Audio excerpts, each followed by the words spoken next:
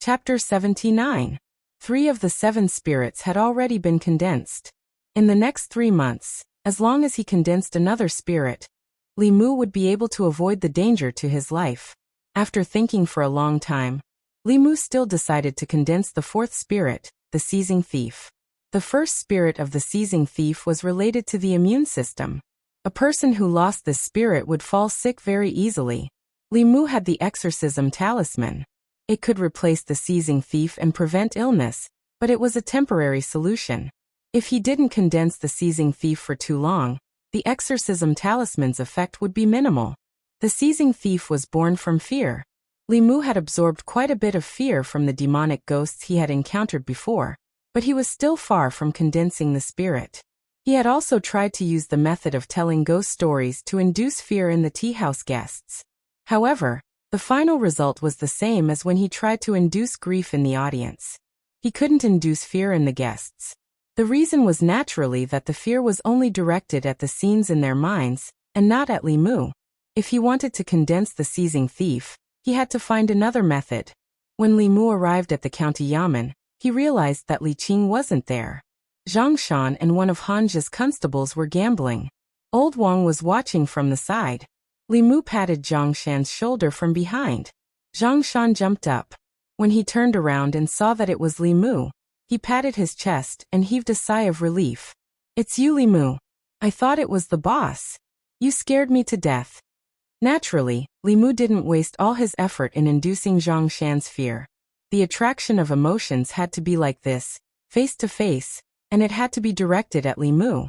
However, after thinking for a long time, Li Mu couldn't think of any profession that could make it convenient to scare people. Since there was nothing he could use as a reference, he might as well create one himself. A thought flashed through Li Mu's mind. He suddenly had an idea. He was about to walk out of the duty room and go back to discuss it with Lu Hanyan. When he turned around, his vision suddenly went dark. It wasn't because he was dizzy, nor was it because the sky had darkened. It was because a figure was blocking the door of the duty room, almost completely blocking the door. This person was tall and abnormally fat. Chen Miao Miao, the daughter of the county minister whom Li Mu had met before, could be considered as a little bird in front of him. Li Mu thought for a moment and remembered that this person was called Wu Bo, one of the cultivators in the county government. However, 3 months ago, he was seconded to participate in the suppression of the zombie disaster in Zhou County. Today he appeared in the government office again. "Get out of my way." Wu Bo squeezed in from the outside and rudely pushed Li Mu aside, asking, "Where's Junior Marshal Sister Li?" Zhang Shan put away the dice and said, "The boss is not here." Wu Bo's gaze swept across the room, and then he swaggered out. After he left, Zhang Shan curled his lips and said, "Didn't Fei Bo go to the neighboring county to catch zombies? Why did he come back so soon?" The constable under Hanja gestured for him to keep quiet and said, "Keep your voice down. If he hears you call him that, you'll have to bear the consequences." "Do you think I'm afraid of him hearing it?" Zhang Shan lowered his voice and whispered, "How did he grow up like this? Even the pigs in my family are not as fat as him." Old Wang chuckled and said, "He grew up like this. It's not up to him." Zhang Shan looked surprised. "What do you mean? Ordinary people can't eat so much to become so fat." Old Wang adjusted to a comfortable sitting position and said, "But there's a kind of body constitution called the body of earth element. This kind of person's 5 elements are all earth, so it's easy for him to absorb the qi of the earth. That's why he grew up like this." Zhang Shan clicked his tongue and said, "What kind of stupid body constitution is this?" "It's not a stupid body constitution." Old Wang shook his head and said, "He is a little fat, but his cultivation speed is faster than that of ordinary people. Many cultivators yearn for such a physique. Don't be fooled by his fat body. In the county government, if County Magistrate Zhang doesn't use the imperial court's treasure, he is no match for him." Zhang Shan was stunned and asked, "Our boss can't beat him?" Old Wang nodded and asked, "Now you know how powerful this kind of body constitution is, right?" Zhang Shan looked down at his bulging belly and said to Old Wang, "I'm also quite fat.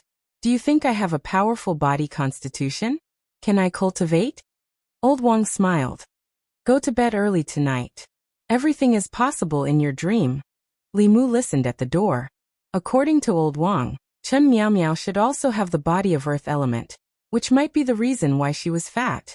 Thinking of Zhao Yong's body of fire element, Li Mu seemed to understand why the county magistrate arranged such a marriage for him. The 5 elements promoted and restrained each other. Wood promoted fire, fire promoted earth, earth promoted gold, gold promoted water, water promoted wood. Zhao Yong had the body of fire element.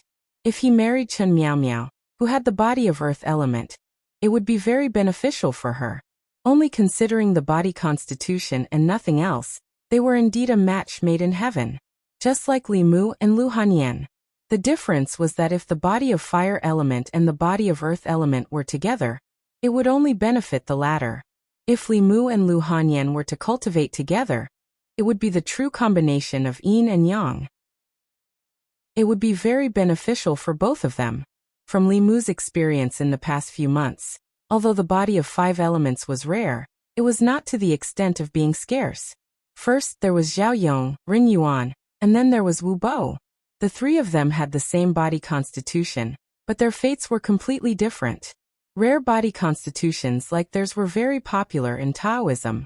Some sects would even calculate the time and send disciples down the mountain to investigate if there were any newborns born nearby. If they happened to find a baby born at a special time, they would make an agreement with the baby's parents that when the baby was 5 or 6 years old, he would go up the mountain to cultivate. The child's family would also receive a lot of compensation. However, the attitude of the imperial court towards this was completely different. Although they would recruit a large number of cultivators every year, in order to maintain their rule and stability, the imperial court did not want too many cultivators to appear. Firstly, this would cause the local fixed population to lose. Secondly, cultivators were not under the jurisdiction of the imperial court, and often did things that violated the rules and disturbed social stability. The more cultivators there were, the more it was not conducive to the stability of the imperial court's rule. Therefore, although the imperial court did not stop Taoism in this matter, they also never cooperated. Otherwise, as long as the local government screened the household registers of all the people in the area, they would be able to find all these cultivators with talent. In the Great Zhou, the influence of the various Taoism sects was naturally not as strong as that of the imperial court. If the imperial court did not support them, more than 90% of the cultivation geniuses would be buried like Li Mu and Lu Hanyan. If they did not have the opportunity, they would never embark on the path of cultivation in this lifetime. If not for that accident, Li Mu as a bailiff might have married and had children. He might have lived a mediocre life, or he might have died in the line of duty. In reality, if not for Li Mu's soul being reborn, he would have already died in the line of duty. When he arrived at the entrance of the Union Pavilion, Li Mu did not think about these things anymore. Earlier at the government office, he had been inspired by Zhang Shan and found a way to collect fear. Since he could scare Zhang Shan and collect anger, he could naturally scare others. He could open a haunted house in Yangqiu County and pretend to be a ghost to scare people. The better the business of the haunted house, the faster he could collect fear. Li Mu was not worried about the problem of customers at all. In this era, there were not many entertainment options. Men's favorite pastime was naturally the brothel. However, not everyone had an invulnerable kidney like Li Si and could treat the brothel as their own home. At the very least, even if their bodies were made of iron, they could not afford to go there every day. After all, they were different from Li Si. They could not let the women in the brothel fall for them. It was precisely because there were no bars, KTVs, cinemas, bookstores, teahouses, theaters, and music halls that the business of the haunted house was so good. Li Mu should be the first person to open a haunted house here. When the time came, he could attract customers at an extremely low price or even for free. After all, he only wanted fear, not to rely on it to make money. Li Mu was not good at opening a shop, so he had to ask Lu Hanyan for help. In the Union Pavilion, Lu Hanyan heard Li Mu's idea and hesitated. Your idea is possible, but would anyone really spend money to have someone pretend to be a ghost to scare themselves? Let's try it first. After people were full and satisfied with their material needs, they liked to seek spiritual stimulation. Disneyland tickets were so expensive, But there were still people coming in waves every day. Li Mu said, I don't know much about opening a shop, so I'll leave it to you. Deduct the expenses from my share.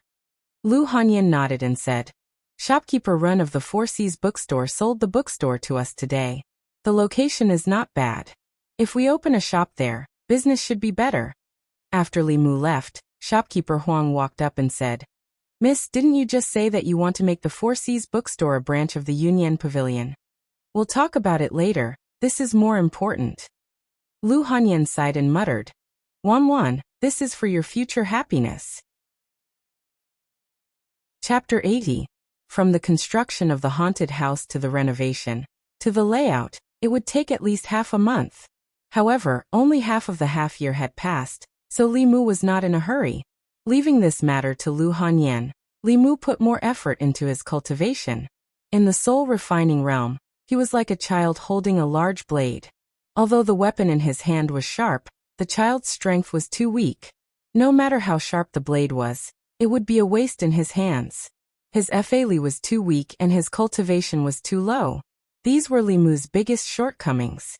If he had Suhi's cultivation, combined with various mysterious Dao techniques, even if he was not invincible in the middle realm, he would at least be able to walk unhindered in the sixth realm Dongxian and below. It was a pity that Suhi was not willing to live with Li Mu. Otherwise, when he was in danger, he would only need to let Suhi possess his body. In front of him, any demon ghost or heretical cultivation would have to kneel down and speak. Right now, he could only prepare as many spirit travel talismans as possible.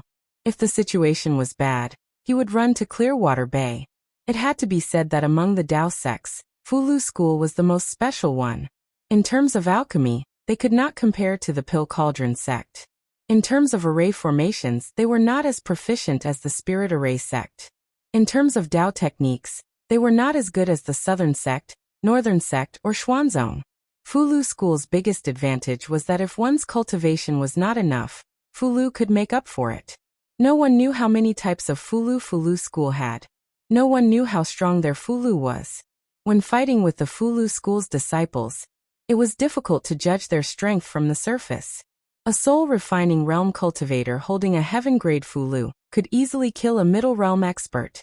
Of course, the success rate of creating a heaven-grade Fulu was extremely low. It required an upper realm expert to try several thousand times before they could create one. This kind of Fulu was very rare even in the Fulu school. Only a few were produced in a year, and only a very small number of people had them. Exorcism talismans, soul lock talismans, and others were the lowest level of the yellow rank Fulu talismans. They could be used with a little bit of magic power. Divine travel talismans were already of the profound rank. Writing talismans required one to be at least in the soul-refining realm. This Fulu was a must-have for escaping. With Li Qing's spirit-concentrating cultivation, even ordinary transcendent realm cultivators might not be able to catch up to her. No matter what kind of danger he encountered, as long as Li Mu could reach Clearwater Bay, he would be in an invincible position. Therefore, he planned to ask for a few more from Li Qing in case he needed them. When Li Mu came to the duty room, he only saw Li Qing. He walked into the duty room and said, "Boss." Seeing Li Mu come in, Li Qing waved her hand and closed the door of the duty room. Li Mu was slightly startled and asked, "Boss, why did you close the door in the middle of the day?" Li Qing stood up and looked at him with a serious face. She asked, "Where did you get the clear heart technique that you taught me?" Li Mu saw her serious expression and asked carefully, Is this very important?" Li Qing took a deep breath and said, "I originally thought that this technique could save me the time to memorize the runes. Yesterday, when I was writing talismans, I found out that it could actually increase the success rate of writing talismans. Do you know what this means?" Li Mu was startled. "What?" Li Qing said seriously. "The higher the level of the Fulu, the harder it is to successfully write it. For a heaven-level Fulu, you can only succeed once after thousands of attempts. In the ancestral court of Fulu school, the number of heaven-level Fulu talismans produced in a year does not exceed 10. Li Mu knew what this meant. It meant that if the people of the Fulu school knew the clear heart technique, they could mass-produce heaven-level Fulu. In the cultivation world, Heaven-level Fulu was like a nuclear weapon. It could only be written by powerhouses of the 7th level and above. It could seal one of their divine abilities in the Fulu. The higher the level of the Fulu, the lower the success rate. In the entire Fulu school, the number of heaven-level Fulu talismans produced every year could be counted with 2 hands. If heaven-level Fulu could be mass-produced, then when the time came, everyone in the Fulu school would have a heaven-level Fulu talisman. The soul refining killing divine ability and the spirit concentrating destroying Dongxian would be as simple as eating and drinking. The Fulu school would dominate the 10 continents and no one would be able to stop them, Li Qing said slowly.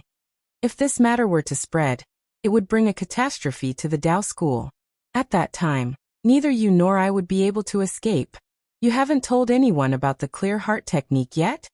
Li Mu's reaction to this was not as big as Li Qing's. The clear heart technique was not a catastrophe. If he were to spread the Buddhist incantation of 9 syllables and the Tao Te Ching, then it would be a real catastrophe for the Dao school. If he were to add the Heart Sutra, then even the Buddhist school would not be able to escape. Lu Hanyan was one of them, and was trustworthy. In order not to worry Li Qing, Li Mu shook his head and said, "No. In this world, only you and I know about it." Li Mu had a strange feeling that he was hiding something from another woman in front of her. Li Qing asked doubtfully, "Then how did you get it?" Li Mu did not explain too much. He just said, "In short, boss, trust me. The clear heart technique will never be spread." Li Qing looked at him. She seemed to have a guess in her heart, but she did not ask any more questions. She said, "You have to remember my words. Once this technique is leaked, it will lead to a fatal disaster for you." She was so nervous about the clear heart technique.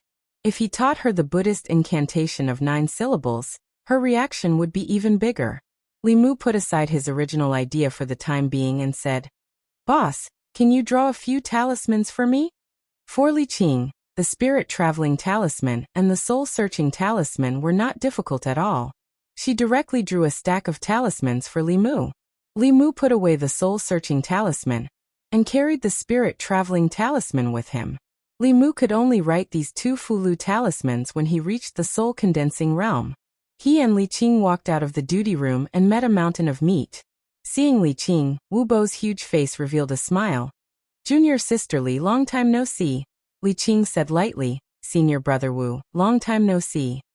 Wu Bo smiled and said, "It's almost noon. Junior sister Li, do you want to have lunch with me?" "No need." Li Qing rejected Wu Bo and said, "I still have to patrol. Senior brother Wu can eat by himself." Wu Bo sighed and said, "Junior sister Li, we are of the same origin. Why do you have to reject me every time? You know that I have the earth element body. If you and I can dual cultivate, within 5 years, you will definitely be able to enter the middle realm." Li Qing's face was cold and said, "Sorry senior brother Wu, I like to cultivate alone." After that, she ignored Wu Bo and walked straight out. Li Mu sneered in his heart. What was so great about the earth element body? Whether it was the speed of cultivation or the benefits of dual cultivation, it couldn't be compared with the pure yang body. If Li Qing was really a person who coveted the benefits of dual cultivation, Li Mu would have been ruined by her long ago. How could this fat man have a chance? Except for weight, how could he be better than him? Li Qing walked out of the county government. Li Mu was about to leave when Wu Bo suddenly said, "Stop." Li Mu stopped, looked at him and asked, "Constable Wu, what's the matter?" Wu Bo looked at Bai in his hand and said, "Where did you get your sword? I remember that this sword was used by Junior Sister Li before." Li Mu said, "The boss gave it to me. It seems that Junior Sister Li thinks highly of you." Wu Bo patted Li Mu's shoulder with a smile and said, "That's right. If Junior Sister Li thinks highly of you, you must have something special about you." Wu Bo left with a smile. Li Mu stood at the door of the county government, but his face was gloomy. Just now, when Wu Bo patted his shoulder, he sent a trace of evil yin qi into his body. Ordinary people, or even cultivators in the soul-refining realm, might only feel a trace of coldness in their body. However, Li Mu had the Dharma power of Buddhism and was extremely sensitive to evil yin qi. Even though Wu Bo did it secretly and hid this trace of evil yin qi very deeply, it still couldn't escape Li Mu's perception. Although Wu Bo was a cultivator, his heart was extremely vicious. If Li Mu was only an ordinary constable, he would fall seriously ill in the next few days after being invaded by the strand of baleful yin qi. If he only had the cultivation to refine the three souls, the strand of baleful yin qi hidden in his body would become an obstacle to his future cultivation. It would be very easy for it to erupt when he was about to break through, causing him to fall short of success. Li Mu's body flashed with a golden light, and the trace of evil yin qi was expelled from his body. After doing all this, Li Mu didn't go home, but returned to the county government office. Hanja was reading a book on duty. When he saw Li Mu walk in, he hurriedly hid the book, A Curtain of Spring Dreams, under the table and looked up to ask, "What are you doing here?" Since he had already formed a grudge with Wu Bo, Li Mu naturally had to inquire about his background in advance. Although he and Hanja didn't get along well, they were comrades who had fought zombies together and pursued heretical cultivation. Li Qing, Hanja, and Wu Bo all came from the ancestral court of Fulu School. Li Mu couldn't ask Li Qing, so Hanja was a very good breakthrough point. He looked at Hanja and asked, "Do you know much about Constable Wu?" "You mean Wu Bo?" Hanja glanced at him and asked, "Why are you asking about him?" Li Mu said, "I'm just curious." Hanja didn't continue to ask. He said, "We all come from the ancestral court of Fulu School. He and Miss Qing are brothers and sisters of the same branch. His grandfather is an elder of that branch and has the cultivation of the blessed realm." Hanja told Li Mu all the important information about Wu Bo with a few simple words. Then he looked at Li Mu suspiciously and reminded him, "Wu Bo is an extremely petty person who will seek revenge for the smallest grievance. You'd better not provoke him." "Why would I provoke him? I can't beat him." Li Mu waved his hand and said, "What book were you reading that made you so happy just now? Let me have a look." Hanja's expression became serious. He sat up straight and said, "This book is very profound. You won't be able to understand it." Chapter 81. After leaving Hanja's place, Li Mu went to Old Wang's room. Old Wang wasn't in the room. Li Mu looked around and finally found him in the household. Old Wang was sorting out the household registration information. Li Mu walked in and asked, "Old Wang, is there any book that talks about the 5 elements body?" Li Mu didn't know enough about himself. In the Cultivation Foundation book that Li Qing gave him, although it mentioned the pure yin, pure yang, and the 5 elements body, it only mentioned a few words and didn't explain in depth. Old Wang's head was buried in the high pile of documents. He didn't raise his head and said, "Go look for it yourself." Li Mu went to Old Wang's room. His collection of books was very rich. Li Mu searched the bookshelves one by one. It took him half an hour to find a book called Records of the Supernatural, in the corner. This book was a bit similar to the Records of the 10 Continents Monsters. The difference was that the records of the 10 continents were all monsters and ghosts, but this book recorded all the monsters. The so-called monsters referred to people who were different from ordinary people. Pure yin, pure yang, and the 5 elements body were counted as monsters. In the boundless world, there were all kinds of strange things. In addition, there were people with wings on their backs, people who could control fire, water, and people with natural spiritual pupils. They were all monsters. Compared to ordinary people, these people were born with some kind of special talent. If they were ordinary people, there wouldn't be any abnormalities. Once they stepped into cultivation, their true talent would be revealed. For example, people with natural spiritual pupils could only see ghosts without cultivation. If they succeeded in cultivation, their pair of spiritual pupils could control people's minds and turn them into their own puppets. It was incomparably evil. As for the 5 elements body, except for the earth element, the other 4 elements were no different from ordinary people before cultivation. The earth element body was mostly fat because of a certain reason. The degree of fat varied from person to person. Pure yang and pure yin were the best physiques for cultivation.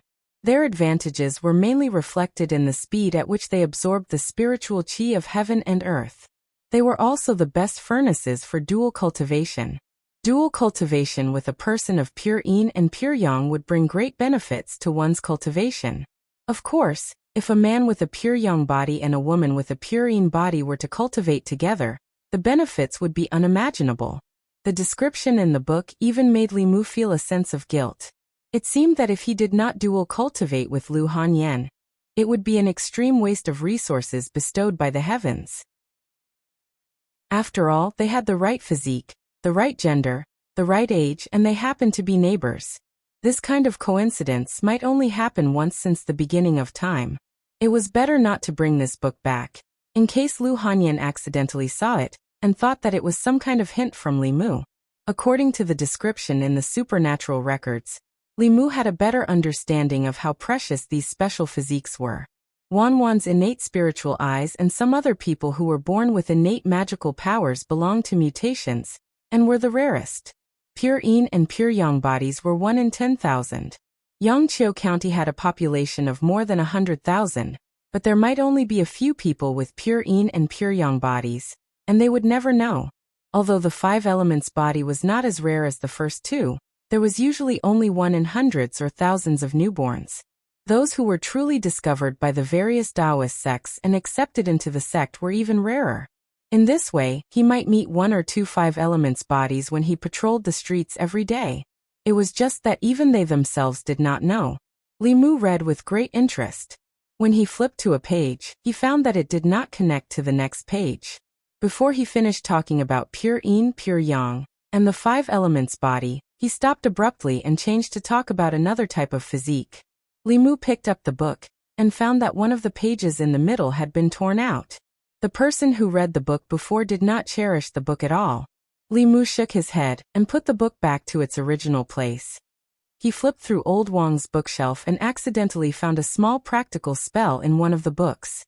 As a common low-level spell, the breath control spell was not difficult to learn, but it was very useful.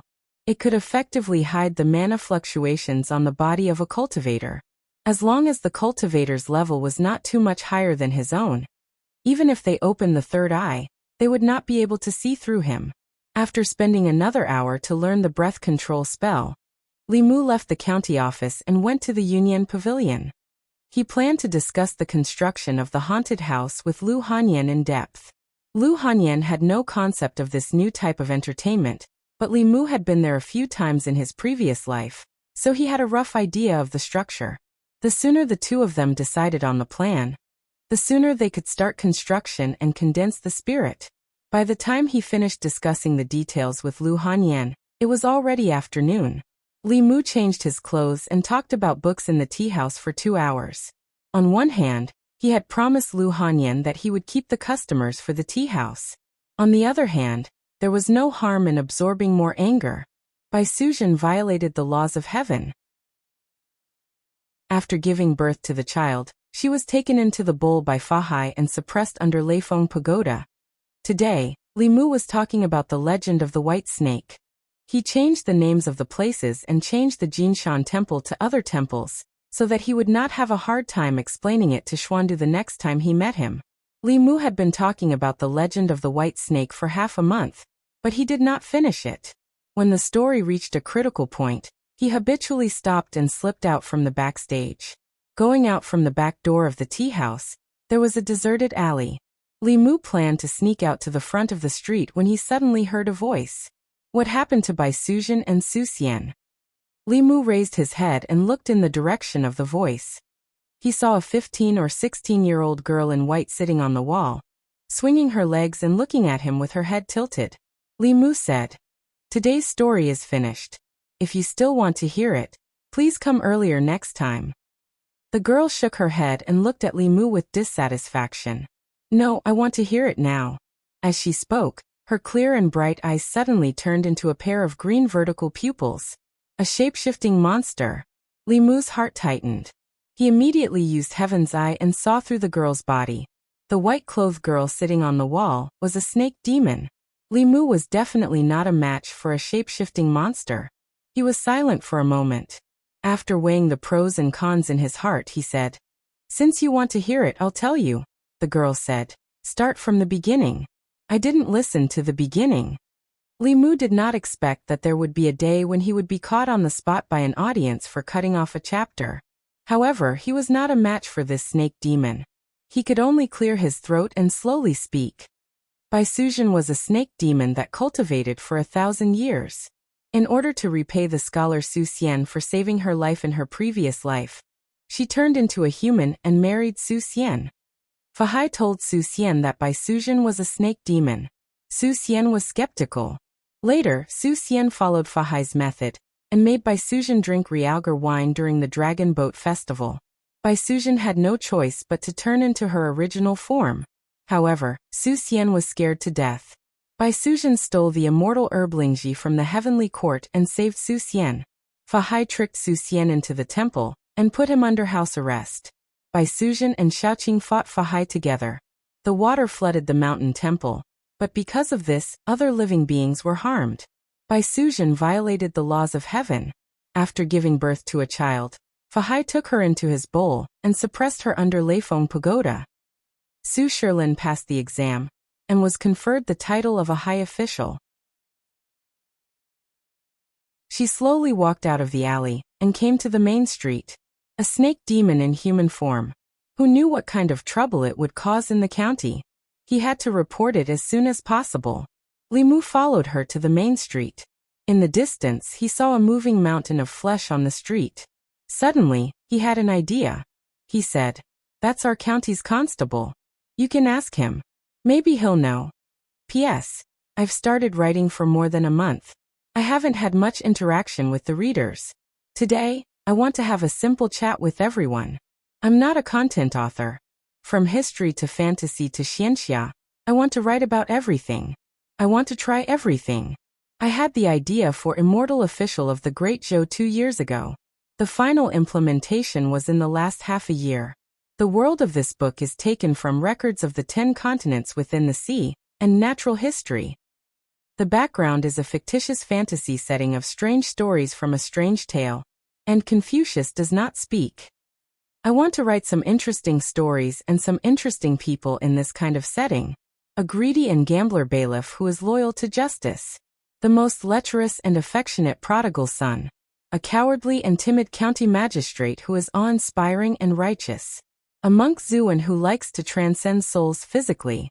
A fair-skinned and beautiful rich woman who has her own maid. A superior who wholeheartedly cultivates and is extremely protective of her own people. A little fox who thinks about how to repay kindness all day long. As for the main character, Li Mu, he's the same as most of us. He's good-looking, greedy, and afraid of death. His heart is open to the sun, and he has reverence for life. Although he's occasionally despicable, he also has his own adherence to justice. He can make mistakes, but he can also grow. He's an ordinary person who does extraordinary things. I'd like to thank all the new and old readers for every recommendation and every tip in the past month. I hope that in the days to come, Li Mu's story will bring you more joy and accompany you further. Chapter 82. After hearing Li Mu's words, the girl indeed walked towards Wu Bo. Li Mu took this opportunity to slip away quickly. From afar he could feel 2 strong waves of mana coming from behind him. Then, a white shadow flew over Li Mu's head and headed out of the city. Demon, where do you think you're going? Wu Bo's body was fat, but his movements were not slow at all. He followed closely behind the snake demon and chased out of the city. Although Wu Bo was also at the 3rd realm, he was the grandson of an elder of the Fulu school. He definitely knew a few Dao techniques and had a few powerful Fulu cards. Even a 4th realm demon cultivator might not be able to gain much of an advantage against him. Li Mu was looking forward to it. It would be best if Wu Bo could subdue that demon, so that she would not find trouble with him in the future. The dwarf who helped the Zhao family commit evil, as well as the lizard spirit, were all up to no good. That snake demon was on the same side as them, so she was definitely not a good demon. Li Mu would not show any mercy to the fairer sex. Li Mu returned to the county office. An hour later he saw Wu Bo return with a gloomy face. His clothes were somewhat tattered, and he was limping. Half of his face was purple, obviously poisoned. As he walked he cursed angrily.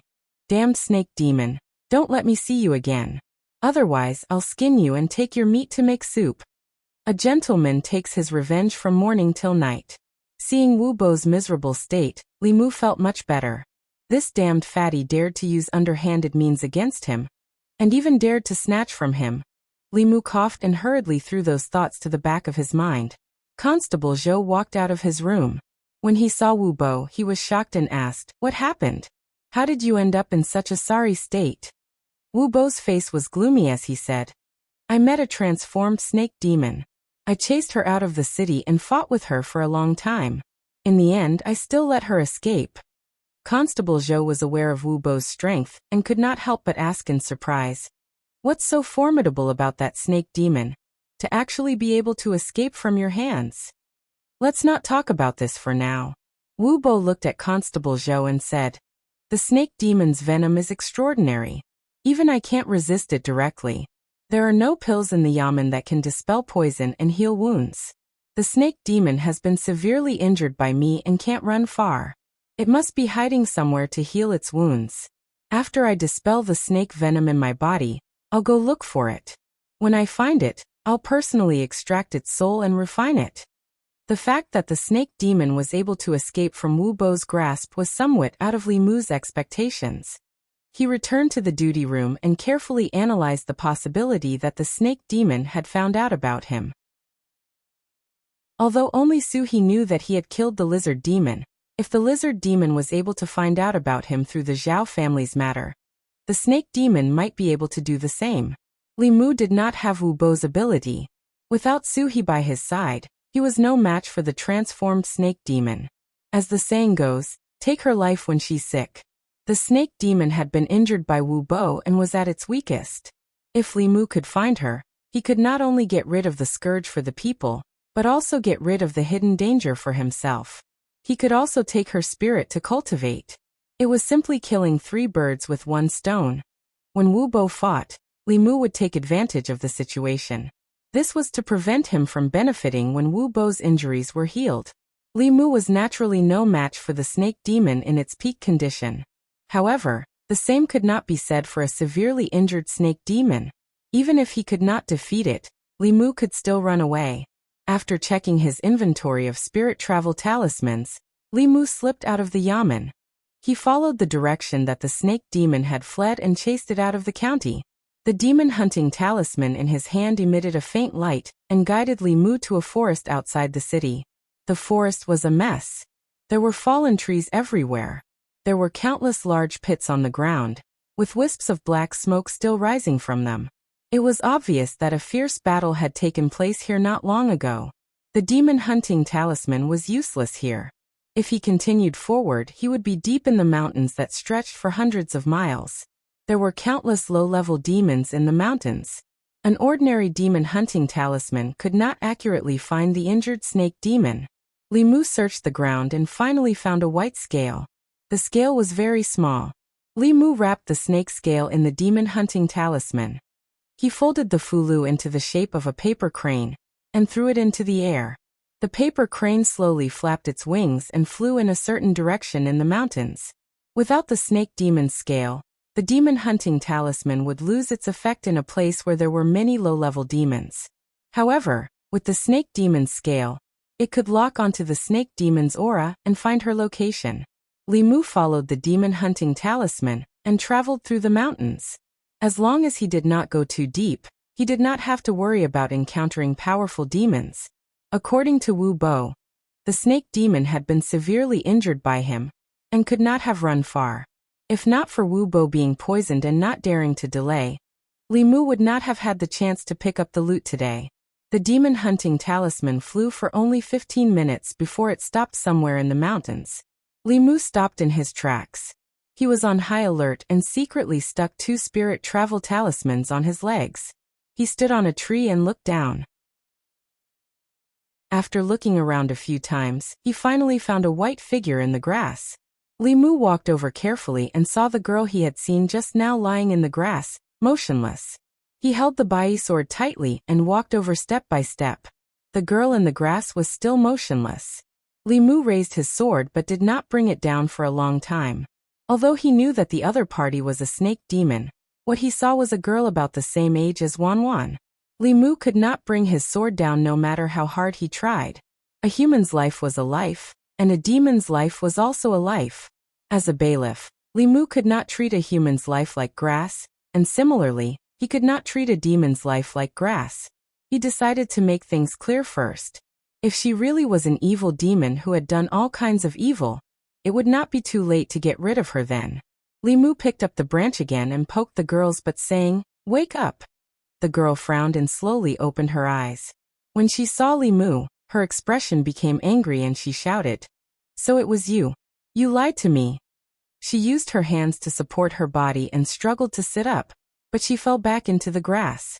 Seeing that she was seriously injured and could not even stand up, Li Mu heaved a sigh of relief and said, "Let me ask you a question." The girl looked at Li Mu with a fierce gaze and said coldly, "If you want to kill me, then kill me. Stop talking nonsense." Li Mu thought for a while and threatened, "If you don't speak, I'll take off your clothes first." This sentence was clearly more threatening than killing her. A trace of fear appeared on the girl's face and she said angrily, "You dare." Li Mu did not waste any more words with her and asked directly, "Why are you looking for the dwarf and the lizard? You really have seen them before." The girl clenched her silver teeth and said hatefully, "Father was right. Humans are all liars. I shouldn't have believed you." Li Mu glanced at her and said, "Hurry up and speak." The girl was clearly worried that Li Mu would do something overboard to her. She closed her eyes and said, "They are my subordinates, but they broke the rules of my subordinates and harmed people everywhere. I want to find them and clean them up." Li Mu was stunned for a moment and said, "You still want to lie to me?" The girl looked at him with disdain and said, "Only you humans would lie." Li Mu asked suspiciously, "You really didn't lie to me?" The girl snorted coldly, "If I lie to you, I'm a dog." Li Mu said, "Swear." Worried that Li Mu would really take off her clothes, the girl pointed to the sky and said, "If I lied, then let me become a dog." Humans had 7 souls. After cultivation and refining, the 7 souls and 7 emotions would be hidden in the body and not appear outside. Although demons also had souls, because they did not know how to refine their souls, Li Mu could see the emotions of demons that had taken human form. When the girl was swearing, Li Mu used his heavenly eye and did not find any fluctuations in her emotions. This meant that she was not lying. Li Mu awkwardly put away Bai and said, "Miss, if I say that this is all a misunderstanding." The girl did not respond. After saying these words to Li Mu, she used up all her strength and fainted again. What a sin! Li Mu almost wronged a good demon. He wanted to slap himself. He sighed, walked over, picked up the girl, and slowly walked out of the mountain bay of Clearwater, in a small house covered by an illusion. Suhi was reading when she saw Li Mu carrying a girl in. She said in surprise, "What did you do to this snake?" Chapter 83. Don't mention it. Li Mu placed the girl on the bed and said, "It's all because I didn't investigate properly and almost killed her." Suhi walked over and glanced at the girl, saying, "She's heavily injured." Li Mu held the girl's hand and silently chanted the Heart Sutra, transferring the Buddha's light into her body. The Buddha's light from the Heart Sutra was different from other sutras. It had a miraculous effect on healing injuries. As the Buddha's light poured into her body, the girl's brows gradually relaxed. After her eyelashes trembled, she slowly opened her eyes. The moment she opened her eyes, she saw Li Mu and was shocked. She curled up her body and retreated to the corner. She covered her chest with her hands and looked at him in horror. "What are you doing?" Li Mu retreated and waved his hand, saying, "Don't worry, I'm not Su Xian, I'm not interested in snakes." The girl still did not let down her guard. She clenched her teeth and said, "You humans are all liars." Li Mu sighed. This time, he had indeed embarrassed the humans. The black-robed man's matter was because he was too cautious and worried about accidentally killing people. He was almost invaded by his inner demon and fell into a trap. This time, the snake demon was not cautious enough and almost killed a good demon by mistake. He even made her misunderstand the entire human race because of him. Li Mu stood by the bed and looked at her, explaining, "The dwarf wanted to kill me and was killed by me. The lizard spirit wanted to avenge the dwarf and also died by my hands. I thought you were an evil demon like the lizard spirit, so I tricked you into provoking that person. This was all a misunderstanding. The trust between the two had already collapsed. The girl was still wary of Li Mu. I don't believe you. Li Mu formed a seal with one hand and pointed to the sky, saying, I can swear a Tao oath. If what I said just now was false, let me become a dog. The girl stared at him in a daze, the wariness in her eyes dissipating a little. Although she was a demon, she also knew that human cultivators did not dare to violate a Tao oath. Moreover, he had made such a heavy oath he should not be lying to her. Li Mu saw that she believed him, so he struck while the iron was hot and said, Give me your hand, I'll help you heal first. The girl thought for a moment and recalled the feeling just now. She tentatively stretched out her hand. Li Mu held her hand again. Her hand was very cold. Li Mu once again drew out the Buddhist light and continued to send it into her body. A satisfied expression appeared on the girl's face, and she found that her injuries were slowly recovering. A moment later, Li Mu released his hand and said, Now you should believe that I'm not trying to harm you, right? If you want me to believe. The girl rolled her eyes and said, You have to continue healing me. Li Mu didn't have much Buddhist magic left. He had already used up more than half of it, and was a bit tired. However, since the young woman had spoken, he reached out again. After all, he was the one who caused all this trouble and almost caused her to lose her life. Li Mu owed her too much. Even if he had to squeeze out the last of his spiritual energy, he had to satisfy her. So comfortable. So warm. Continue, don't stop. A moment later, the girl bathed in the Buddhist light and fell into a sweet sleep. Li Mu wiped the sweat from his forehead. When he stood up, his legs gave way and he almost fell. Suhi caught him in time and said, You're just too kind. I have to take responsibility for the trouble I caused. Li Mu sighed and looked at Suhi. He asked, Is it convenient for her to heal here? Suhi waved her hand. What's inconvenient about it? I've been alone for too long, and I'm looking for a companion. Li Mu asked again. No one will find her with the demon-seeking talisman, right? Suhi said, Don't worry, this illusion has the effect of concealing one's aura. Even if there's something on her body, they won't be able to find here. With Suhi around, Li Mu was completely relieved. It was already late. He bid farewell to Suhi and used the spirit-traveling talisman to return home before it was dark. The events of the past 2 days gave Li Mu a lot of warnings. If power was not restrained, it would be equivalent to a scourge. As an official of the Great Zhou dynasty, he could indirectly control the life and death of others. He had to be cautious at all times and maintain reverence for all life. Doing this was not only to protect the law, but also to protect Li Mu's heart. Ring Yuan's example was in front of him. When a cultivator no longer feared life, it was very easy for them to walk the same path as him, no matter if it was a human life or a demon life. The next morning, when Li Mu woke up, he unexpectedly discovered that the mana in his body had increased slightly. It was almost equivalent to a month of his hard work. In the morning, he routinely patrolled the streets before returning to the county office. As soon as Li Mu entered the front office, he saw Wu Bo standing in the front office's courtyard like a mountain of flesh. Below his feet was a pile of colorful snake corpses. In a corner further away, there was a dead giant python. Hanja was right. This guy was indeed vengeful. Obviously, he did not find the snake demon, so he caught some ordinary snakes to vent his anger.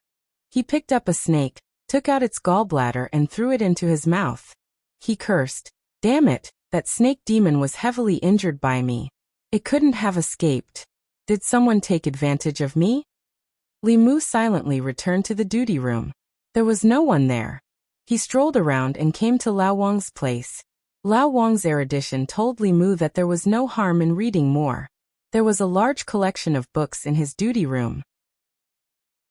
Although most of them were useless, Li Mu could occasionally find something good. Cultivation methods were as vast as the sea. No one knew everything. Cultivation methods existed between heaven and earth. Today's cultivators were just following the path of their predecessors. The more they knew their own ignorance. Li Mu read at Lao Wang's place until he went to the county office. He cooked a table of food and left a portion for Wan Wan to eat. He put the rest in a food box and left the city for the Gulf of Clearwater. With the spirit travel talisman, it was much more convenient for him to travel between the county and the Gulf of Clearwater. The snake demon girl had already let down her guard against Li Mu. Yesterday, Li Mu overdrew his mana to heal her. Today she was able to get out of bed. She used her hands to grab the food in the food box, and raised her head to stuff it into her mouth. Li Mu looked at her and asked, "How is the taste? If it's not to your taste, do you want me to catch some toads, frogs, mice, and the like?" "Bah!" The snake demon girl glared at him fiercely and said, "You're the one who eats those disgusting things." Li Mu took out the dish she grabbed with her hands and put the other dishes on the table. The girl finished her own dish in a short time. She climbed to the side of the low table and reached out to grab the other dishes. Li Mu patted the back of her hand and handed her a pair of chopsticks. She used one hand to grab the chopsticks but didn't know how to use them. She copied Li Mu and Su-hee, but still didn't take a bite. She angrily threw the chopsticks to the side and said angrily, "Humans are so troublesome." Li Mu put a portion of the food into her bowl and let her use her hands to grab it. Then he said, "Hurry up and eat. After you finish eating, I'll treat your injuries. After you're healed, you can leave here." Her injuries were caused by Li Mu. Li Mu had the obligation and responsibility to treat her injuries. After her injuries were healed, Li Mu would go his way and she would cross her single plank bridge. One human and one demon would no longer be involved. The girl snorted and said, "I'm not leaving here. It wasn't easy for me to escape from home." Li Mu was stunned and asked, "Didn't you say you came out to clean up the door?" The girl glanced at him and snorted, "Can't I clean up the door while I'm at it?" Li Mu shrugged and said, "When the time comes, you can go wherever you want to go. It has nothing to do with me." The girl put down the bowl and licked her fingers. She looked at Li Mu and said, "I'm not full yet. I want more." Li Mu silently went to the river and caught 2 fish. He roasted them on the shore. Su-hee stood behind him and said with a sour tone, "I don't see you running to Clearwater Bay so diligently. You men really forget the old when there's a new person. Isn't this what I owe her?" Li Mu said helplessly, "What new person or old person? She's just an outsider. Outside demon. After her injuries are healed, we'll immediately drive her away." The snake demon girl poked her head out of the window and snorted, "I heard it all." Su-hee waved her hand and the window closed from the outside. The girl seemed to have hit her head. Ouch! She didn't move anymore. Su-hee looked at Li Mu again and said with satisfaction, "She's an outsider. Then I'm an insider?" To be precise, she was an insider. However, this word didn't sound very nice. Li Mu didn't continue Su-hee's words. A female ghost who had been single for 20 years would tease people one after another. Ordinary people wouldn't be able to resist. Li Mu said sincerely, "We're friends who have been through life and death. How can that little snake compare to us?" The window of the small house opened from the inside. The snake demon girl said unconvinced, "Who are you calling small? When I turn into my original form, I'm bigger than you." Chapter 84. After exhausting his magic power to heal the snake demon once again, Li Mu dragged his exhausted body back home. Even though her injuries weren't light, the body of a demon had astonishing recovery ability. Coupled with Li Mu's careful healing, she would be able to recover to her original state in half a month or even a month. This way, the guilt in Li Mu's heart would lessen by a lot. In the following period of time, Li Mu and Lu Hanyan set up the haunted house while taking time to heal the snake demon at the Bay of Jade. They didn't have time to care about the county yamen. Luckily, with Li Qing's protection, Constable Zhou wouldn't say anything. Under Li Mu and Lu Hanyan's busy day and night, the preparations for the haunted house were completed after half a month. The signboard of Four Seas Bookstore had been taken down and replaced with the 2 large words Yudu. The 2 words Yudu were specially hired by Lu Hanyan. The handwriting was demonic and demonic, making people's hair stand on end when they saw it. It also made many people stop in their tracks. Most of the people were familiar with the 2 words Yudu. After all, in the stories of gods and monsters that they had heard since they were young, Yudu Ghost Region was a place that appeared very frequently. It was rumored that in the northwest direction of Ancestral State, 3,600 miles away, where the sun set, there was a dark and gloomy place called Yudu. Yudu was 200,000 miles wide, and was shrouded in ghost fog all year round. It was a country of ghosts. Regarding the description of Yudu, whether it was the ghost stories passed down from generation to generation, or the ghost novels circulating in the streets, they all mentioned it. Inside the open door of the shop was pitch black, as if it really led to the land of evil ghosts. Coupled with the two strange words Yudu, many people would feel apprehensive when they saw it. It was human nature to watch a commotion. A strange shop that opened on the street naturally attracted a lot of attention. Many people gathered at the entrance of the shop, looking inside while discussing softly. What shop is this? Why haven't I seen it before? Why would such a good shop have such a strange name? I remember that this used to be a bookstore. Later, the bookstore owner's son died, so he sold the bookstore. Does anyone know what the shop is for? While the crowd was discussing, a few workers brought out a table from inside and placed a silver ingot on the table. They said to the crowd, "Whoever dares to walk around the store, this silver ingot is yours." As soon as he said that, the crowd was in an uproar again. Really? Really? I'm afraid there's at least 10 taels of silver here. 10 taels of silver just to walk around the shop? What is this shopkeeper trying to sell? 10 taels of silver was not a small amount of money. It was more than enough to cover the expenses of an ordinary citizen for a year. Many people immediately became envious. However, although they were tempted, everyone knew that this money was not so easy to take. No one would give away such a large sum of money for no reason. There must be something fishy going on. The shiny silver ingot attracted many people, causing more and more people to gather around, but still, no one dared to enter. "I'll do it." At a certain moment, a burly man walked out from the crowd and asked the worker at the door, "If I walk around the store, these 10 taels of silver will be mine?" The worker nodded and said, "This is what our shopkeeper said." The burly man turned around and said to the crowd, "This is what he said himself. As long as I walk out of the store, these 10 taels of silver will be mine. Everyone, please be my witness. Go in. Let's see what's inside." Amidst the crowd's cheers, the burly man strode into the store. It was pitch black inside the store. The crowd could not see anything from the outside. They could only hear the burly man's screams from time to time, which made their hearts tighten. Although they knew that these 10 taels of silver were not easy to earn, they were curious about what was inside that could make the burly man scream. However, no one dared to go in and take a look. After a while, the burly man walked out shakily. His face was extremely pale, and he had to hold on to the table to stand firm. He looked at the worker weakly and asked, "Can I take these 10 taels of silver?" The worker shrugged his shoulders and said, "It's yours." The burly man took the silver, and was immediately surrounded by the excited crowd. "What's inside, tell us? What did you scream just now? What's inside?" The burly man was surrounded by the crowd. He straightened his back and said, "Nothing much, just a few workers pretending to be ghosts to scare people. It's only to scare those who are timid."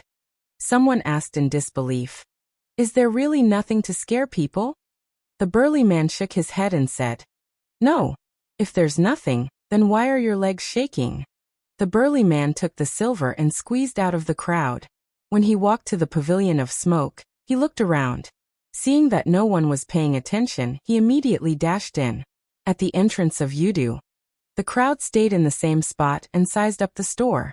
Finally, a courageous person walked forward and asked the worker, "If I go in and walk around, will there be another 10 taels of silver?" The worker shook his head and said, "There's no 10 taels. If the first person to go in and walk out by himself, the reward will be 1 copper coin." "TSK, only 1 copper coin. Who are you looking down on? Let's go. Hearing that there wasn't a reward of 10 taels of silver, most of the people dispersed. The burly man had screamed so miserably that they were also afraid. 10 taels of silver was worth the risk, but 1 copper coin was too much. Most of the commoners had dispersed, but there was still a small portion that stayed behind.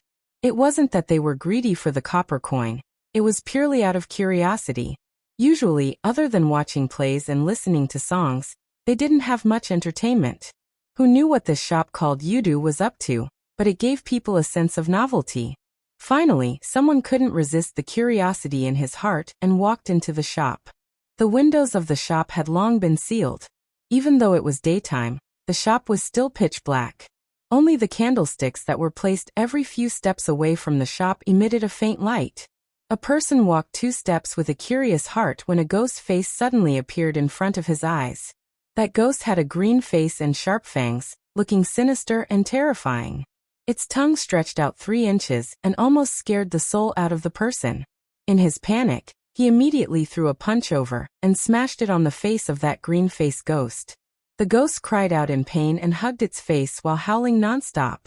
That person was stunned for a moment. "It's a human?" The green-faced ghost covered its face and said, "Customer, you are too heavy-handed."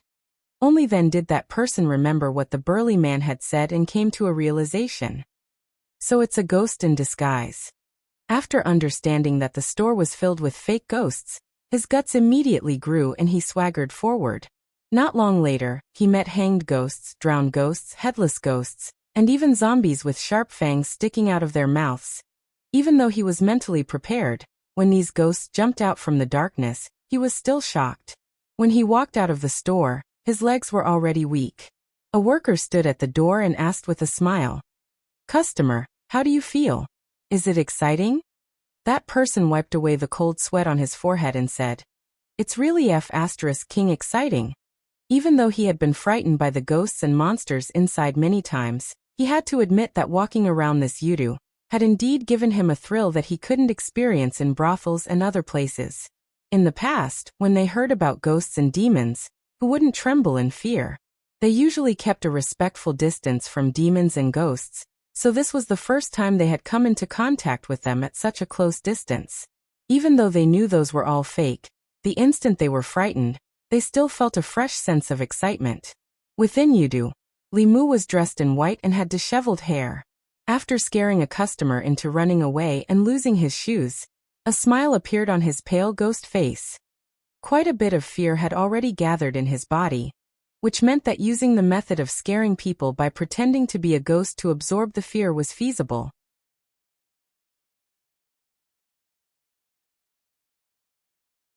Chapter 85. The business of Yudu was much better than what Lu Hanyan had expected. She couldn't understand why there were so many people who liked to seek excitement and were willing to let others act as ghosts to scare them. She and Wanwan had only gone in once and never went near that place again. Even if she was given money, she wasn't willing to try walking in that kind of terrifying place. The sound of Limu practicing his sword came from next door, and Lu Hanyan tapped her feet lightly. She floated up and jumped over the courtyard wall, landing steadily in Limu's courtyard. After Limu had taught her rock leap technique, she didn't like to walk through the door anymore. Lu Hanyan stood in the courtyard and looked at Limu to ask, "How's your collection of fear feelings going?" Limu put away his sword and said, "It's almost done." The opening of Yudu was free for 10 days, and there was an endless stream of customers every day. Even though the emotional power of ordinary people was weak, they won in numbers. Limu had already accumulated enough fear feelings in his body.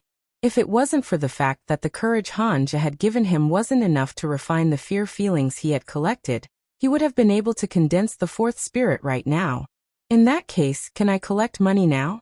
Lu Hanyan raised her eyebrows and said, "These few days the business of the shop looks good, but it's actually been losing money." Limu had already achieved his goal of collecting emotions, so he didn't care about it and said, "You are the lady boss, you decide." He went back to his room to change his clothes and said to Lu Hanyan, "I have something to do and will be going out. Don't wait for me for dinner tonight." Lu Hanyan watched him walk out the door and curled her lips. She said, "Men are all heartless. The shop doesn't belong to me alone." He ran away after absorbing enough fear. He didn't even say thank you. Wanwan stood beside her and said softly, "That's because young master didn't treat Miss as an outsider. I'm not anyone to him, so what right does he have to not treat me as an outsider?" Lu Hanyan snorted and said, "Let's go to the shop and have a look. Men are all the same. Money is still the most reliable." Wanwan said, It's different. Young master is reliable. Lu Hanyan gently patted her head and reminded her. Even if you marry him in the future, you have to be careful. You're so stupid. Even if you're sold, you'll still help others count the money. Young master won't sell me. You wretched girl, you're hopeless. Li Mu left his home and exited the city. He stuck on a spirit travel talisman and headed for Clearwater Bay as usual. For the past few days, he had to act as a ghost in the haunted house and come to the Gulf of Clearwater to treat the snake demon. When he returned home at night, his magic power was completely depleted. He was so exhausted that he did not want to move at all. Fortunately, hard work paid off. The snake demon recovered very quickly. In 2 or 3 days at most, he could drive her away. Li Mu quickly approached the Gulf of Clearwater. From afar, he could feel 3 powerful magic power fluctuations. Li Mu was very familiar with one of them. It belonged to Suhi. The other 2 were on par with Suhi in terms of aura. They were emitting a monstrous aura that soared to the sky. 4th-level monsters. Li Mu's expression changed. He increased his speed again. A moment later, 3 figures appeared in front of him. Suhi held 2 bone swords in her hands and was fighting with the other 2. The 2 of them were tall and sturdy men. One of them held 2 steel rings while the other held a large knife. When they clashed with Suhi's bone swords, the sound of metal clashing rang out. Clearly, they were not ordinary weapons. Li Mu used his heaven's eye, but he could only see the monstrous aura emanating from their bodies. He could not see through their bodies. The cultivation of these 2 monsters was not inferior to Suhi. When the 2 of them joined forces, Suhi was on the losing end. Li Mu's expression darkened. He rushed in the direction of Suhi and shouted, "Sister Su, over here!" Suhi threw out 2 bone swords and temporarily repelled the 2 monsters. She quickly retreated. When she reached Li Mu's side, she quickly merged with him. At this moment, Li Mu once again felt that abundant power. Boom! The 2 monsters were stunned. Before they could recover, countless thunderbolts suddenly exploded above their heads. The thunderbolts were purple and emitted a terrifying aura. One of the burly men did not hesitate. He threw the steel ring in his hand above his head. The steel ring formed a shield, protecting the 2 monsters. Rumble! Bolts of thunderbolts descended. The surroundings of the 2 monsters were completely turned into a sea of thunderbolts. Shock flashed in the eyes of the 2 monsters. This thunder technique made them feel fear from the bottom of their hearts. Especially the purple thunderbolts. The aura was even more shocking. If they were hit by it, they would be severely injured even if they did not die. The steel ring was actually a decent defensive Dharma treasure. Li Mu withdrew his thunder technique. With a thought, the Bai sword buzzed and slashed at the 2 monsters. The 2 monsters hurriedly raised their weapons to block. However, they could not keep up with the speed of Li Mu's sword. A few wounds were instantly cut on their bodies. However, the wounds healed at a speed visible to the naked eye. The bodies of 4th realm monsters were indeed tough. A Dharma treasure like the Bai sword could only scratch their skin. The 2 monsters looked at each other and roared at the same time. Their bodies rapidly changed. Li Mu focused and saw that the burly man with the steel ring had transformed into a huge green ox. The other man had transformed into a colorful tiger. His aura was much stronger than the one that Xuandu had killed. Li Mu asked, "What are they doing?" Suhi snorted and said telepathically, "I don't know. They came here and attacked me directly. Don't talk nonsense with them. Let's beat them into submission first." Li Mu did not say anything else. He silently recited a spell. The Bai sword turned into thousands of shadows and surrounded the 2 monsters. All the escape routes of the 2 monsters were sealed. Feeling the powerful aura of the sword shadows, despair finally appeared in their huge monster eyes. Without a doubt, the female ghost had the ability to kill them after combining with the young man who had suddenly appeared. "Stop fighting." A white figure ran out from the forest. When she saw the 2 monsters, she was surprised and said, "Uncles, why are you here?" Seeing that the snake monster seemed to recognize the 2 monsters, Li Mu stopped his spell. The 2 monsters transformed back into their human forms. They looked at the snake monster and said happily, "Young mistress, you're fine." "Of course I'm fine. The girl looked at them and asked, "Did father ask you to find me?" The ox monster nodded and said, "Your father was very worried when you suddenly left home this time. You don't understand the outside world. Humans have the most sinister intentions. They can easily be deceived by them. What if something happened to you?" The snake monster girl glanced at Li Mu and said in agreement, "Humans are the worst." Suhi came out of Li Mu's body. A sense of emptiness attacked Li Mu, making him feel that everything was dull. The snake monster girl ran to Suhi and introduced, "Sister Su, these two are my uncles." She said to the two monsters, "This is Sister Su. I've been recuperating at her place for the past few days." The two monsters cupped their hands and bowed to Suhi. The tiger monster said apologetically, "We were reckless just now and offended madam. Please don't take offense." Suhi's face turned cold and ignored him. The green ox monster stared at the tiger monster and said with a smile, "Young mistress is recuperating at young mistress's place. We've disturbed you. If we've offended you in any way, please forgive us." Li Mu clicked his tongue in wonder as he watched from the side. Demons were really different from each other. Previously, there was the lizard monster and the white tiger monster, which made Li Mu think that monsters were like that. They were ferocious and had rough personalities. The green ox monster and tiger monster were polite and thoughtful. They were more human than some humans. The tiger monster suddenly thought of something. He looked at the snake monster girl and asked, "You said that someone hurt you. Who is it?" The girl said angrily, "It's a fat constable." "Preposterous." The tiger monster said angrily, "We've always minded our own business with the government. How dare someone hurt you in the small Yangqiu County government? I'll go talk to their county magistrate." "Forget it." The girl snorted and said, "I'm not as good as him this time. I'll go back and cultivate. When I'm done, I'll take revenge." The green ox monster said with emotion, "Young mistress, you finally know to cultivate. You used to be lazy. Otherwise, with your bloodline talent, you would have condensed a monster core long ago." The girl blushed and ignored the two monsters. She glanced at Li Mu and said, What are you waiting for? Go to the room and heal me." Chapter 86. In the hut by the water, Li Mu held the hand of the snake demon girl and guided the light of Buddha into her body. The girl was lying comfortably on the bed with a satisfied and happy expression on her face. She was even humming an unknown tune. Li Mu seriously suspected that her injury had healed, and she was now freeloading.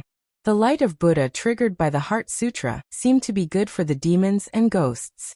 The demons and ghosts of the Jinshan temple followed Xuandu and cultivated Buddhism all year round. The demon and ghost aura in their bodies were completely purified. Some of the supernatural powers and spells that could restrain the demons and ghosts were useless against them. Li Mu looked at the snake demon girl and asked, "Are you comfortable?" The girl nodded. "Yes." "Your injury has healed, right?" "It has long been healed." Li Mu withdrew his hand and felt the numbness in her body. The warm feeling suddenly disappeared. The girl opened her eyes and frowned. "Why did you stop?" Li Mu wiped the sweat on his forehead and said, "I did this to help you heal. Since you have recovered, I don't have to do this anymore." She had been used to this comfortable feeling. When she thought that she would never be able to experience it again, she felt irritable. She rolled her eyes and suddenly had an idea.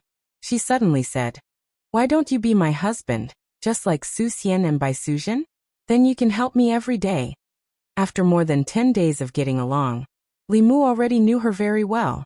Although the little snake demon's cultivation was not shallow, her social experience was basically zero. She might not even know what it meant to be her husband. No. Li Mu didn't even think about it and decisively refused. "Why?" The girl frowned and asked. "Because I don't like you." "Why don't you like me?" "I'm a human, you're a demon." "Then why can Su Xian and Bai Suzhen?" The green bull demon had been waiting outside for a long time. He couldn't help but poke his head in and said, "Miss, we should go." The girl pointed at Li Mu and said, "If you want me to go back, I can, but you have to capture him as well." The green bull demon and the tiger demon looked at Li Mu as their bodies trembled. Just now, when they were surrounded by the 10,000 sword lights, they almost thought that their souls would be scattered, and their 100 years of cultivation would be destroyed in an instant. Even now, when they saw that young man, they still felt a little scared. The green bull demon said helplessly, "Young miss, stop fooling around." After realizing that she could not bring Li Mu back, the snake demon girl finally accepted the reality. She looked at Li Mu again and said, "I want to eat what I ate last time, the kind where many dishes are cooked in a pot." For the past half a month, Li Mu had been serving her as if she was his grandaunt. Knowing that she was leaving soon, he was overjoyed. He immediately returned to the county and bought her the side dishes for the hot pot. The kitchen utensils from last time when the three of them ate the hot pot together were still here. Li Mu had specially bought a set and didn't bring it back. After eating the hot pot once, the snake demon girl could already use chopsticks with great proficiency. Under Su-hee's control, the copper pot slowly floated in the air. A flame calmly burned at the bottom of the pot. The girl used the chopsticks to flip around in the pot. She said unhappily, "Hey, why isn't there any beef today?" The green bull demon standing at the door coughed softly. Although Li Mu had invited them, the two demons did not sit at the table. They only stood at the door and waited. The three of them sat on the mat surrounding a short table. Li Mu and Su-hee sat cross-legged. The snake demon girl lay on her side opposite Li Mu. Below her waist, she was restlessly twisting around. Li Mu was annoyed. He said, "Can you stop twisting?" The snake demon girl glared at him. "I like twisting. It's none of your business." Li Mu couldn't be bothered to quarrel with her. Anyway, this was already a farewell meal. After the meal, he and the snake demon would return to their respective homes and mothers. They might never see each other again in their lives. After the meal, no matter how unwilling the snake demon girl was, she still had to leave with the two demons. Before leaving, she held Su-hee's hand and said, "Sister Su, when my cultivation is successful, I'll come back to see you." The tiger demon smiled at Li Mu and said, "Little brother, come to my Tiger Head Mountain in the future. I'll set up a banquet to entertain you." The green bull demon also smiled at Li Mu. "If you come to Green Bull Mountain in the future, you can come and find me." Tiger Head Mountain and Green Bull Mountain. Li Mu had never heard of them before. They might not be in the North County. The snake demon girl glared fiercely at Li Mu and said, "Liar, my name is Bai Inshin. Remember it for me. I'll come back to find you." Li Mu waved at her and said, "Goodbye." Although she said goodbye, Li Mu couldn't wait for her to never come back. Li Mu was already unable to withstand her when she was at the transformation stage. When she successfully condensed a demon core and advanced to the middle realm, wouldn't she be able to reach the heavens? The two demons took the little snake demon away and finally disappeared from Li Mu's sight. Su-hee sighed and said, "It's actually quite good when she's here. At least there's someone to talk to." Li Mu glanced at her. "Am I not a human?" Su-hee's mouth twitched and asked, "After she leaves, will you still come every day?" She was blaming Li Mu. When the snake demon was here, she came every day. A female ghost with 20 years of cultivation was actually jealous of a snake. Li Mu explained, "I come here every day because her injury was caused by me." He choked on his saliva and almost drowned. The woman's face on the altar is exactly the same as Su-hee's. Following Li Mu's gaze, in the next moment, the eyes of the woman who seemed to be in a deep sleep suddenly opened.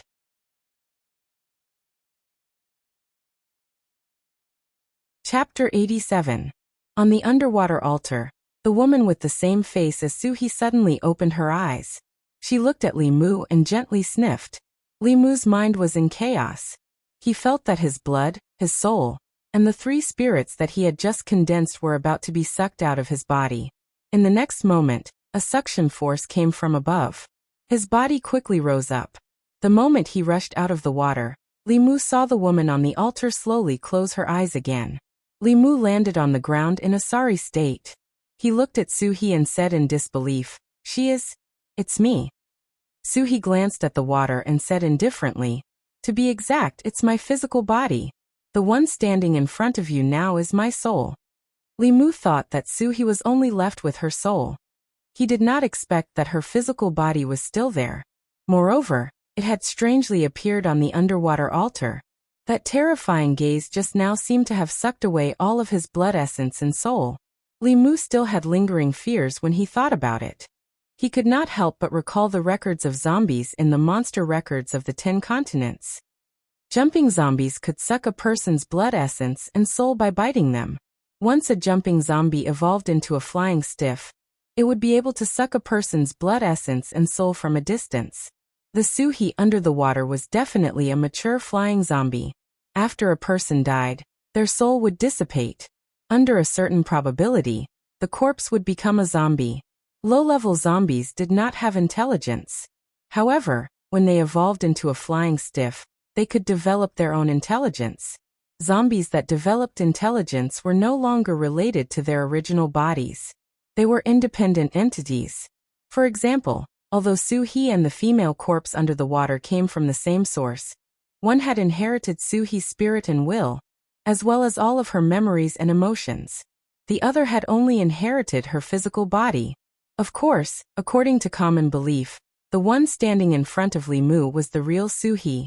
The one under the water was just an inhumane evil creature.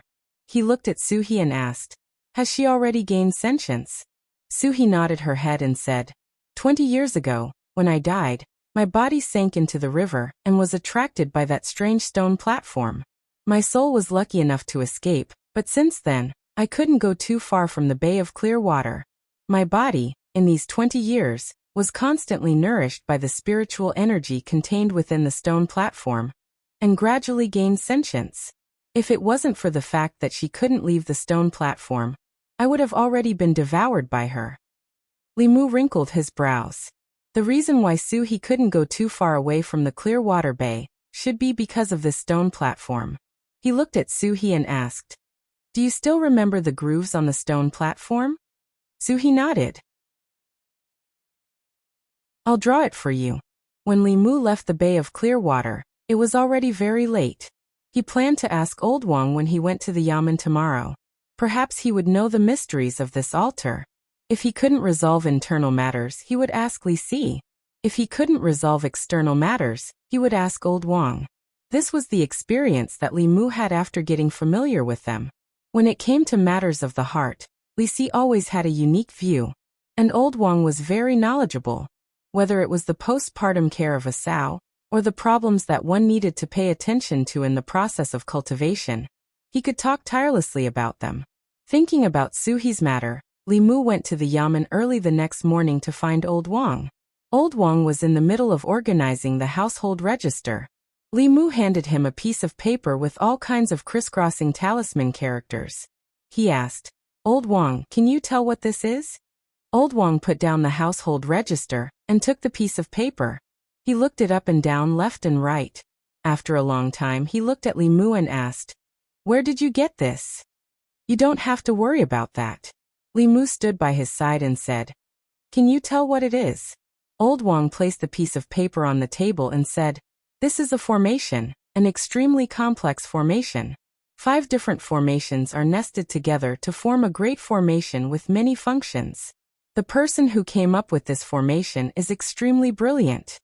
Li Mu quickly asked, "What is this formation used for?" Old Wang said, "It's used to raise corpses." He stood up and walked to his own room. He wandered around a row of bookshelves for a moment, and took out a book. He opened it and flipped through a few pages. He pointed at a strange symbol and circled an area on the paper. He said, "Look, the function of this part of the formation is to raise corpses." Li Mu carefully compared it, and found that the part that Old Wang circled on the paper was very similar to the strange symbol on the book. There was a description of this symbol in the book. This talisman was a kind of formation pattern. Its main function was to prevent corpses from rotting. If it was carved on a coffin, the corpse could be preserved for a long time. Old Wang stroked his beard and explained, "This kind of formation is very common in some tribes with special funeral customs. The North County doesn't have such customs. The government also forbids people from raising corpses. If corpses don't rot for a long time, it's easy for them to turn into corpses. People who don't know Taoism and raise corpses privately are courting death." Li Mu finally understood why Suhi's body was still like an 18 or 19-year-old girl, even though she had been dead for 20 years. It was most likely because of this formation. He pointed at the other parts of the talisman on the paper and asked, "What about these?" Old Wang explained, "This is a combination formation. Each part of the formation pattern has a different function. The bottom left part of the formation pattern is used to raise corpses. However, if this formation pattern doesn't have spiritual energy, it won't last long. Therefore, the person who set up the formation added a spirit-gathering formation on top of this. It's used to gather spiritual energy and provide it to the corpse-raising formation to maintain its long-term operation."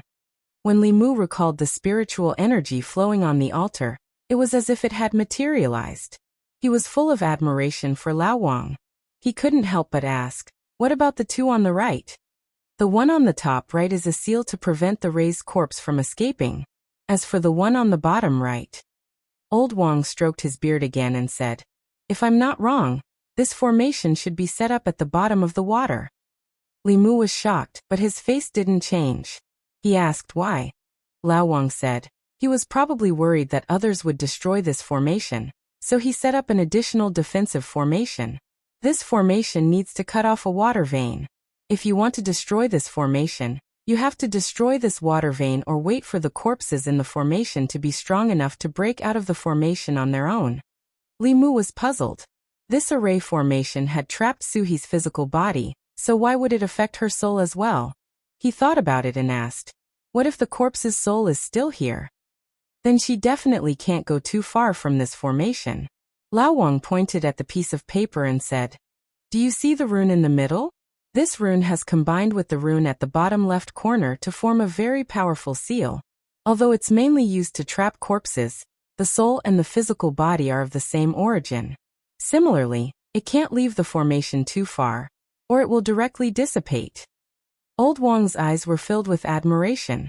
He said, "The person who set up this formation is a genius. The 5 formation patterns complement each other. It's amazing, amazing." Li Mu wasn't interested in the person who set up the formation. This altar had existed before, and it was probably just a coincidence that Suhi fell into it. Li Mu was thinking about how to save Suhi. According to Old Wang, the formation had to be destroyed from the outside, or her body had to be destroyed from the inside. Only then could Suhi be free. Destroying the formation from the outside meant destroying the water vein, which meant changing the direction of the river that flowed through Clearwater Bay. This was impossible. The county's water vein was the most important thing. Li Mu would probably be caught by his colleagues and brought back to the Yamen before he could excavate it. He didn't know how long it would take for her body to be strong enough to destroy the formation. Even if she could come out, it wouldn't be a good thing for Suhi. Putting all this aside, what was sealed in the altar was a flying stiff. It was a flying stiff that could suck a person's blood essence and soul from a distance. The zombie disaster in Zhou County was caused by a flying stiff, and it still hadn't subsided. If another flying stiff appeared in Yangqiu County, who knew how many more people would die? Li Mu walked out of Old Wang's room with a heavy heart. He had to think about Suhi's matter at length. He walked to the corridor and raised his head to take a look. He saw a 15 or 16-year-old monk standing in the Yamen's courtyard, holding a Buddhist staff that was taller than him.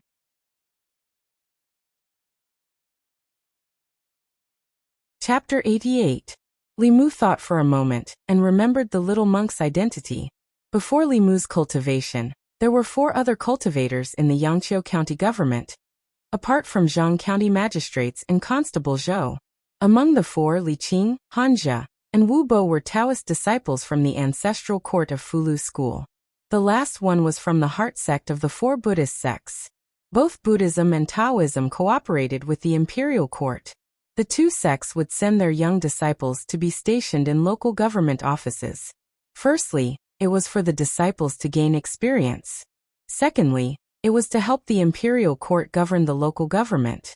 Although the cultivators considered themselves as outsiders, they had to show the necessary sincerity to the imperial court if they wanted to establish a sect in the Great Zhou and recruit believers. Wu Bo stood opposite the little monk, with snake corpses under his feet.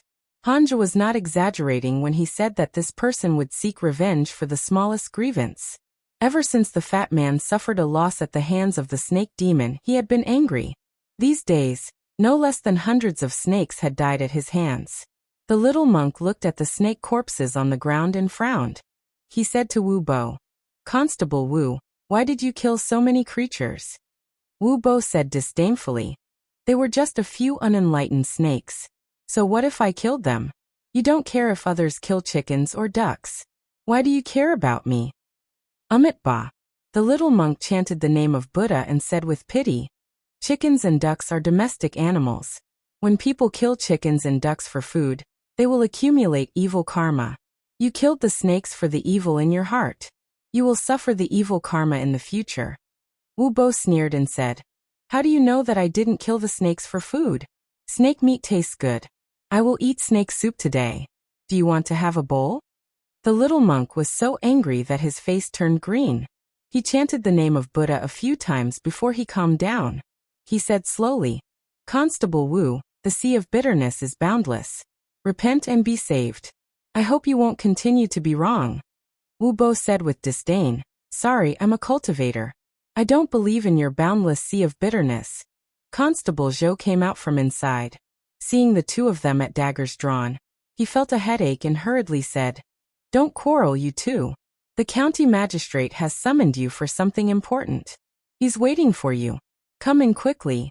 Li Mu watched the commotion from the door of the guardhouse for a while before the two of them were called to the front office by Constable Zhou. This little monk also had a good temper. If it was Xuandu, Wu Bo would probably be kneeling on the ground and promising that he would never kill again. In Li Mu's memory, it was rare for the four cultivators of the yamen to gather together. He did not know what had happened that made the four cultivators gather in the county yamen. He walked back to the duty room and asked curiously, "Did something big happen in the yamen?" "I don't know." Zhang Shan shook his head and said, "Boss was summoned by the county magistrate just now. We'll know what happened when she comes out." Old Wang came in and said, "I heard some news. It said that the zombies in Zhou County were not under control, and the zombie disaster spread to our county. Last night, several people in the villages adjacent to Zhou County were bitten." Hearing Old Wang's words, Li Mu was shocked and asked, "The zombie disaster spread to our county?" Just one jumping zombie was enough to give the yamen a headache. One could imagine what the consequences would be if zombies broke out in Yangqiu County.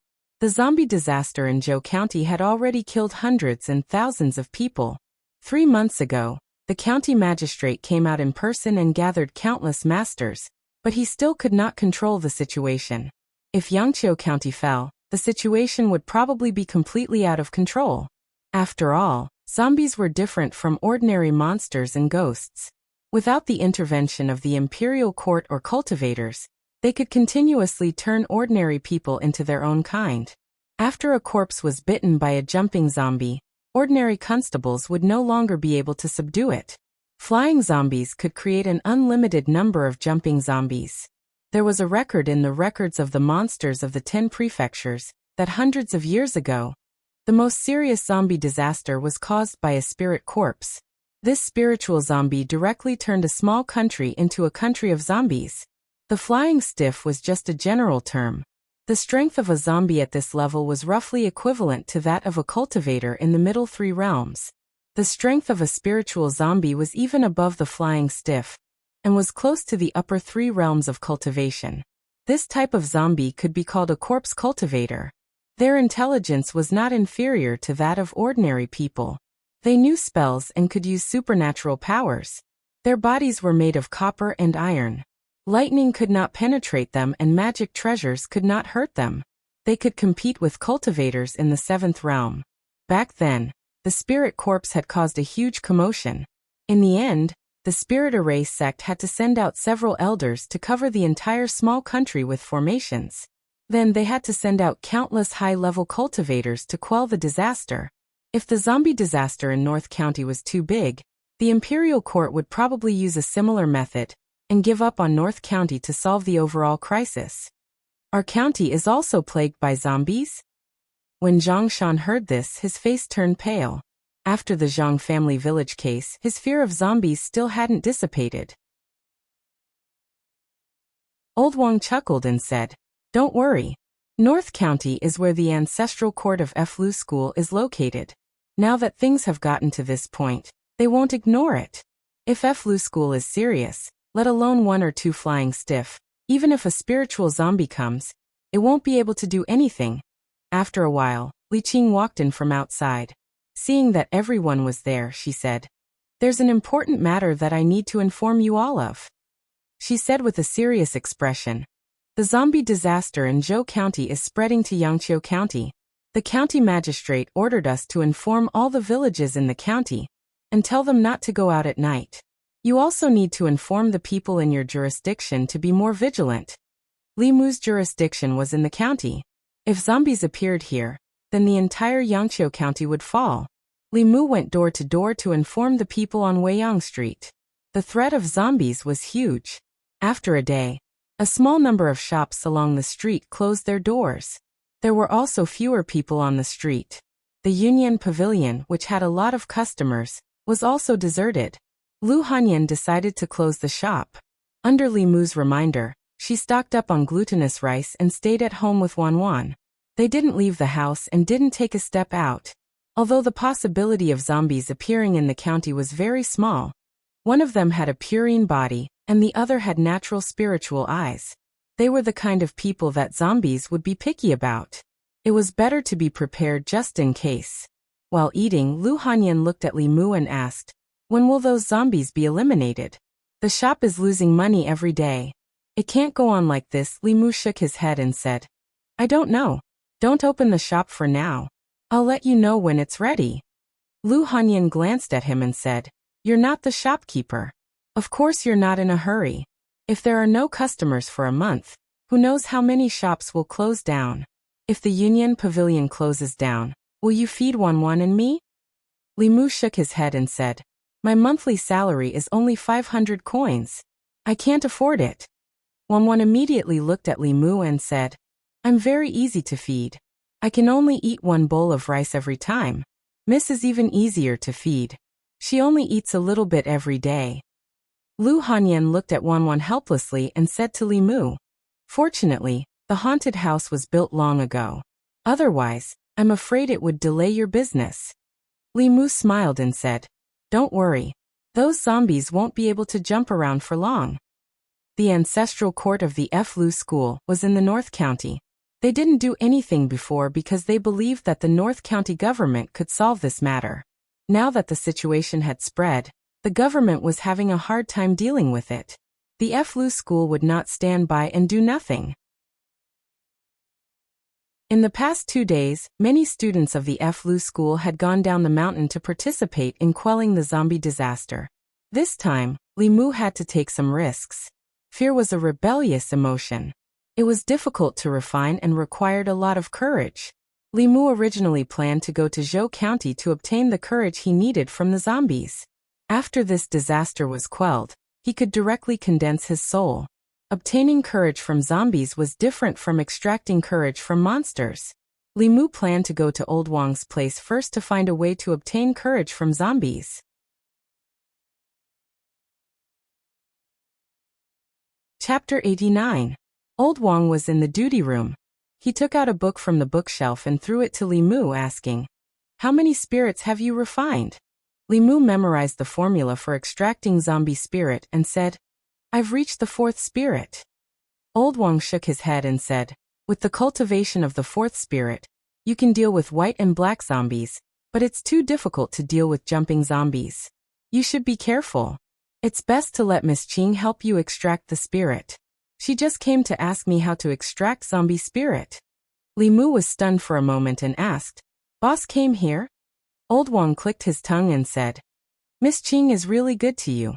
She doesn't necessarily only treat you as a subordinate. Young man, you have to seize the opportunity." Someone cared more about him than he did. This made Li Mu's heart surge with warmth. Li Mu came to the duty room. Li Qing was reading the records of monsters in the 10 continents. She turned to the page about the habits of zombies. Seeing Li Mu come in, she raised her head and said, "I've checked. There will be a large amount of spirit left in zombies. In 2 days, we will go to Zhou County. I will help you extract some then. This way, you can condense the fourth spirit as soon as possible. Li Mu walked forward and suddenly asked, Boss, why are you so good to me? Li Qing was stunned for a moment, then said indifferently, You are my subordinate. I naturally have to be responsible for your life. Li Mu asked, Just because of this? Li Qing looked at him and asked, Otherwise? If it were someone else, Li Mu might think that they coveted his pure young body and wanted to dual cultivate with him, but Li Qing had always said what she wanted. This zombie incident was completely different from the last time in Zhang Village. There were countless jumping zombies, and even flying stiff. Even if a transcendent realm cultivator was involved, they would not be able to escape unscathed. Li Qing was only at the spirit condensation realm. She had to take a great risk to help him collect spirit. Li Mu couldn't watch her take risks for him with a clear conscience. He thought for a moment and said, Boss, come with me. I have something important to tell you. Li Qing asked, Can't we talk about it in the guardhouse? Li Mu shook his head. This is not the place to talk. He turned around and walked out of the room. Li Qing thought for a moment, put down the book in her hand, and followed him out. After walking out of the duty room, Li Mu walked straight out of the county government office. Li Qing looked a little confused, but she still followed Li Mu. Wu Bo stood at the door of the other room, and looked at the backs of the two men as they left. A trace of gloominess flashed across his chubby face. Li Mu walked out of the county government, and then out of the county. Using the light body technique, he came to a deserted forest. Li Qing landed beside him, and the expression on her face became serious. She asked, What happened? Do you need to talk about it here? Li Mu looked back at her. His hands formed the 6-ding jade maiden seal, and his mouth whispered, Lin. A white thunderbolt appeared out of thin air, and fell on a huge tree in front of them. The huge tree was directly split into pieces. Thunder and fire swirled in the air, and the debris splashed in all directions. Thunder method. Li Qing's pretty face showed an incredulous expression. The next moment, she seemed to realize something and said in shock, No, this is Taoist magic. Li Mu's life principle was to take revenge and repay kindness. The kindness of saving his life, the kindness of teaching him, the kindness of giving him treasures, and the kindness of taking care of Li Mu in daily life. None of these could be repaid with a tranquil heart technique. If Li Qing was willing, even if Li Mu wanted to repay her with his pure young body, it was not impossible for him to consider it. Actually, Li Mu had long wanted to impart this thunder method to Li Qing.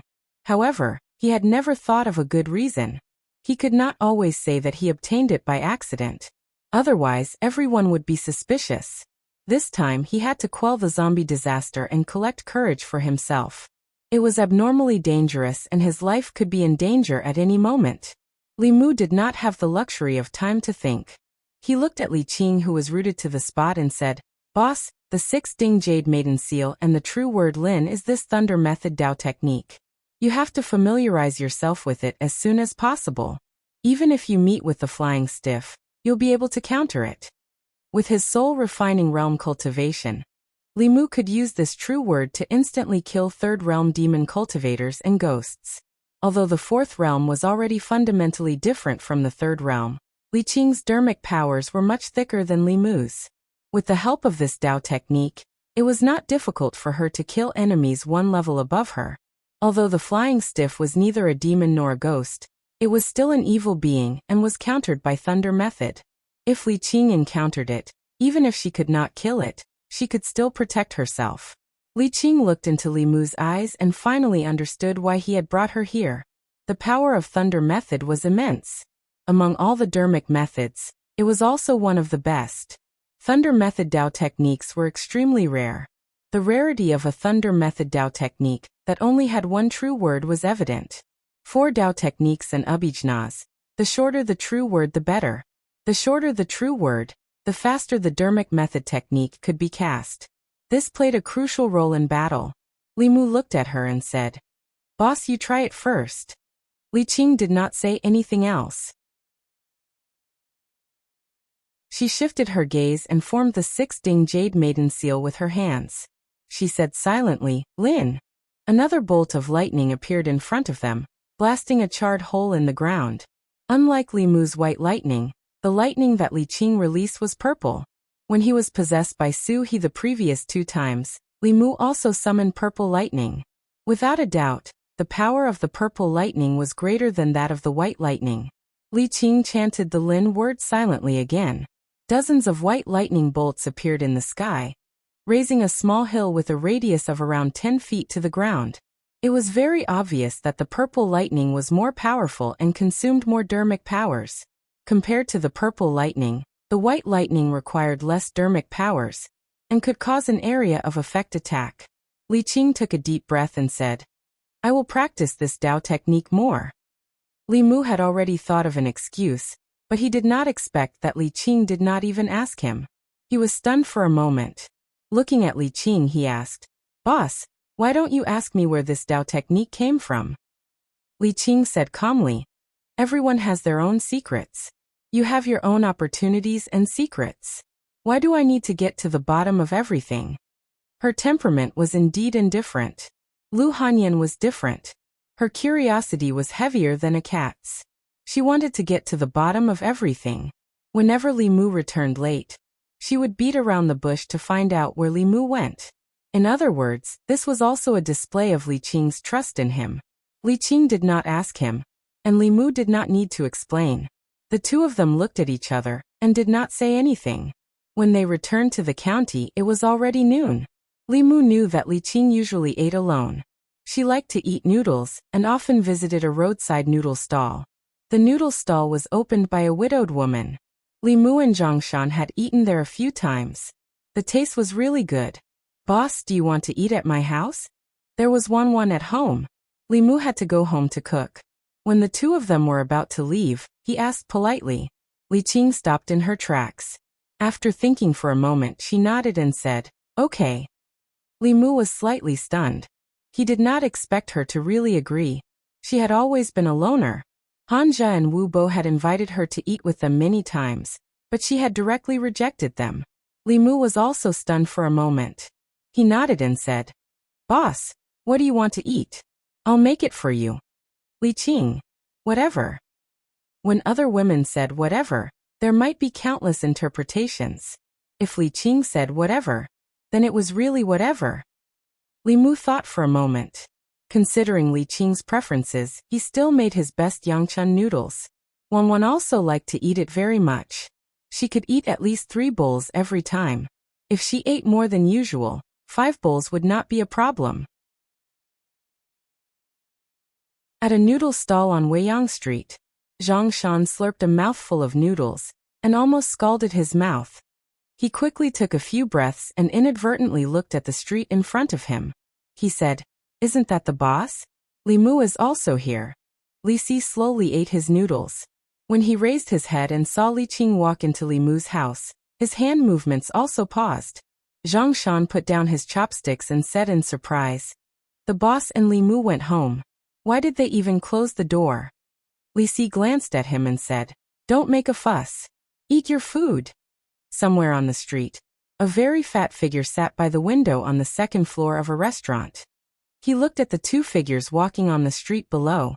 His eyes flashed, and no one knew what he was thinking.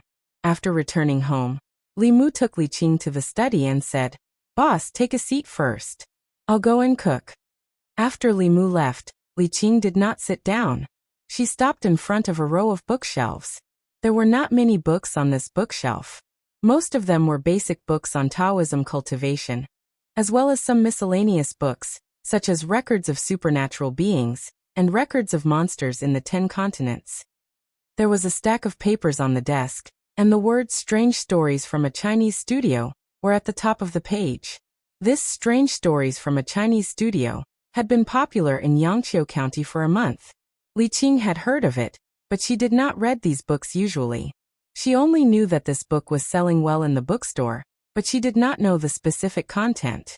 This was obviously a manuscript that had not been published yet. Li Qing walked to the table and saw a lot of such manuscripts stacked at the corner of the table. In addition, she also saw a golden hairpin on the table. This golden hairpin was extremely exquisite. The hairpin head was a lifelike phoenix. Obviously, it was a woman's item. Footsteps came from outside the study, followed by a woman's pleasant voice.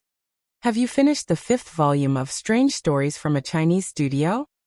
I seem to have left the hairpin here yesterday. Help me find it.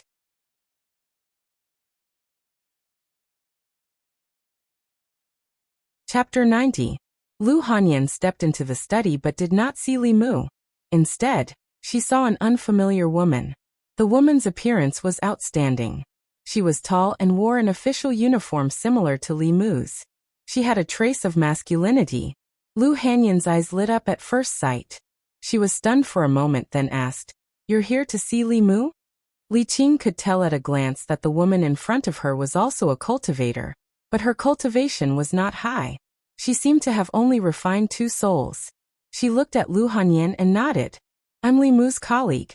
Under his gaze, Lu Hanyan felt as if she had been seen through. She panicked for no reason and said, "I am his neighbor. Is he not at home?" When Wanwan ran into the kitchen, Li Mu knew that Lu Hanyan should be here as well. He walked out of the kitchen and saw that she was not in the courtyard. When he walked to the door of the study, he saw her. When Lu Hanyan went to the county yamen for the case of the Yunyan Pavilion, Li Qing was not there. This was the first time the two met. Li Mu walked into the study and introduced her to Lu Hanyan. "This is Constable Li Qing, my superior." Then he said to Li Qing, "This is Lady Lu Hanyan, my neighbor." "Greetings, Constable Li." "Greetings, Lady Lu." After introducing them to each other, Li Mu returned to the kitchen. Wanwan helped Li Mu in the kitchen. Lu Hanyan and Li Qing walked into the courtyard. Li Qing had a cold personality. When she was with people she was familiar with, she rarely spoke. Although Lu Hanyan was smooth and slick, she did not know what to say at this moment. After a while, Wanwan ran out of the kitchen. When she saw Li Qing standing in the courtyard, she said in surprise, "Hey, Constable sister, are you also eating at our house today?" Lu Hanyan quickly explained, "Don't listen to her nonsense. She's been freeloading here all day.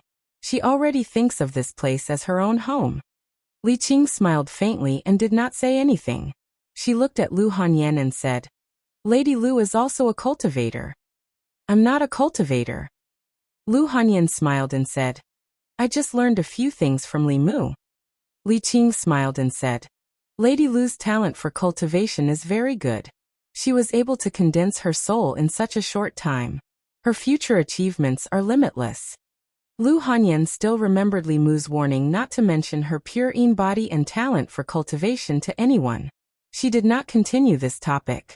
She looked at Li Qing again and praised, "Constable Li is so beautiful and so powerful in cultivation. I'm so envious.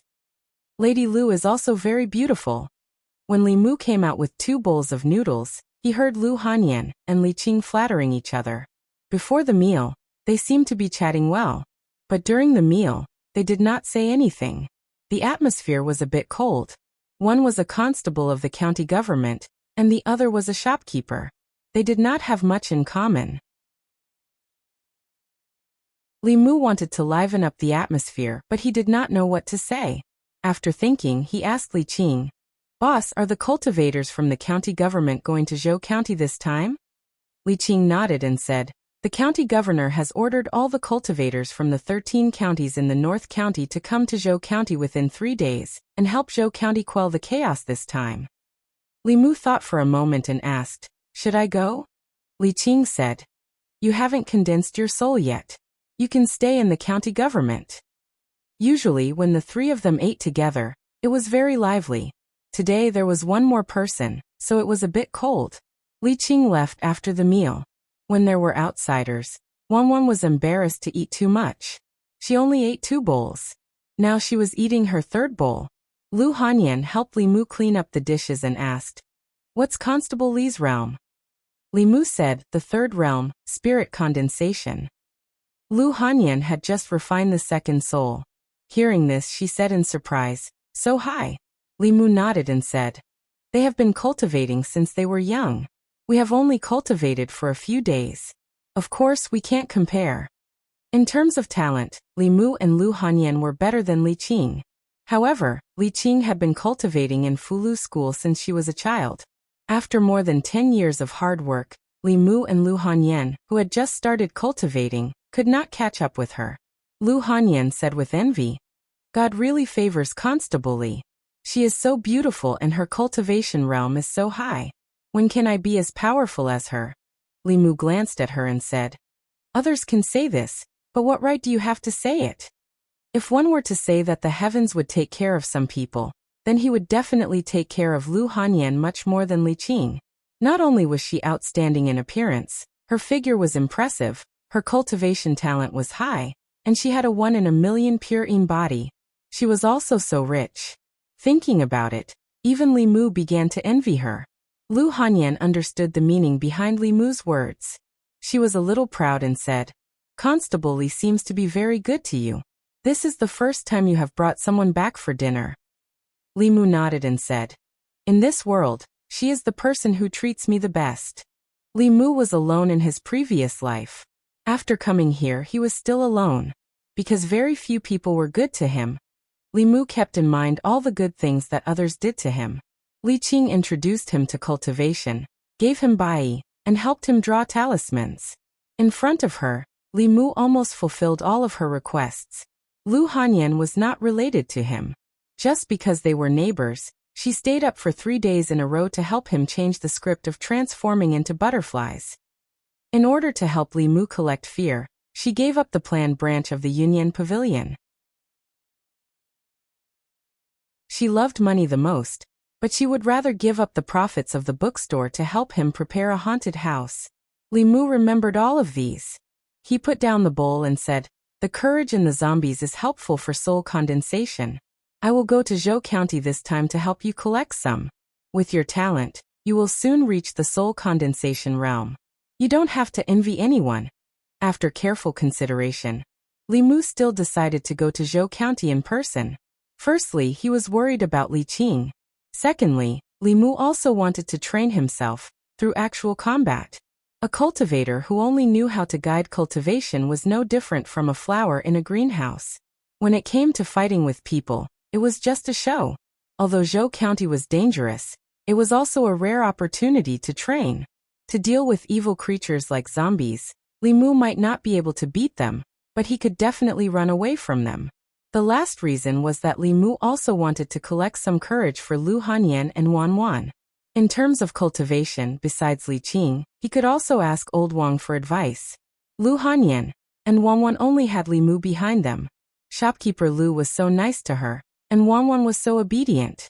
Apart from cultivation, Li Mu did not have many opportunities to repay her. Lu Hanyan, who was beside him, did not respond. When Li Mu turned around, he realized that she had already left. 1 yard away, in Lu Hanyan's room, she snorted and said angrily, "Wan Wan, do you think I am good to him?" Wan Wan raised her head and asked in confusion, "Who?" Lu Hanyan said, "Who else? Of course, it's the young master you keep talking about every day." Wan Wan said, "Miss, you are very good to the young master. You have never been so good to anyone before."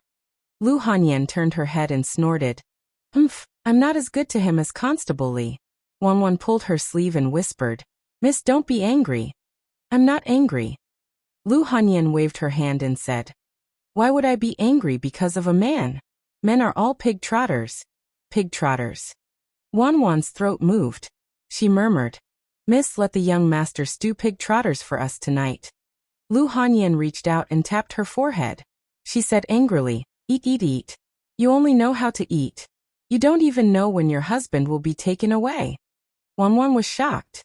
She said nervously, "Who wants to take the young master away? You haven't married yet." Lu Hanyan rubbed her head and sighed helplessly. She said, "It's over. You are so stupid. Who can you beat? Even if you get married, you will be bullied." Wan Wan lowered her head and said embarrassedly, "Miss, you are smart.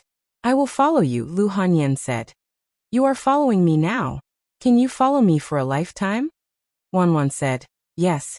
"How can you follow me after you get married?" "I can still follow you after I get married." Lu Hanyan was stunned for a moment. Then she twisted the little girl's ear and said angrily, "Stupid girl, what are you thinking?"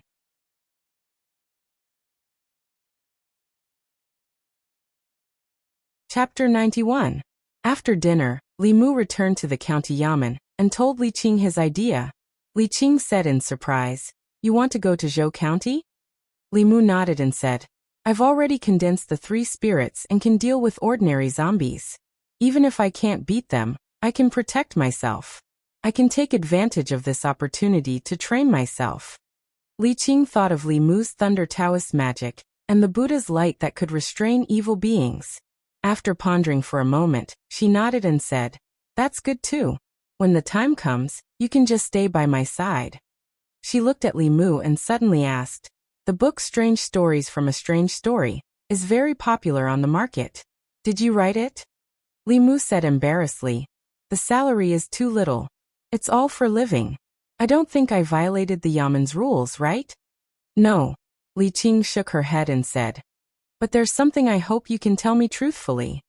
Li Mu thought of Su He and Lu Hanyan's questions after reading Strange Stories from a Strange Story and hurriedly explained, "Boss, please don't misunderstand. I'm not interested in those female ghosts, female demons, or female foxes. I just want to say that all things have spirits. Whether it's human or demon, they all have the right to pursue love." Li Qing shook her head and said, "That's not what I want to ask." Li Mu was puzzled and asked, "Then what is it?" Li Qing looked at him and asked, "Lady Lu, you also know the Qingxin formula, right?" If he had known that Li Qing and Lu Hanyan would meet one day, and that she could tell at a glance whether Lu Hanyan knew the Qingxin formula or not, Li Mu would not have lied at that time. It was better to tell her at that time than to be directly exposed by her now. Li Mu opened his mouth and finally nodded and said, "I know." However, he immediately added, "But don't worry, boss. She definitely won't tell anyone. I didn't mean to lie to you last time." Li Qing didn't care. She shook her head and said, "This is yours. You can give it to whoever you want. You don't need to explain to me." Li Mu heaved a sigh of relief. "It's good that you're not angry?" Li Qing glanced at him. "Why should I be angry?" Regarding this matter, Li Qing did not seem to blame him. After saying this, she went out to patrol. Li Mu turned around and saw 3 heads sticking out of the window of Old Wang's duty room. Old Wang looked at him and shook his head. "Tise." Li Si looked at him strangely, as if he was looking at an idiot. Zhang Shan looked confused. Obviously, he didn't know what had happened. Li Mu looked around and made sure that they were looking at him. He walked into Old Wang's duty room and asked, "Why are you looking at me?" Li Si said lightly, "When a woman says she's angry, she usually isn't angry. And when a woman says she's not angry, she must be angry." Old Wang clapped his hands and praised, "Brilliant." Li Mu looked at him and asked, "You're saying that boss is angry?" It was easy to tell if Lu Hanyan was angry. Her emotions were written on her face. When she was angry, it was like Li Mu owed her tens of thousands of taels of silver. Li Qing's emotions never showed. Li Mu found it difficult to judge her mood based on her expression and tone. Li Si knew more about this than Li Mu. If he said that Li Qing was angry, she was probably really angry. However, was she angry that Li Mu told Lu Hanyan the Qingxin secret art? Or was she angry that he didn't tell her that he taught Lu Hanyan the Qingxin secret art? He really couldn't understand a woman's thoughts. Li Si patted him on the shoulder and said, "It's useless for me to tell you. You can slowly understand this kind of thing." Zhang Shan didn't know what had happened, but he heard that Li Mu was going to Zhou County. He said, "I heard that you're going to Zhou County. How long have you been cultivating? Why are you showing off? Is that a place you can go?" Li Mu said, "Don't worry. With boss there won't be any danger." Old Wang said leisurely, "There are unexpected changes in the sky, and people are unpredictable. Li Mu, don't let anything happen to you. I'm still waiting for you to send me off. Don't let me send you off." "Bah." Zhang Shan spat fiercely and said, "Old man, can't you say something nice?" After that, he realized something. He looked at Old Wang and said angrily, "We'll send you off. Damn Old Wang. I treat you as a friend, but you treat us as your sons?" He pretended to strangle Old Wang's neck. Old Wang coughed twice and said, "Be careful. If you strangle me to death, you'll have to buy me a coffin with your hidden money." "In your dreams."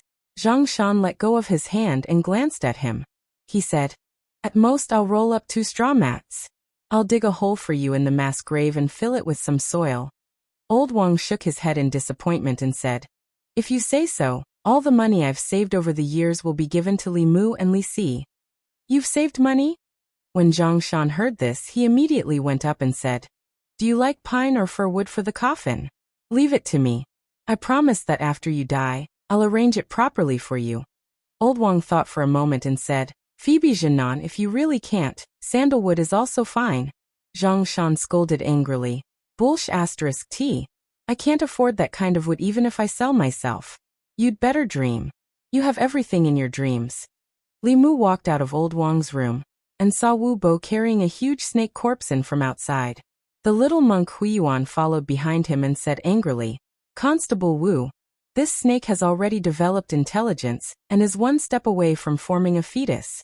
It hasn't done anything to harm people. Why did you kill it for no reason?" Wu Bo sneered and said, "How do you know that it hasn't harmed anyone?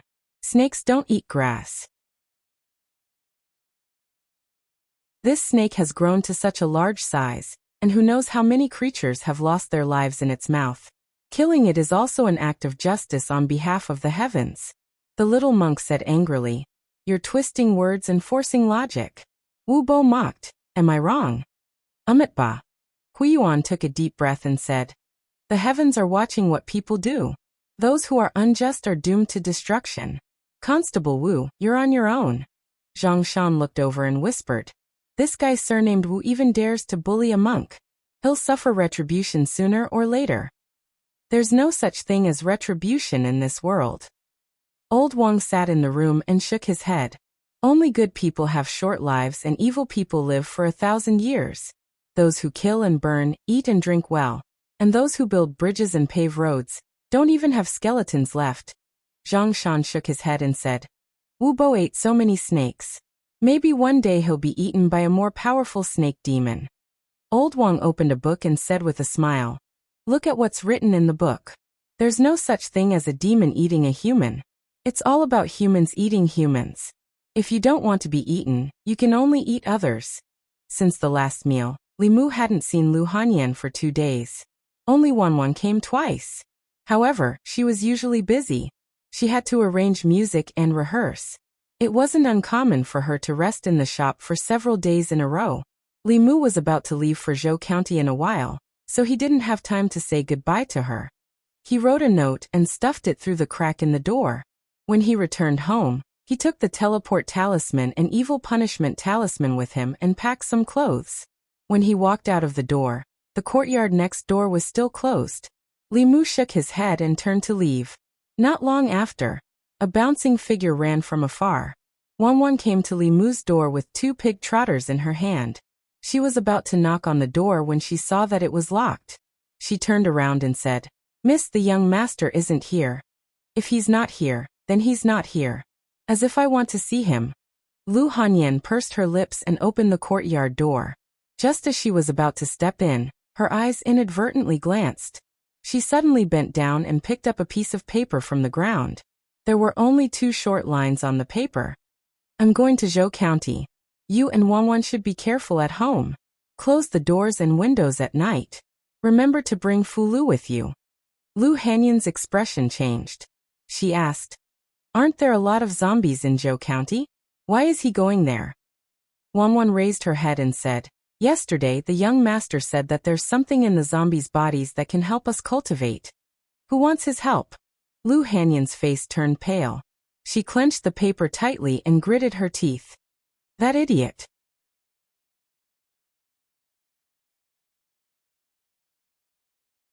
Chapter 92. In the front hall of the county government. Li Mu, Li Qing, Hanja Wu Bo, and the little monk named Huiyuan were standing in the yard. Constable Zhou looked at them and said, "This trip to Zhou County will be very dangerous. You must pay attention to your safety. No matter what happens, self-protection is the most important thing." Li Qing did not stop Li Mu from going to Zhou County with them. Although this matter was dangerous, it was also an opportunity to train himself. Although she seemed to be really angry last time, she never mentioned it again after that. This was the biggest difference between Li Qing and Lu Hanyan. She would never act like a little girl, and was not as narrow-minded as Lu Hanyan. Constable Zhou warned them and then looked at Li Mu saying, "Li Mu, your cultivation is the lowest. You must stay with the constables at all times. You can't go too far." Li Mu nodded and said, "Thank you, Constable Zhou. I know." Constable Zhou glanced at them again and said, "Constable Wu's cultivation is the highest. I hope you can listen to Constable Wu's arrangements on this trip. I will wait for your victory at the government office." Zhou County was a neighboring county to Yangqiu County. It only took half a day for cultivators like Li Mu to travel from the county town of Yangqiu County to the place where the two counties met. After leaving the county town, Li Mu and the other three used the magic traveling talisman to travel. The little monk Huiyuan could follow them stably with just his 2 legs. Li Mu walked beside Huiyuan and asked curiously, "Little Master Huiyuan, what kind of magic is that?"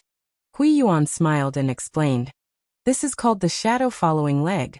It's pretty good to use it to hurry on the road." In this world, the cultivators of Taoism like to use talismans and formations to make up for the flaws in their Dharma powers. The Buddhists mainly cultivated Dharma powers, and had countless kinds of Dharma powers. Li Mu had always wanted to learn, but unfortunately he didn't have the chance. Huiyuan looked at Li Mu and suddenly asked, "Benefactor Li gives me a very close feeling. Do you also cultivate Buddhist mana?"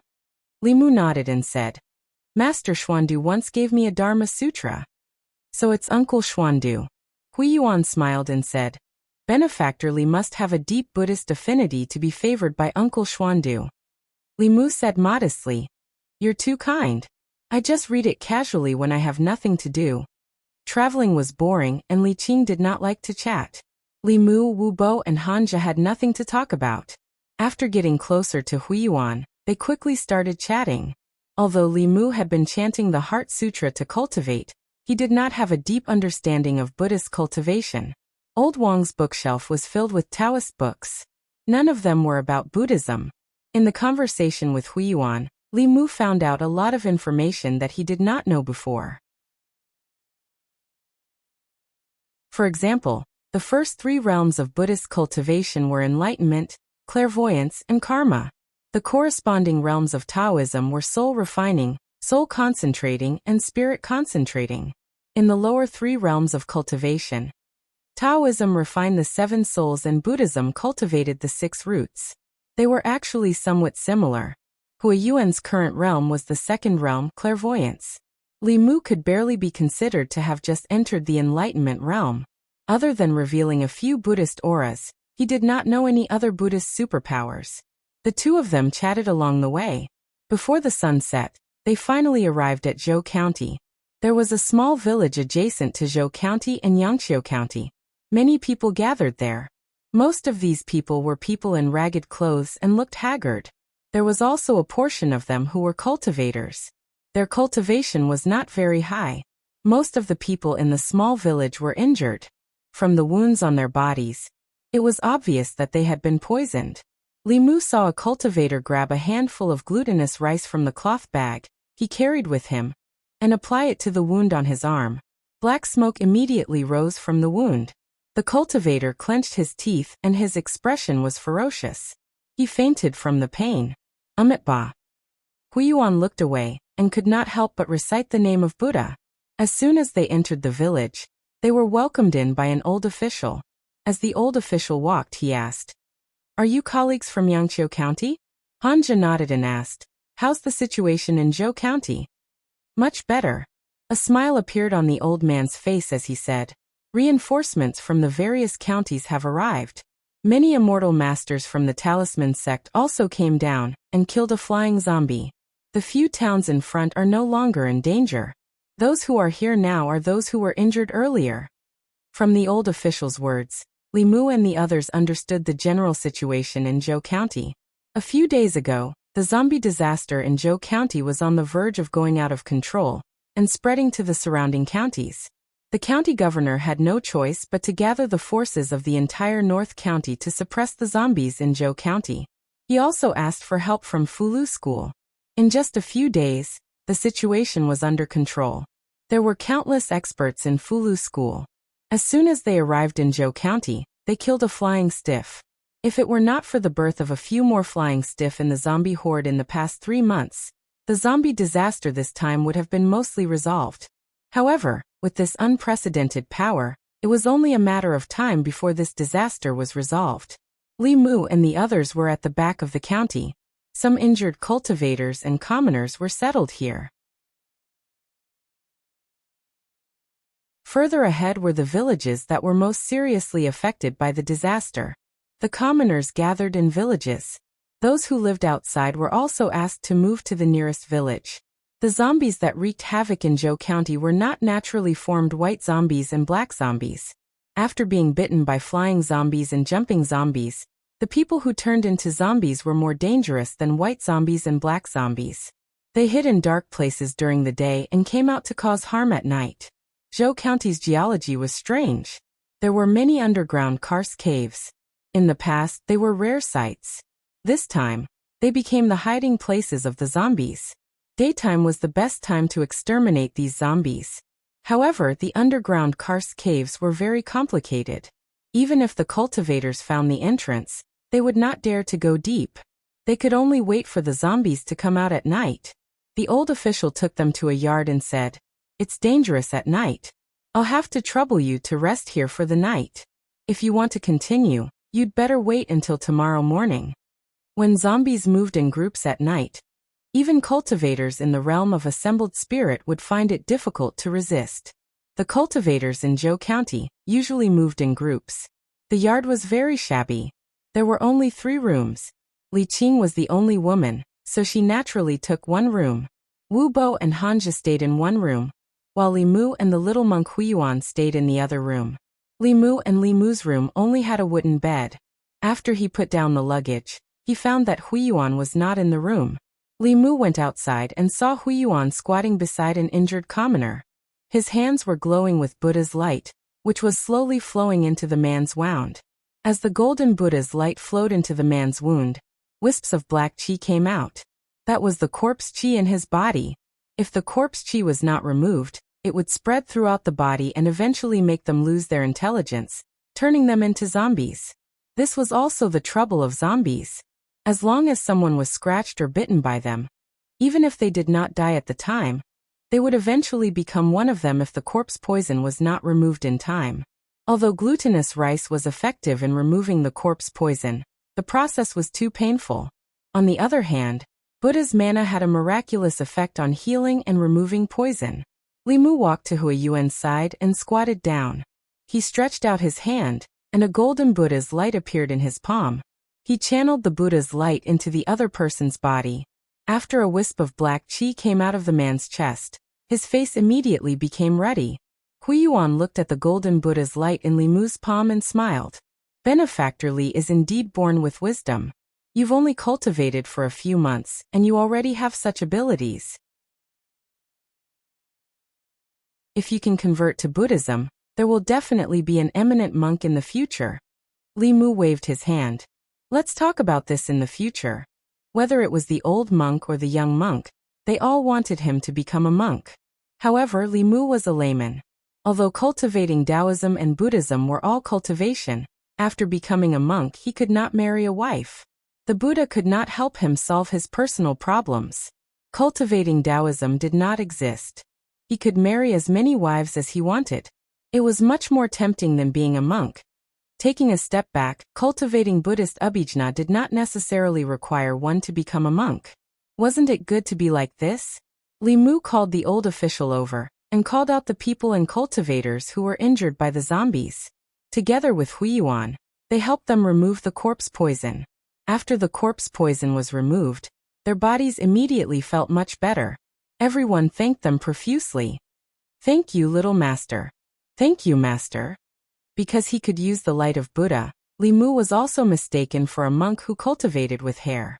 After he explained a few times, he was too lazy to explain. Li Mu saved another person. When he turned around, he saw the little monk Huiyuan looking at him in a daze. Li Mu touched his face and asked, "Is there something on my face?" Huiyuan shook his head. "No." "Then why are you looking at me?" Huiyuan touched his bald head and asked, benefactorly, "Don't you want merit?" "Merit?" Li Mu was stunned for a moment and asked, "What merit?"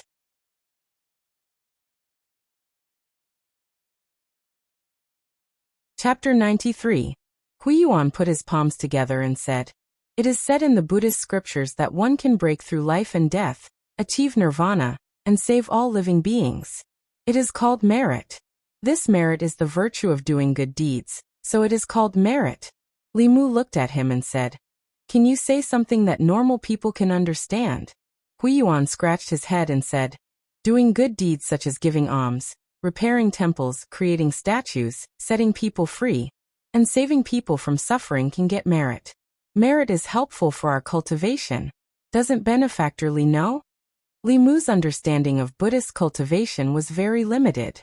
At that time, Xuandu just threw him a Buddhist scripture. No one had ever told Li Mu about merit. After listening to Huiyuan's explanation, Li Mu understood. In layman's terms, merit was a kind of power obtained from the person doing good deeds. Li Mu seemed to be guiding other people's emotions in the same way. But it was obvious that merit and the 7 emotions were not the same thing. Li Mu could see the 7 emotions, but he could not see merit. Li Mu quickly thought of another point. If merit came from the person doing good deeds, then Li Mu could understand that giving alms, setting people free, and saving people from suffering could get merit. But where did the merit of repairing temples and creating statues come from? He vaguely felt that the matter of merit should not be so simple. Now was not the time to trace the origin. Li Mu was thinking about another thing. He looked at Huiyuan again and asked, "How can merit help us cultivate?" Seeing that Li Mu really did not understand, Huiyuan explained, "Benefactorly, close your eyes and feel your surroundings with your heart." Li Mu did not know what to do, so he simply silently recited the mind-clearing formula and purely used his spiritual sense to feel. After calming himself down, he indeed felt that there was something around him. That thing was very weak. If he did not calm down to feel, he would not have found it at all. But when Li Mu opened his eyes, he couldn't sense anything. Even if he used Heaven's Eye, he couldn't see anything unusual. This showed that merit and the 7 emotions were 2 completely different things. He closed his eyes again and soon felt the faint presence of that thing again. Huiyuan continued, "Try to absorb these merits into your body." Li Mu immediately used the Daoyin technique and absorbed all the floating things into his body. At the same time, Li Mu also clearly felt that the Buddhist magic in his body was circulating faster. He finally understood why Xuandu had said, "Helping others is helping myself," and why he liked to help others so much. Buddhist cultivators could directly use merit to cultivate. Perhaps back then, Li Mu had been used as a leek to harvest merit. Thinking about it carefully, he didn't feel any discomfort at that time. He didn't know what the cause of this merit was. What exactly was merit? Li Mu couldn't figure it out himself. He planned to go back and ask old Wang. "So there are such benefits to doing good deeds," Li Mu murmured. In that case, when he helped old ladies cross the road, sent lost women home, and collected joy, he could also gain merit. It was just that he didn't know at that time and wasted the opportunity. Huiyuan shook his head and said, "We do good deeds, not for merit. Benefactorly, don't reverse cause and effect." Li Mu smiled and said, it's the same. Whether it was doing good deeds for merit or gaining merit while doing good deeds, the process was the same. In order to cultivate, Li Mu decided to do good deeds every day in the future. This way, his Buddhist magic would quickly catch up. Under the efforts of Li Mu and Huiyuan, the corpse poison in the bodies of all the wounded gathered in the small village was completely removed. Even though each removal of corpse poison didn't require much magic power, but after helping dozens of people, Li Mu was still unbearably tired. After returning to his room, he sat on the bed and meditated. Huiyuan found a praying mat from who knows where. He sat cross-legged on the praying mat and wiped his staff until it was as shiny as his head. After wiping the staff, he sat cross-legged and closed his eyes. The curtain of night gradually enveloped the entire small village. The night was quiet. Suddenly Li Mu, who was sitting cross-legged on the bed, became alert. His eyes suddenly opened, and he took out a talisman to ward off evil spirits. On the fulu, there was a faint fluorescent light flickering. Huiyuan, who was sitting on the praying mat on the ground, moved his ears. His eyes suddenly opened and he held the huge staff. "There's danger." The two of them got up at the same time and rushed out of the room. They only saw two figures that had already flown out of the courtyard. Li Mu and Huiyuan rushed out of the courtyard and saw more than 10 black figures appear in the direction of the village entrance. They were running towards the village. Their movements weren't like the zombies that Li Mu saw last time. Instead, they were running stiffly. Their speed couldn't be compared to the one in Zhang family village. The few of them didn't have time to think about why there would be zombies in Zhou County. They immediately went to meet them. Hanja threw out a fulu. The fulu stuck to a living corpse and immediately ignited. The living corpse only had time to let out a low roar before its entire body was engulfed in flames and turned into ashes in a short time. The little monk Huiyuan's body faintly emitted a golden light. He waved the huge staff in his hand and smashed it on the head of a living corpse. The living corpse's head was smashed into pieces, but its body wasn't affected. Huiyuan smashed it with the staff again and quickly rushed over.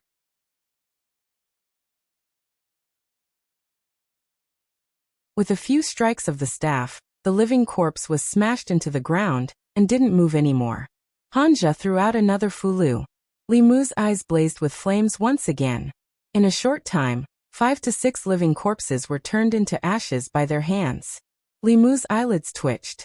There were only 10 or so living corpses attacking the village. In the blink of an eye, half of them were killed and turned into ashes. Nothing was left. How could he take the courage of the living corpses? In order to prevent more living corpses from falling into their hands, Li Mu wanted to join the battle. Li Qing waved her hand and several fulu flew out and stuck to the living corpses' foreheads. The living corpses immediately stopped moving. It's just a few low-level living corpses. Is there a need to mobilize so many people? Wu Bo yawned and walked out of the room. After taking a look, he turned around and walked back. Hanja took out the fulu and was about to burn them when Li Qing said, "Wait." Hanja was stunned for a moment and asked, "What are we going to do with them?" Li Qing walked to the side of a living corpse and made a hand seal. A green light hit the living corpse. After waiting for a long time, the corpse didn't have any reaction. She stood in front of the living corpse and frowned. Li Mu walked to her side and also noticed the abnormality. What Li Qing used just now was indeed the method of extracting the soul from the living corpse that she found from Old Wang. However, she didn't draw out the courage from the living corpse. Either the living corpse didn't have the courage, or the method given by Old Wang was wrong. Li Mu thought about it and felt that the latter was unlikely. Although Old Wang was old and had a lot of small problems, he was absolutely reliable at this critical moment. It should be that the living corpse didn't have the courage. Li Mu looked at Li Qing and said, "Maybe he hasn't harmed anyone yet. Let's try another one." Li Qing obviously thought of this possibility. She nodded and walked to another living corpse. She made another hand seal, but the living corpse still didn't respond. She walked to the third one, the fourth one. After testing the remaining living corpses, the two found that none of the living corpses had the slightest trace of courage. If there were only 1 or 2 living corpses, it could be explained by them not harming anyone. However, all the living corpses had no souls. This reason didn't make sense. Especially the last few. There were still traces of dried blood at the corners of their mouths. It was obvious that they had sucked the essence, blood and soul of people. However, Li Mu didn't see the existence of courage in their bodies when he used clairvoyance. Li Mu was puzzled and asked, "How can this be? If all the zombies didn't have a soul, his plan of extracting the zombies' courage to refine the 4th soul would fail." Li Qing glanced at the living corpses and said, "Let's burn them first. Tomorrow morning, we'll go to the other villages to take a look."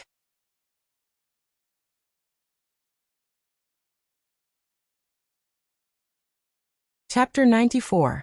Early the next morning, Li Mu and the others bid farewell to the old official and continued their journey into the depths of Zhou County.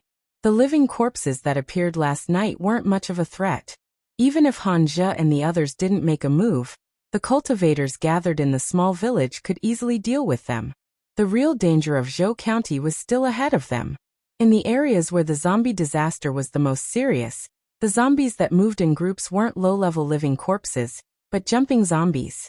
Even if a cultivator of the spirit condensation realm encountered them, they would die on the spot if they weren't careful. However, Li Mu wasn't worried about the threat of the jumping zombies. Instead, he was worried about where the courage in the zombies' bodies had gone. If he couldn't obtain enough courage from these zombies, then his trip to Zhou County wouldn't have much meaning. After leaving the small village, the road ahead was full of barren and dilapidated villages. These villages didn't have any signs of life. The doors of the houses were wide open. The roofs had collapsed, and the walls were broken. Deep fingerprints were left on the walls, which was a ghastly sight. Standing in front of this dead and desolate village, Li Mu and the others finally understood how serious the zombie disaster in Zhou County was. The bigger villages were still fine, but small villages with only a dozen or so families often turned into zombies. The number of innocent people who died in this disaster was already more than 1,000. Zhou County's county magistrate was responsible for such a thing. He had already been removed from his post and investigated by the county governor. The entire Zhou County was also directly taken over by the higher-ups. Roar! A black shadow suddenly rushed out of the wreckage and pounced on Li Mu and the others. It was a black dog. To be precise, it was a corpse dog. Its head had already partially rotted, revealing the eerie white bones. It opened its bloody mouth and spat out a nauseating stench as it viciously bit at Wu Bo. Humans weren't the only ones who could turn into zombies. Cows, sheep, pigs, dogs, and other animals that had been bitten by zombies also had a certain chance of turning into such bloodthirsty evil creatures. Wu Bo's body size was even larger than Li Mu, Li Qing, Han Zhe and the little monk Huiyuan put together. Naturally, he became the main target of this dead dog. Wu Bo snorts coldly. Li Mu sees a white light flashing in front of his eyes. The dead dog's body is split into two halves from the middle. After falling to the ground, it stops moving. Li Mu's gaze slightly congealed. This fatty's cultivation was already at the peak of assembled spirit. Although his body was huge, his movements were not slow at all. Li Mu simply could not see him make a move. For that little snake demon to be able to escape from his hands, it could be considered to have some ability. Ba. Huiyuan couldn't help but recite the name of Buddha. Looking at the two halves of the dog's body, he said with pity, "I hope you can be reborn in paradise and have a good reincarnation in your next life." Wu Bo sneered and said, "These evil creatures have no souls. I'm afraid they can't be reincarnated." Huiyuan used his staff to dig a pit and buried the dog's body in it. Only then did they continue their journey. Along the way, they encountered a few more uninhabited villages, but they were not as desolate as before. The doors in the villages were all locked. The villagers should have temporarily gone to other places to avoid the disaster. Usually the people lived very scattered. The current situation was special. In order to make it easier to manage, the North County governor had ordered the people of Zhou County to gather together. Other than the gathering place, there were no other places in Zhou County. Along the way, in addition to the dead dog, they also encountered a few living corpses and a jumping zombie hiding in the dark. Jumping zombies didn't like sunlight and were stronger at night. The strength they could use during the day was greatly reduced. Hanja's divine ability was able to separate its head from its body. However, in his body, he still couldn't guide out its courage. Hanja's summoning divine ability had made Li Mu envious for a long time. Although he was at the soul condensation realm, he could easily kill a soul condensation realm cultivator with that move. Unfortunately, even Li Qing didn't understand this kind of divine ability that was close to a Dao technique. In the ancestral court of Fulu school, only a few people could practice it. Moreover, the various sects valued Dao techniques very much. They wouldn't teach them to disciples who weren't from the same sect. If one didn't know the true words, even if they knew the hand gestures, they wouldn't be able to use it unless they searched the souls of the core disciples of the various sects who knew Dao techniques. And this path had always been a shortcut to death for the heretical cultivation. Not to mention that in order to prevent Tao techniques from being spread, the disciples who were taught Tao techniques had to swear that they wouldn't teach it to others, and also learn to resist the soul-searching technique. Even if they had heretical cultivation and successfully searched their souls and learned superior Tao techniques, it would still be difficult for them to escape from the pursuit of the sect's experts. For the heretical cultivation, who killed the sect's geniuses and secretly learned Tao techniques, the experts of the six Taoist sects would scatter their ashes. Heretical cultivation who didn't have this kind of thought could still survive by hiding. Once they had this kind of thought and put it into action, their life would enter the countdown. Li Mu no longer thought about Hanja's divine ability. They followed the old official's guidance for dozens of miles, and finally saw a large village. The outer perimeter of the village was surrounded by a stone wall. Above the stone wall, there was a watchtower built at intervals. When Li Mu and the others approached, they found that the outer perimeter of the stone wall was covered with a layer of glutinous rice. Such a strong fortification couldn't be broken by ordinary zombies at all. Even jumping zombies could block it. Is that junior brother Han? As the few of them walked in, a surprised voice suddenly came from the top of the stone wall. Hanja looked up and said with a smile on his face, Senior brother Qin, long time no see. A man jumped down from the stone wall, looked up and down at Hanja and said with a smile, Junior brother Han, I haven't seen you for half a year. Your cultivation has improved a lot. You should be able to gather your spirit soon, right? I'm still far from it. Hanja smiled embarrassedly, looked up and down at senior brother Qin and said with surprise, Senior brother, your progress is fast. You just gathered your spirit last year. Now I can't see through it at all. Are you going to break through to the middle realm soon? How can it be so fast? I don't have your talent. I just worked hard for half a year. Senior brother Qin smiled and didn't continue this topic. He looked at Wu Bo and Li Qing and said, I remember that you were training in the Yangqiu County government. These two should be junior sister Li and junior brother Wu of Ziyan Peak. These two are. Hanja introduced them to him. This is Master Huiyuan, from the Heart sect of Buddhism.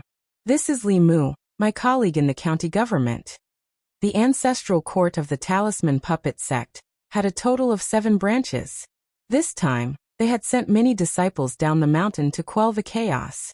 The person guarding this village happened to be Hanja's senior brother. They walked into the village through the gate and saw that the situation was much better than before. The open space outside the houses was crowded with temporary straw huts. The people who had temporarily moved here lived in the straw huts. Although the people gathered here looked more or less tired, there was not much fear or worry on their faces. The high wall built outside the village, and the cultivators stationed here gave them a great sense of security. Hanja asked as he walked, How's the situation here? Senior brother Qin shook his head and said, Those zombies hide underground during the day. When the sun sets, they come out and attack the village where the people gather. It's fine during the day, but at night, we still don't have enough people. Looking at Li Mu and the others, he smiled again and said, Why don't you all stay here?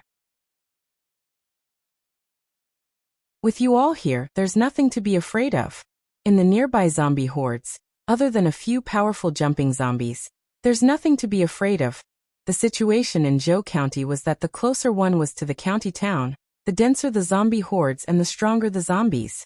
The Fulu school and the prefectural governor had gathered the transcendent state cultivators and most of the assembled spirit cultivators to guard the county town.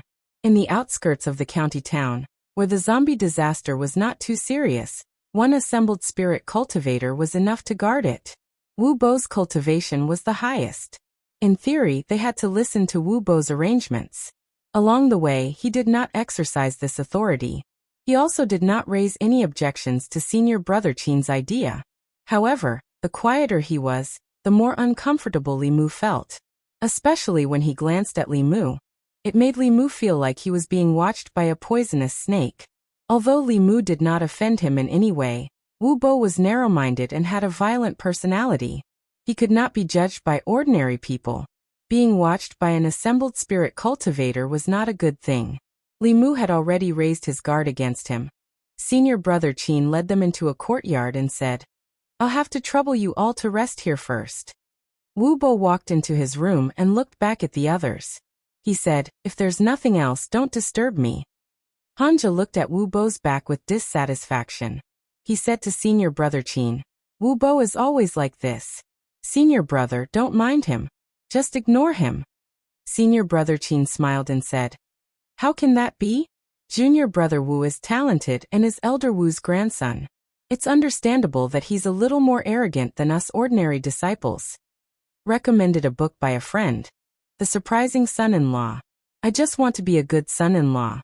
But big brothers don't always look for me, forcing me to become the richest man, forcing me to become a powerful official, forcing me to save thorny roses, icy mountains, cute little cuties.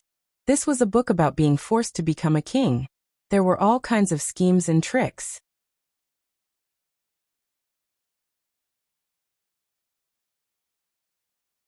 Chapter 95. The village that Li Mu and the others were currently in was called Qinghe Village. Qinghe Village had a population of nearly 100 households. It was considered a big village in Zhou County. Because the village was very compact, it was easy to build fortifications. Therefore, it became the first choice for the nearby residents to avoid disaster. Outside of Qinghe Village, there were no living creatures within a radius of 20 miles. If the zombies wanted to suck human blood, they could only attack this place. In the next 3 days, Qinghe Village experienced several waves of zombies. Last night alone, 3 waves of zombies found this place. However, among those zombies, most of them were low-level living corpses. Their movements were slow and they couldn't jump high. Just the stone wall outside was enough to block them. The truly troublesome ones were the few jumping zombies in each wave of zombies. Jumping zombies could jump dozens of feet. With a jump, they could jump over the roof. This kind of stone wall couldn't stop them. With the current lineup of Qinghe Village, in theory, without the flying zombie, no matter how many waves of zombies there were, they would just be giving them courage. However, the mystery that troubled Li Mu and Li Qing still hadn't been solved. In the past 3 days, dozens of zombies had died in their hands. However, no matter if they were low-level zombies or jumping zombies, they didn't have a trace of courage in their bodies. This made Li Mu even suspect Old Wang's profession. Could it be that zombies didn't have courage in their bodies? If this information was wrong, Li Mu's trip to Zhou County was destined to be a wasted trip. Not only that, he also wasted a few days.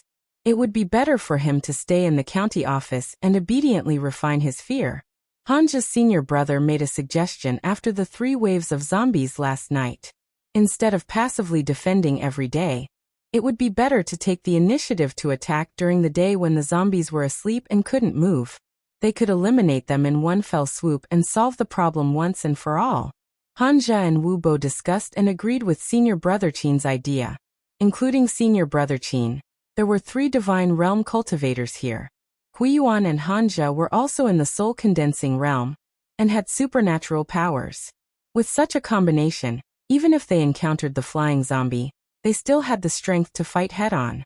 Li Qing came over and said to Li Mu, "Your cultivation is too low. Stay in the village this time to take care of the people." Li Mu shook his head and said, "I'll go with you." Li Qing was worried about Li Mu and Li Mu was worried about her. The zombie disaster in Zhou County was different from the one in Zhang Village. Like Li Qing, there were also divine realm cultivators who died. Without him by her side, Li Mu was not at ease at all. Li Qing had already condensed her soul. If she really encountered danger that she couldn't solve, as long as Li Mu was by her side, her soul could leave her body at any time and attach to Li Mu's body, allowing Li Mu to borrow her power. Although her cultivation was not as good as Su He's, it was enough for Li Mu.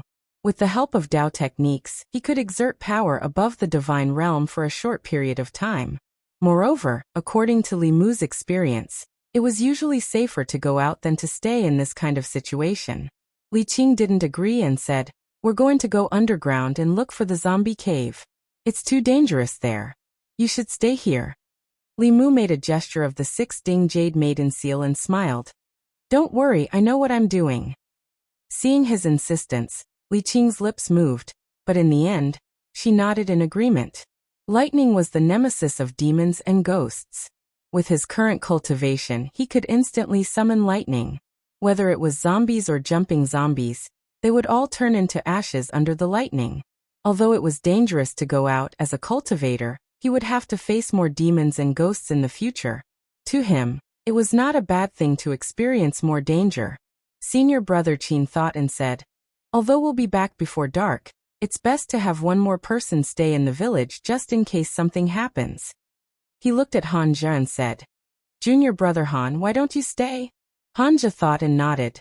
"The three of you are all in the realm of concentration. If you work together, you can deal with the flying stiff.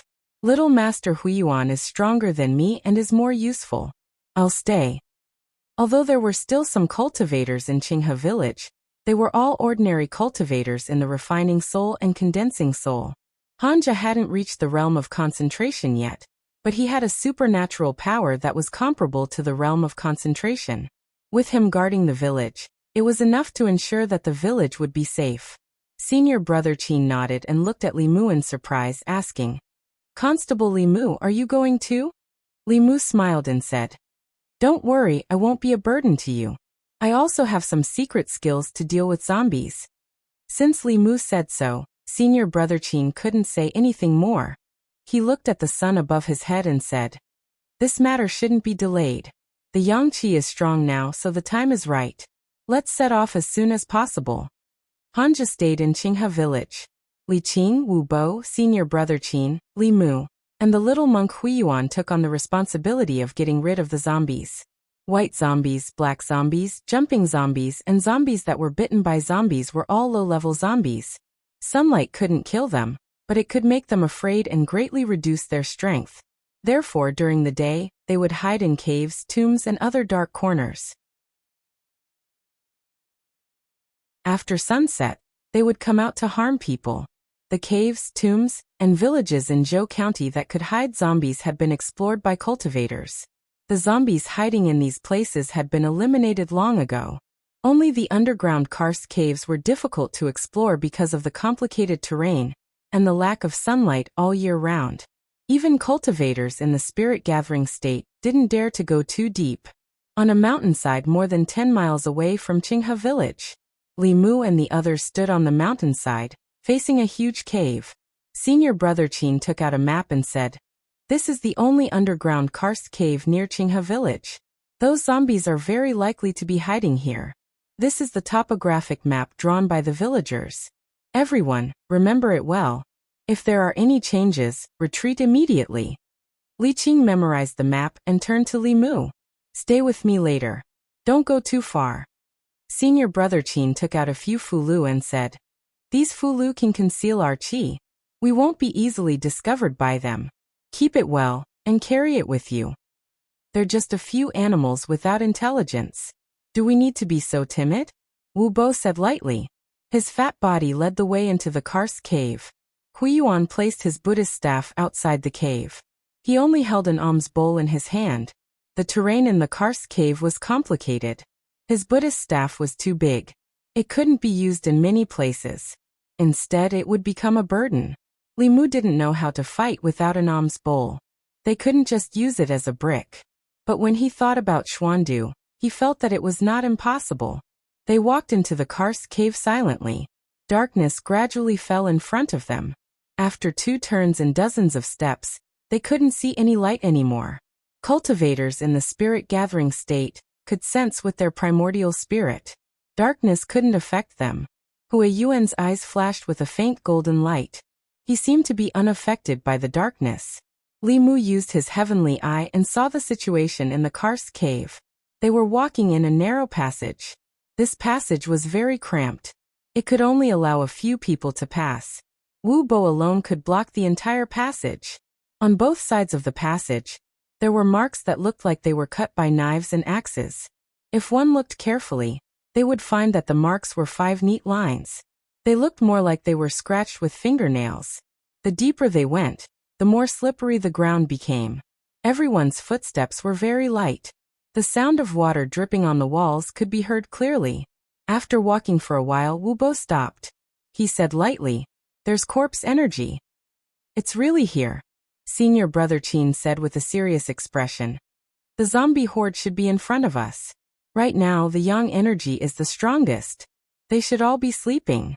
Everyone be careful. We must restrain our breath. Don't wake them up. In this narrow passage, cultivators couldn't use their full strength. The zombies had copper skin and iron bones. They were also not afraid of death. They could cause them a lot of trouble. Even though he knew that the zombies couldn't hear, Li Mu still lightened his footsteps. After walking for another 100 or so steps, their eyes suddenly opened up. This winding passage led to a huge cave. There were other passages around the cave. They didn't know where they led. Li Mu didn't know how big the cave was. But with his celestial eye, he saw that the cave was filled with corpses. It made his scalp tingle. There were at least 100 of these corpses. They were wearing tattered clothes and emitted a strong corpse energy. Li Mu held his breath in time to avoid being poisoned by the corpse energy. Li Mu frowned slightly as he glanced at the zombies. The darkness had little effect on him. With his celestial eye, he could clearly see that in this cave, no matter if it was the low-level zombies or the jumping zombies, they didn't have any courage. Old Wang said that the evolution of low-level zombies mainly depended on blood essence and courage. Could it be that Old Wang was wrong? No, although most of the zombies had nothing in their bodies, the few jumping zombies in the middle were emitting weak courage. Li Mu continued to look around. In the next moment, his attention was attracted by a black shadow on a huge rock in the middle of the cave. It wasn't just because all the zombies in this cave were standing. It was the only one lying down. It was also because its body was filled with an extremely strong courage. In Li Mu's eyes, such boldness was extremely dazzling. As its chest rose and fell, the remaining courage in the few jumping zombies also left their bodies and entered the black shadow's body.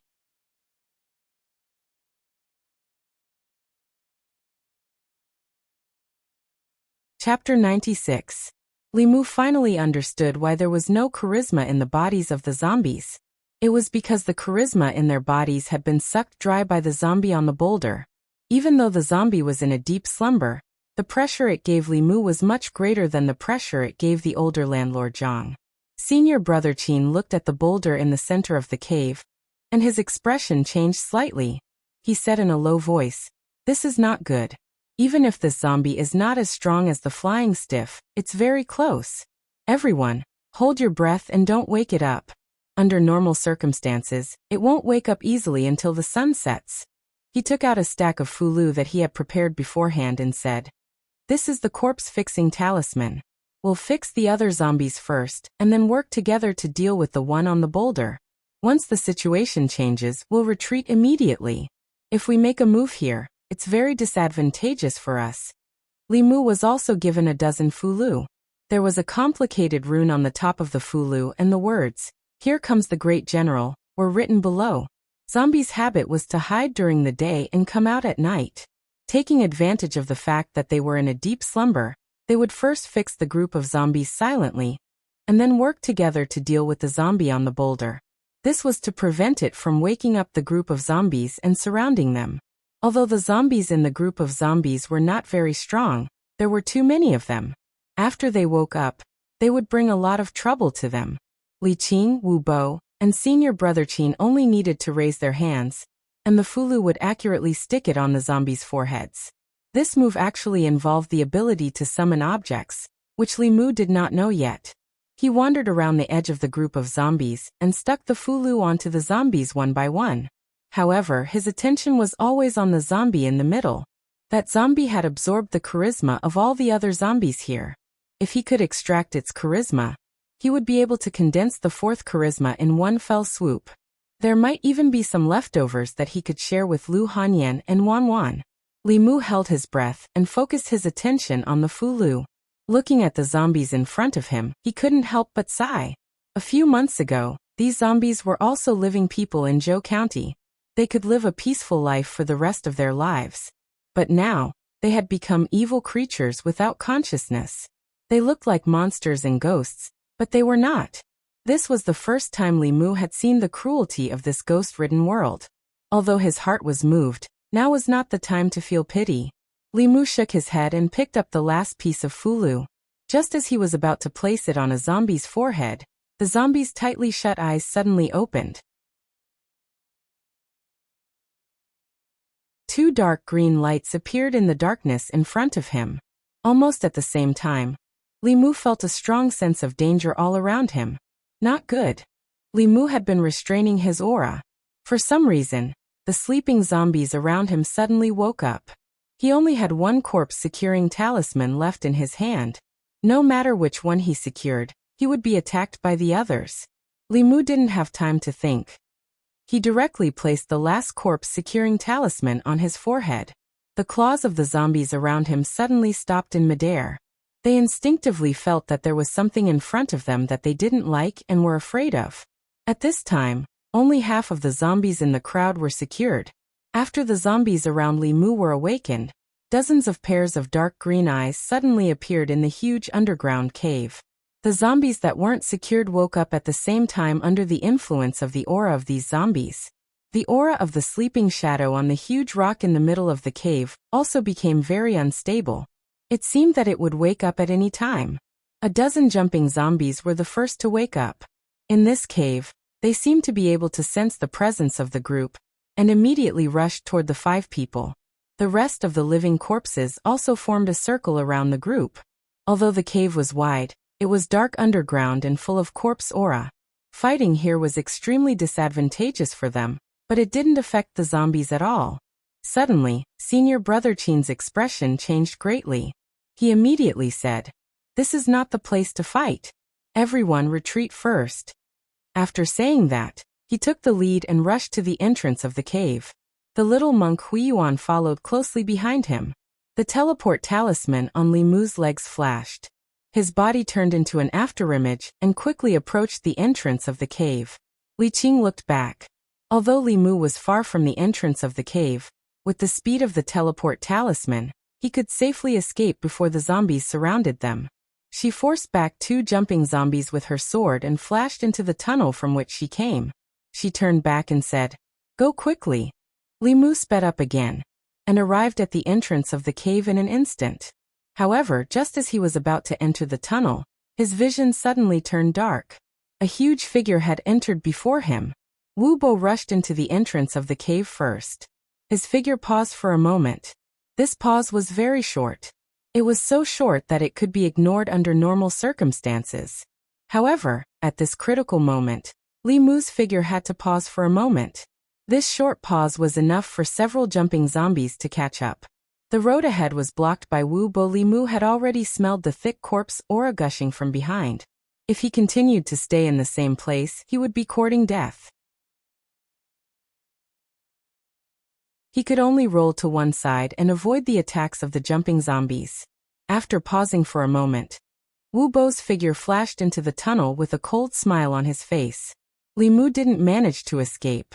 2 jumping zombies attacked him while the others quickly chased into the tunnel. More and more zombies rushed into the tunnel.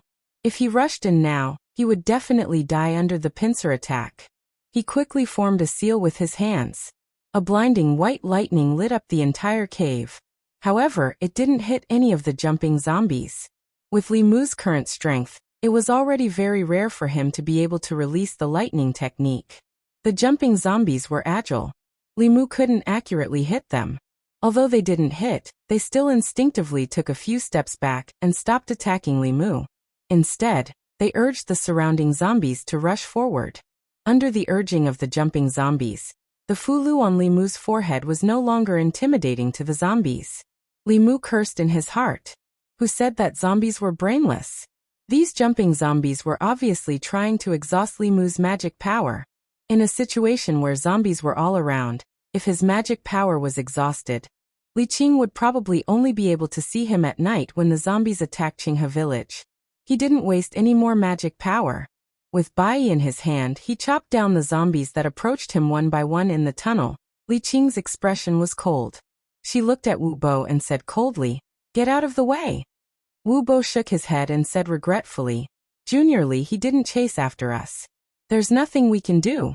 It's not like you don't know the situation in the cave. If you go in now, you might lose your life.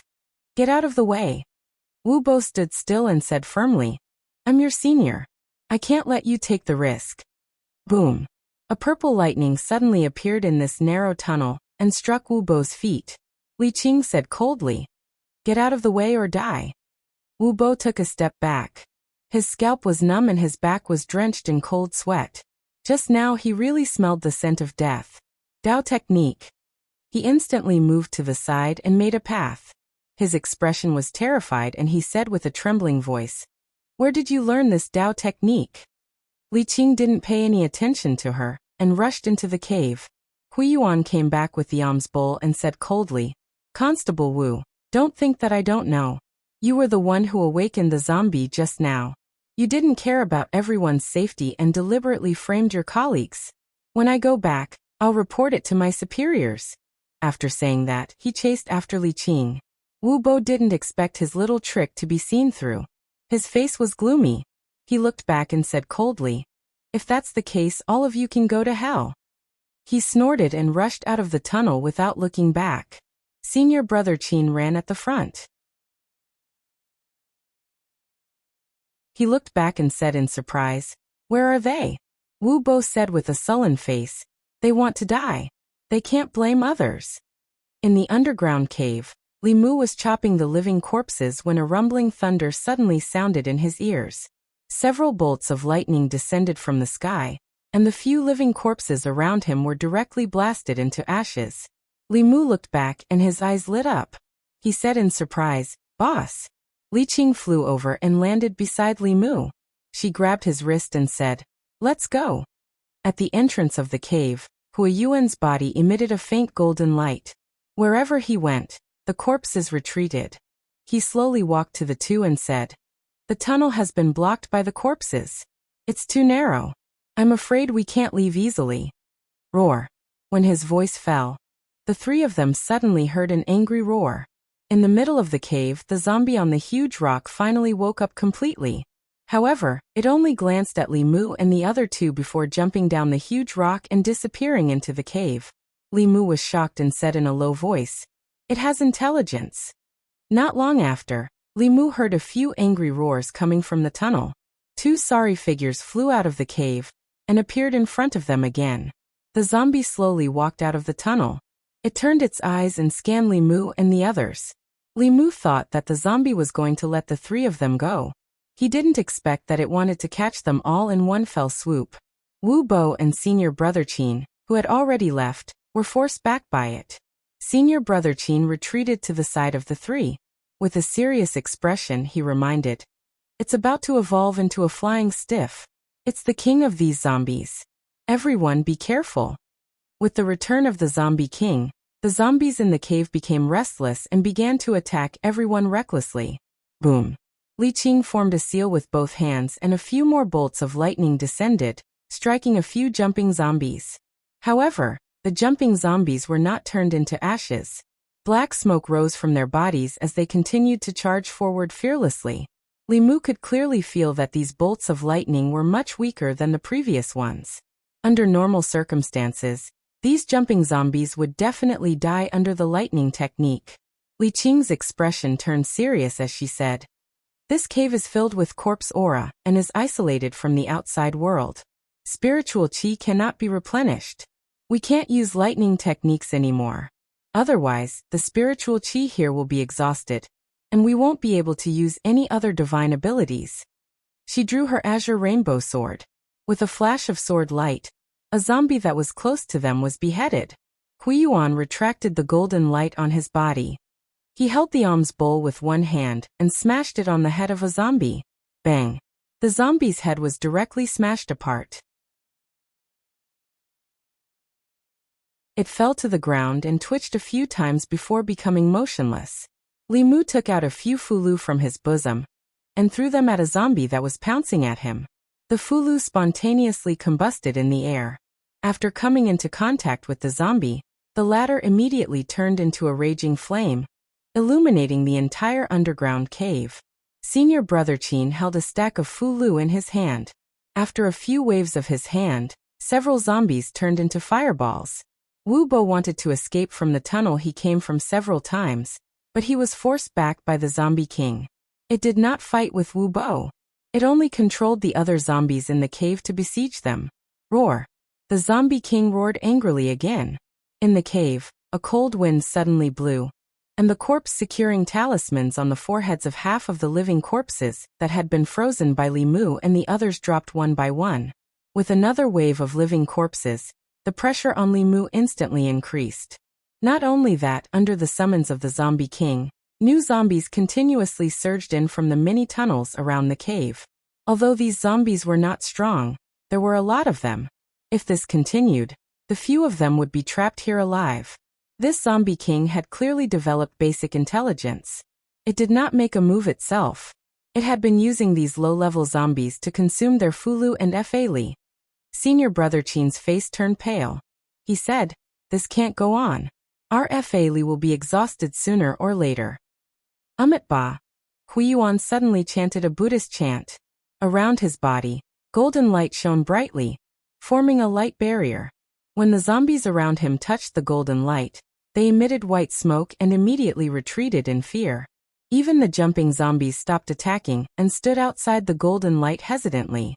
Huiyuan looked at Li Mu and the others and said, "Everyone gather around me. They don't dare to come close." Li Mu and Li Qing were the closest to him and immediately walked into the golden light. Senior brother Qin and Wu Bo, after killing a few zombies, also successfully joined them. The zombies were afraid of the golden light and did not dare to approach. The zombie king roared again and again. A large amount of black gas appeared around its body and pressed towards the golden light. When the black gas and the golden light came into contact, they immediately rolled and boiled. Fine beads of sweat gradually appeared on Huiyuan's forehead. Li Mu saw that it was very difficult for him to maintain the Buddhist light and said, "Little Master Huiyuan, lend me some of your Fa Li." Huiyuan turned his head to look at him and grabbed his wrist with one hand. Li Mu felt an endless stream of Buddhist Fa Li entering his body. He silently chanted the Heart Sutra. Outside his body, a golden light quickly appeared. It was several times brighter than Huiyuan's Buddhist light. Huiyuan was stunned for a moment and immediately understood.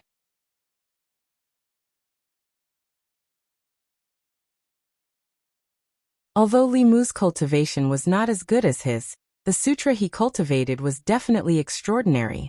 His root of wisdom was also much deeper than his.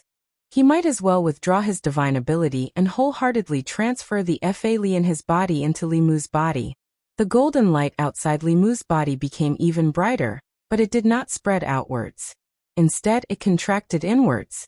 An even more solid golden light completely enveloped the four people's bodies. Only Wu Bo's body had a human-shaped gap, exposing more than half of his body outside. Li Mu grinned at him and said, "Sorry, my Fa Li is limited.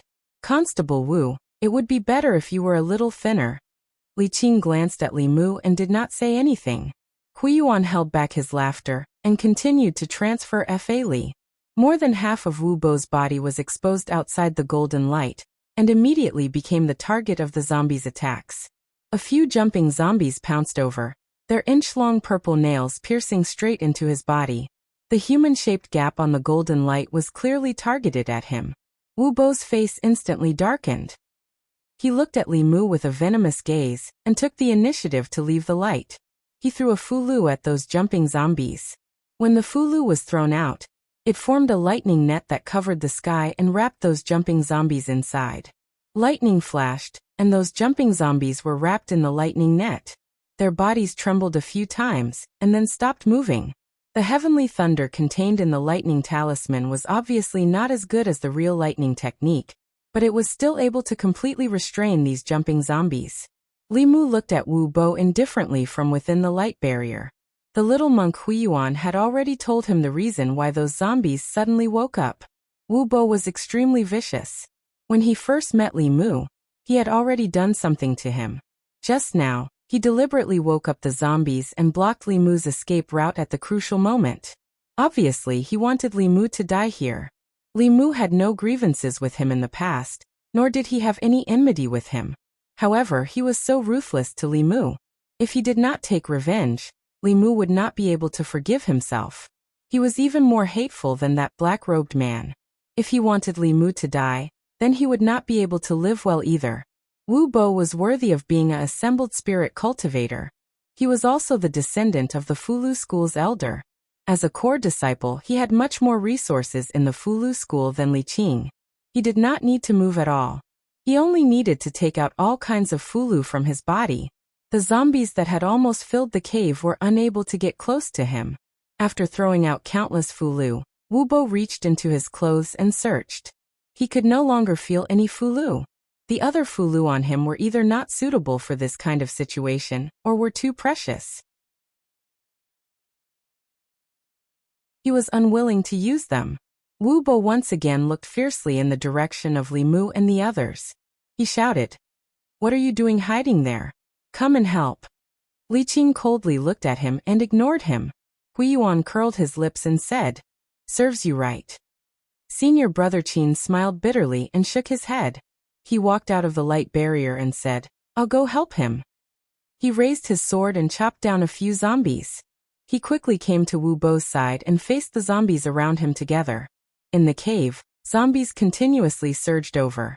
The zombie king had yet to make a move. Wu Bo gritted his teeth and took out another Fulu from his sleeve.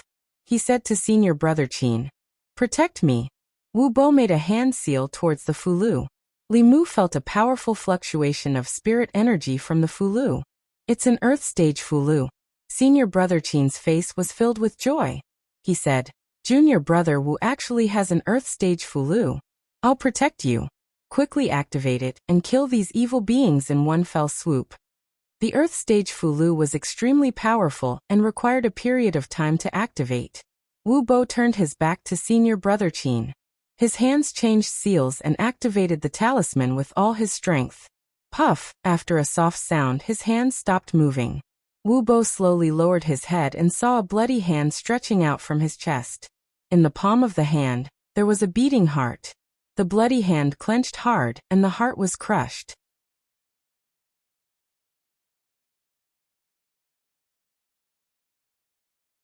Chapter 97. Wu Bo's chest was pierced and his heart was crushed. He turned his head with difficulty and looked at senior brother Qin. He hissed, "You." Behind him, senior brother Qin grinned and said with a smile, "You even have an earth rank Fulu. As expected of a core disciple, the eldest son of an elder. Your wealth is really rich. It really makes people envious." The sudden change not only made Wu Bo feel disbelief, but Li Mu's face also showed shock. Just now, he saw a scene that he never expected. Senior brother Qin, who was also a disciple of the Fulu school, took advantage of Wu Bo's earth rank Fulu to sneak attack from behind. His hand went through Wu Bo's chest and crushed his heart. Li Mu's first thought was that senior brother Qin and Wu Bo had a grudge against each other. But before this, they didn't show it at all. Li Qing instinctively took a step forward and stood in front of Li Mu, shielding him behind her. After the little monk Hui Yuan came back to his senses, he looked at senior brother Qin with a solemn expression and murmured, "I didn't expect that benefactor Qin had already fallen into the devil's path." Senior brother Qin pulled his hand out of Wu Bo's chest. When he wiped the blood on his arm, he still had a faint smile on his face. He shook his head and said, "You core disciples, the eldest son of an elder, the sect provides you with courage for refining your soul. The sect provides you with soul power for condensing your soul. And the elders also give you precious Fulu." He looked at his blood-stained palm and said, "For ordinary disciples like us, no matter how hard we work, no matter how hard we cultivate, what's the use? We will still be easily overtaken by you. If we want to stand out, we can only rely on our own hands." Wu Bo's heart was crushed. His face was extremely pale, but his body did not collapse. He gritted his teeth and said, "You deliberately led us here." Senior brother Qin, who had always been kind, finally showed a sinister smile on his face. He said, "You deliberately framed your companion. Just like me, you're not a good person. It's not a pity that you're dead. You might as well help me." When he said these words, the zombie king only looked at him indifferently. The surrounding jumping zombies did not attack. Senior brother Qin bowed towards the zombie king from afar and said loudly, "Your Excellency Zombie King, according to our agreement, this person's soul essence belongs to you, and his primordial spirit belongs to me." The zombie king rolled his eyes, looked at Wu Bo's body, and suddenly took a deep breath. Li Mu felt that the soul in his body was unstable, and almost left his body. He immediately focused his mind and firmly controlled the soul in his body. To be able to absorb a person's blood essence and soul from a distance, this zombie king was only a step away from being a flying stiff. Although it was not a flying stiff, it already had a portion of the flying stiff's abilities. Li Mu was affected, but Wu Bo's primordial spirit was still firmly in his body. The wound on his chest was also emitting a faint white light, and was rapidly healing at a speed visible to the naked eye. Not only that, a new heart had appeared in his originally empty chest, and it was beating vigorously. Impossible. Senior Brother Qin's expression changed greatly. Then he realized something and said in shock, "You actually have a heaven stage Fulu." In the blink of an eye, the wound on Wu Bo's chest had completely healed, and the Fulu in his hand had exhausted its spirit energy and turned into ashes. His expression was exceedingly gloomy. This heaven-ranked talisman was capable of allowing severed limbs to regrow, and it was almost equivalent to possessing 2 lives. It was the only heaven-ranked talisman he possessed, and it was extraordinarily precious. He'd utterly never imagined that he would have to use it at a time like this. He threw the Earth Stage Fulu in his hand into the air. After the Fulu stopped in the air, it released a white light, completely illuminating the cave. "You deserve to die." Wu Bo stared at Senior Brother Qin, the hatred in his eyes overflowing. The Fulu turned into a white light and finally condensed into a sword shadow. It floated in the air and emitted a terrifying aura. Wu Bo pointed at Senior Brother Qin and said resentfully, "Go to hell." The sword shadow turned into a stream of light and went straight for Senior Brother Qin. Even the weakest Earth Stage Fulu was enough to kill a divine ability cultivator. Senior Brother Qin was locked onto by the sword light. His expression changed greatly as he shouted, "Your Excellency Corpse King, save me." As soon as he finished speaking, a black shadow appeared in front of him out of thin air. Clang! The sword light struck the zombie king's body, causing sparks to fly in all directions. After one strike, the sword light disappeared. Even the zombie king's copper skin and iron bones had a deep wound on his back. His entire body was almost split in half. The boundless courage in his body circulated, and the wound on his back gradually wriggled and healed. Senior Brother Qin heaved a sigh of relief and immediately said, "Thank you, Your Excellency Corpse King." Ugh. Before he could finish his sentence, he stopped abruptly. The zombie king stretched out his hands, and his sharp nails pierced into his neck. The blood essence in Senior Brother Qin's body was sucked into the zombie king's body in an instant. His body withered, and his primordial spirit escaped in fear. He said in panic, "Your Excellency Corpse King, you."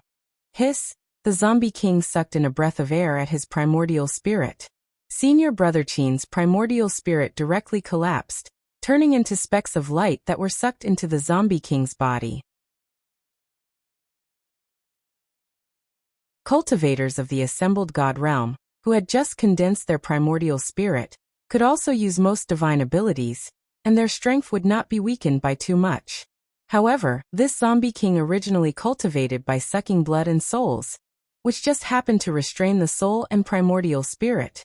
As a cultivator of the assembled god realm, Senior Brother Qin still had a chance to escape if he fought with him head-on. However, he was suddenly attacked, and his body was destroyed, so his primordial spirit could not escape. After absorbing Senior Brother Qin's soul and primordial spirit, the wound on the zombie king's back had completely healed. The aura in his body also instantly soared, and his withered hair gradually turned black and lustrous. His shriveled skin, at a speed visible to the naked eye, became plump and rosy, and the corpse aura on his body disappeared without a trace. In the blink of an eye, the corpse's appearance became no different from a normal person. He took off Senior Brother Qin's clothes and put them on himself, turning into the appearance of a middle-aged man. He looked at Wu Bo with his gray eyes and greedily licked the corner of his mouth.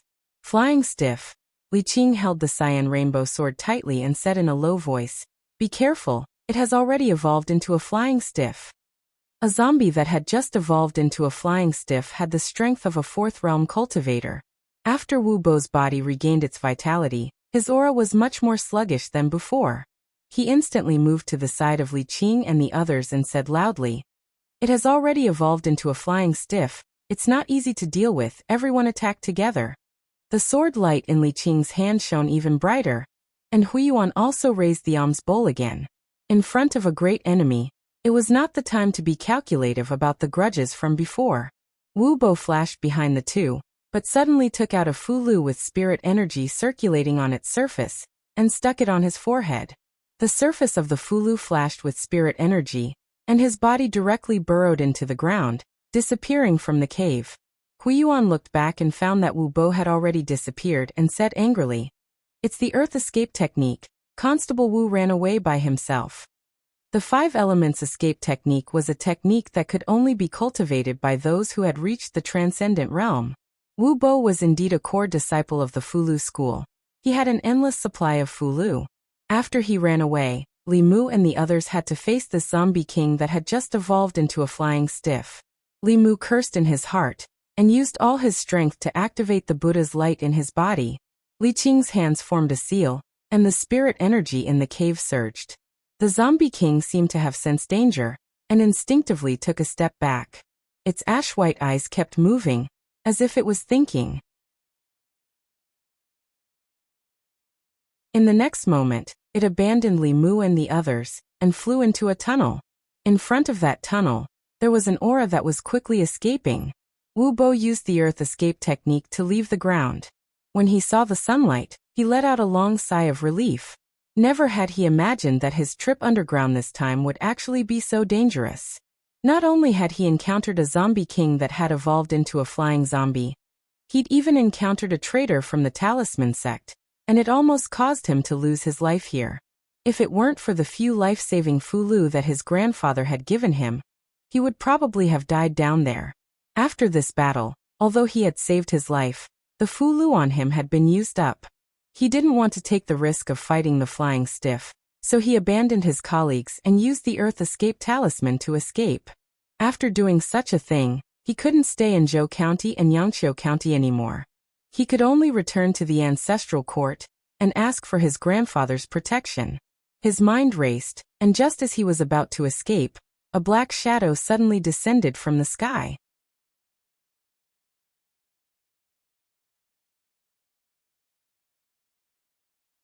Chapter 98. Without the zombie king in the underground cave, the pressure on Li Mu and the other two was greatly reduced. Li Qing and Huiyuan dealt with the remaining few jumping zombies with all their strength, while Li Mu used the Buddha's light to protect his body, while cleaning up the surrounding living corpses. The remaining few jumping zombies in the cave, as well as the living corpses that didn't have much fighting strength, were quickly eliminated by them. Unfortunately, the courage of these zombies was absorbed by the zombie king, and used to evolve into flying stiff. Li Mu didn't get any benefits at all. After dealing with these troubles, the underground cave that was abnormally noisy suddenly became quiet. Ba.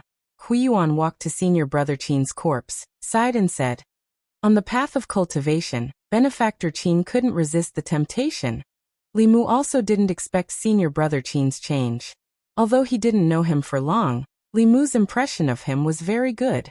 His temperament was indifferent, and he was amiable to everyone. He was offended by Wu Bo several times, but he didn't get angry.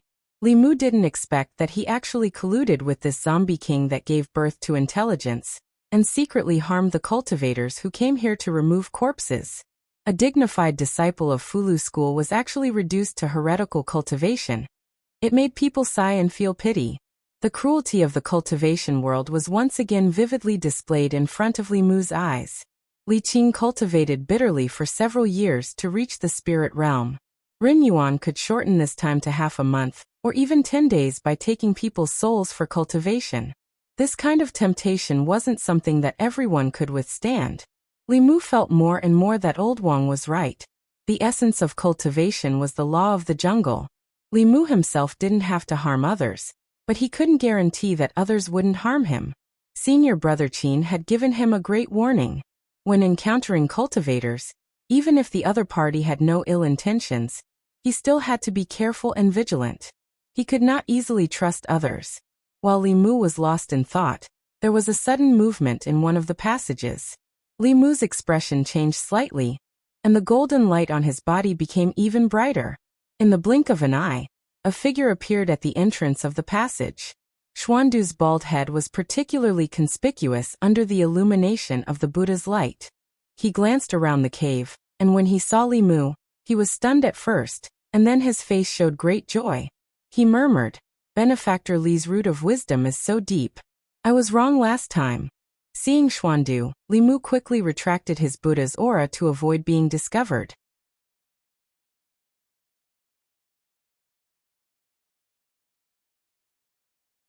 "It's just that I just saw the light of Buddha that was activated by the scripture, and it was extraordinary. The abbot of Jinshan Temple was injured by a heretical cultivation several months ago, and his cultivation foundation was destroyed. This light of Buddha contains a mysterious power that I can't see through. Perhaps it can help him repair his foundation and get rid of his old problems." Xuandu saved his life. Using this opportunity, Li Mu could repay the favor. Li Mu thought for a while and said, "Of course I can save him. But my mana is weak. I might disappoint you." Xuandu smiled and said, "When the time comes, you can borrow my mana. Even if it doesn't work, the Jinshan Temple will still owe you a favor." Li Mu nodded and said, "Then when I return to the county government, I'll pay a visit to the Jinshan Temple." Huiyuan scratched his bald head and said, "This scripture is so powerful. That winter, Benefactor Li must have met a Buddhist monk." Xuandu smiled and didn't say anything. On the day Li Mu stayed in the Jinshan Temple, the Buddha statue in the temple glowed for no reason, indicating that a new scripture was coming out. That incident still troubled the monks in the temple. At this moment, Xuandu already had an answer in his heart. However, he didn't ask further, nor did he say much. He only looked at Li Mu with pity in his eyes. Li Mu stood at the entrance of the underground karst cave and looked around. He found that this place was very different from when they came in. The ground they were standing on was charred black. The surrounding trees were also emitting wisps of black smoke. It was as if a fierce battle had just taken place. The residual mana fluctuations and the chaotic spiritual chi of heaven and earth also proved this point. Li Mu looked around and saw a familiar figure under a tree. Wu Bo was lying under the tree. His body was full of bloody holes. His body had shrunk by at least half. His essence blood had been sucked dry. His physical strength was gone, and his primordial spirit was nowhere to be found. He was obviously like senior brother Qin, sucked dry by the zombie. Huiyuan murmured, "Is Constable Wu still alive?" Cultivators in the assembled god state needed to gather their 3 souls into a primordial spirit. After the primordial spirit was formed, as long as it was not destroyed, even if the body was destroyed, it could be reborn. Li Qing took out an immortal guiding talisman. Li Mu understood and took a few steps forward. He took a strand of hair from Wu Bo's body and wrapped it around the immortal guiding talisman. Then he threw the fulu into the air. The immortal guiding talisman drawn by Li Qing's assembled god state cultivation could sense a wide range. As long as Wu Bo's primordial spirit was still there, it could trigger a reaction from the fulu. The paper crane folded by the immortal guiding talisman flapped its wings and flew into the air. After circling in place, it fell straight down and landed on Wu Bo's body. In such a short time, Wu Bo's primordial spirit could not have escaped the detection range of the immortal guiding talisman. Fulu did not have any reaction, which meant that his primordial spirit had also dissipated. In other words, Wu Bo was dead. He was completely dead. His soul was scattered, and his body was dead.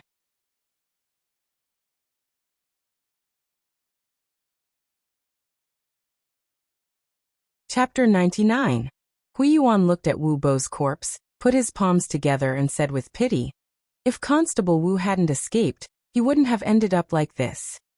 Amit Ba. Xuandu made a Buddhist salute with one hand and said, "Every peck and every drink has its own destiny. He has no one to blame but himself." Wu Bo was dead, but Li Mu wasn't sad at all. Li Mu had no enmity with him, but he tried to kill Li Mu time and time again. Even if the zombie didn't kill him, Li Mu would find a chance to kill him sooner or later. He wasn't bloodthirsty, but he wouldn't show mercy to those who wanted his life. The flying stiff that had just evolved seemed to prefer the pure yang body and the earth elemental body. Otherwise, Li Mu would have been in big trouble just now. Xuandu closed his eyes incensed. He looked in a certain direction and said, "That zombie fled to the west. I have to chase after him to prevent him from harming more people." Li Mu looked at his back and reminded, "This zombie has already evolved into the flying stiff. Master Xuandu, be careful." The flying stiff that had just evolved could rival the supernatural powers of Taoism and the golden body of Buddhism. Xuandu's realm was the golden body. He could easily crush shapeshifting monsters, but he might not be at an advantage against the flying stiff. Huiyuan smiled and said, "Benefactorly, don't worry. Martial Uncle Xuandu has already attained the golden body for many years. He can deal with this flying stiff." Hearing Huiyuan's words, Li Mu was no longer worried about Xuandu. He looked at Li Qing and asked, "Boss, what do we do now?" Li Qing thought for a while and said, "Let's go back to Qinghe village first." When they came, there were 5 of them, but when they went back, there were only 3 left. This was something they had never expected before coming here. The zombie horde was destroyed, but the flying stiff managed to escape.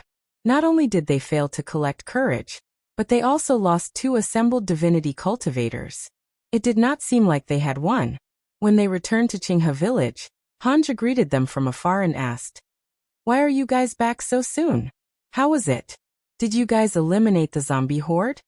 Li Mu nodded and said, "Yes, a flying stiff escaped. The Master Xuandu of the Jinshan Temple has gone after it." Hanja looked around and asked, "Where are Wu Bo and Senior Brother Qin? Did they also go after the flying stiff?" Li Mu, "Wu Bo is dead." "What?" Hanja's eyes immediately widened. He said in disbelief, "How could Wu Bo be dead? Who killed him?" Li Mu said, "That flying stiff." Wu Bo's death shocked Hanja, but it was only shock. Even though he and Wu Bo were both disciples of the Talisman sect, they didn't belong to the same faction, so there wasn't any friendship between them. Conversely, there was even some enmity between them, so he'd been unable to get used to Wu Bo's actions since a long time ago. Even so, the news of his death at the hands of the flying stiff still shocked Hanja for a long time. After a while he accepted the reality and asked, "Where is Senior Brother Qin? Why didn't he come back?" Li Mu could see that Hanja and Senior Brother Qin had a very good relationship. For a moment he did not know how to answer. In the end, it was Huiyuan who sighed and said, "Senior Brother Qin colluded with the zombie and lured us to die underground. Constable Wu almost died at his hands. Senior Brother Qin later had his essence and primordial spirit sucked by the flying stiff and died in the underground karst cave." "Impossible." Hanja's expression changed greatly. He grabbed Huiyuan's collar and said angrily, "How could Senior Brother Qin do such a thing? What nonsense are you talking about?" "Ba." Huiyuan chanted the name of Buddha and did not say anything. He silently lowered his head and let Hanja grab his collar. "What he said is true." Li Qing looked at Hanja and said, "Senior Brother Qin has long been reduced to a heretical cultivation. He lured cultivators underground to let the zombies suck their essence." Hanja's face was pale. He slowly released his grip on Huiyuan's collar and murmured, "Impossible. This is impossible. Senior Brother Qin can't be that kind of person. He can't do such a thing." He shook his head and retreated. In the end, he disappeared from the sight of Li Mu and the others. Huiyuan took a step forward but was stopped by Li Mu. Li Mu sighed and said, "Let him be alone for a while." When Wu Bo was alive, he was hated by both humans and dogs. No one cared about his death. But Senior Brother Qin's death was a great blow to Hanja. For hours later, when Li Mu found him, he was sitting on the highest roof of the village. His eyes were red and swollen like peaches. Li Mu sat beside him and asked, "Are you crying?" Hanja wiped his eyes and said through gritted teeth, "No." Li Mu said, "You're still denying it. Even your voice is hoarse." Hanja glared at him and asked, "Li Mu, you are so annoying. Why do Miss Qing, Lady Lu, and that little girl all like you so much?" Li Mu shrugged and said, "Maybe because I'm good looking." Hanja turned his head and spat. "Bah." Li Mu looked indifferent. You can't change this fact even if you spit on me. Hanja looked at him and suddenly said with a look of realization, I know why they all like you. Why? Because you are shameless. Li Mu said indifferently, if a tree doesn't want its bark, it will die. If a person is shameless, he is invincible. Maybe girls like shameless people like me. Hanja said, I remember you were not like this before. Li Mu looked at him and said, people always change. Hanja lowered his head and said after a moment, yes, you will change, I will change, and senior brother Qin will also change. He used to be the most hardworking person in our branch. Why do you think he became a heretical cultivation? Li Mu shook his head and said, he said that no matter how hard he worked, he would still be overtaken by others. So he didn't want to work hard anymore. Old Wang once said to Li Mu that the path of cultivation was unfair. Some people had ordinary talent. Others could reach the realm in 1 year, but they needed to cultivate for 10 years or even decades. Some people had ordinary backgrounds. With the same talent, others had the support of their sect and elders. On the path of cultivation, they did not lack resources. 1 year of cultivation was still equivalent to 10 years or decades of cultivation for them. In this cruel reality, if one could not resist the temptation and made a mistake, they would become like senior brother Qin. For people like Li Qing and Hanja, who could endure loneliness and cultivate arduously, all of them had a tenacious heart. The degree of condensation of the mana they cultivated was also far from being comparable to those who achieved rapid heretical cultivation. Hanja raised his head and said, senior brother Qin has always been very good to me. He was like a brother to me, guiding me in my cultivation. When I was bullied by other brothers, he was also the one who stood up for me. Although senior brother Qin had been reduced to a heretical cultivation, Li Mu saw how well he treated Hanja. He led all of them to the underground karst cave, and only left Hanja here, because he did not want him to be involved. Hanja let out a long sigh and said, senior brother Qin's matter, I really don't know how to tell the other brothers. Li Mu patted his shoulder and said, no one wanted this to happen. My condolences. My condolences, it's easy to say. Hanja shook his head and said, senior brother Qin was my guide in cultivation. The first time I gathered qi, it was with the help of senior brother Qin that I succeeded. In this world, other than my parents and master, he is the person who treats me the best. You don't have a guide in cultivation, so you can't understand this feeling. Li Mu looked at him and said, who says I don't? Hanja was stunned for a moment. As if he thought of something, his expression became even more bitter. Li Mu looked at him and asked, why don't you ask who my guide is? I don't know, and I don't want to know. Hanja's bitter face showed an angry expression and said, go away, I don't want to see you again. Li Mu smiled and said, the one who guided me on the path of cultivation is my family's leader. Did I ask you? Hanja angrily said, get out of here right now.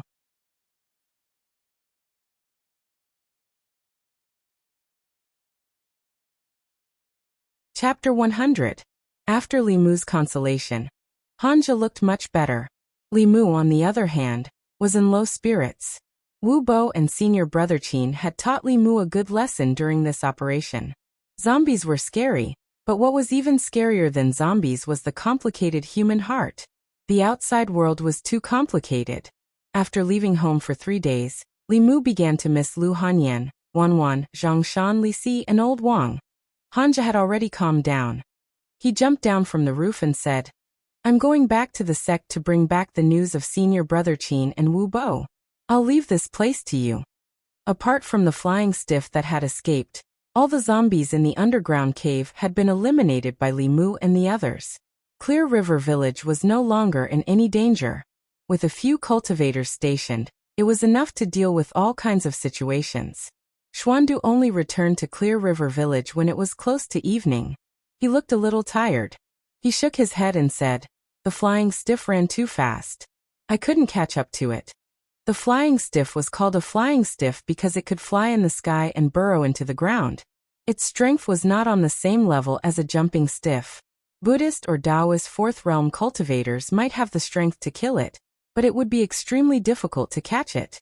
Li Mu sighed. The courage that was in his hands had flown away just like that. The courage of the nearby walking corpses and jumping zombies had all been absorbed by the Zombie King for evolution. If Li Mu wanted to collect the courage, he could only go deeper.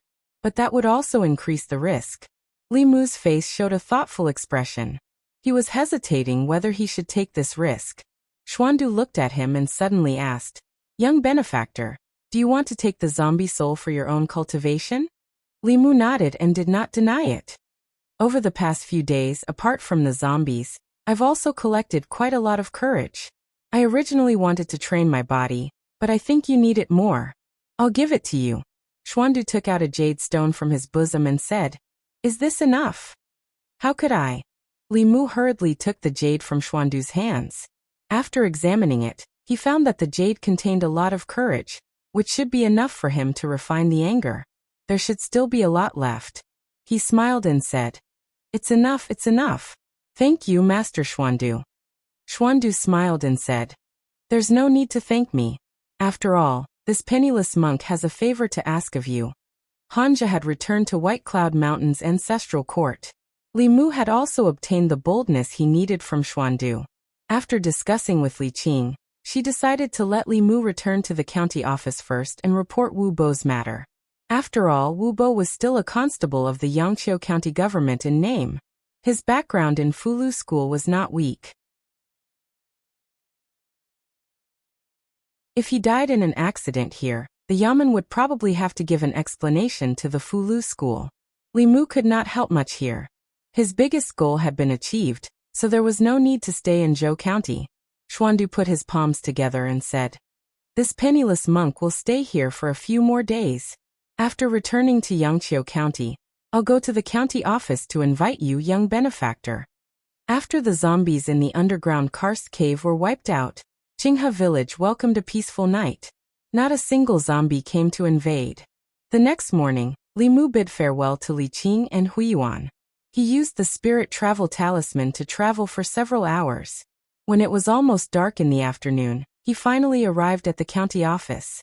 After hearing Li Mu's words, Zhang County magistrates jumped up from his chair in shock. He said in disbelief, "What? You said Wu Bo is dead?" Li Mu nodded and said, "Constable Wu died in the hands of a flying stiff." "That shouldn't be." Zhang County magistrates frowned and said, "Although Wu Bo is annoying, he has the strength. How could he die so easily?" In fact, Li Mu had the same feeling. Although he didn't like Wu Bo, he had to admit that Wu Bo was very strong. Although he was in the spirit-gathering realm, it would be difficult for a theurgy cultivator to gain an advantage against him. Even when senior brother Qin ambushed him from behind and crushed his heart, he was still able to survive. As a core disciple of Fulu School and a grandfather in the manifestation realm, he must have had many life-saving tricks up his sleeve. His death was indeed a little careless. Either Wu Bo was strong in appearance but weak in reality, he was an idiot, or the flying stiff was too strong. But no matter what, the fact that Wu Bo was dead couldn't be changed. Zhang County magistrates sighed and muttered, "This is troublesome. If he dies at this time, how will I explain it to Fulu School?" Li Mu asked, "Sir, are you afraid that Fulu School will make things difficult for the county office?" "Afraid? When have I ever been afraid of anyone?" Zhang County magistrate snorted coldly and said, "Behind my county is the Great Zhou Court. Why would I be afraid of Fulu School?" He coughed softly and said, "But I've been busy with official business recently. I don't have time to deal with them. If someone from Fulu School comes, just say I'm not here." Although Fulu School and Great Zhou Court cooperated a lot, they weren't very close. The court didn't like Fulu School's independence and lack of control. Fulu School was dissatisfied that the court didn't cooperate with them in recruiting disciples. While they cooperated, there was also hostility between them. This could be seen from the zombie disaster in Zhou County. If Fulu School wholeheartedly wanted to help the court, they only needed to send a good fortune realm or Dongxian cultivator. One person would be enough to solve the crisis in Zhou County. They wouldn't just send out these Jinshin and remarkable ability disciples, which would cause the disaster in Zhou County to continue unquenchable. Li Mu walked out of the front office. Zhang Shan was waiting outside.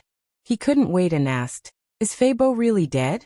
Li Mu nodded and said, "He was bitten by a zombie. He's completely dead. I personally burned his body." Zhang Shan's eyes widened and he muttered, "I told you that evil would be repaid with evil. Old Wang didn't believe me." Li Mu still had some questions he wanted to ask Old Wang. He asked, "Where's Old Wang? I didn't see him in the guard room." Zhang Shan said, "Old Wang asked for leave. He just left this morning." Li Mu was stunned for a moment. He asked leave? Where to? He said he was going out to visit relatives.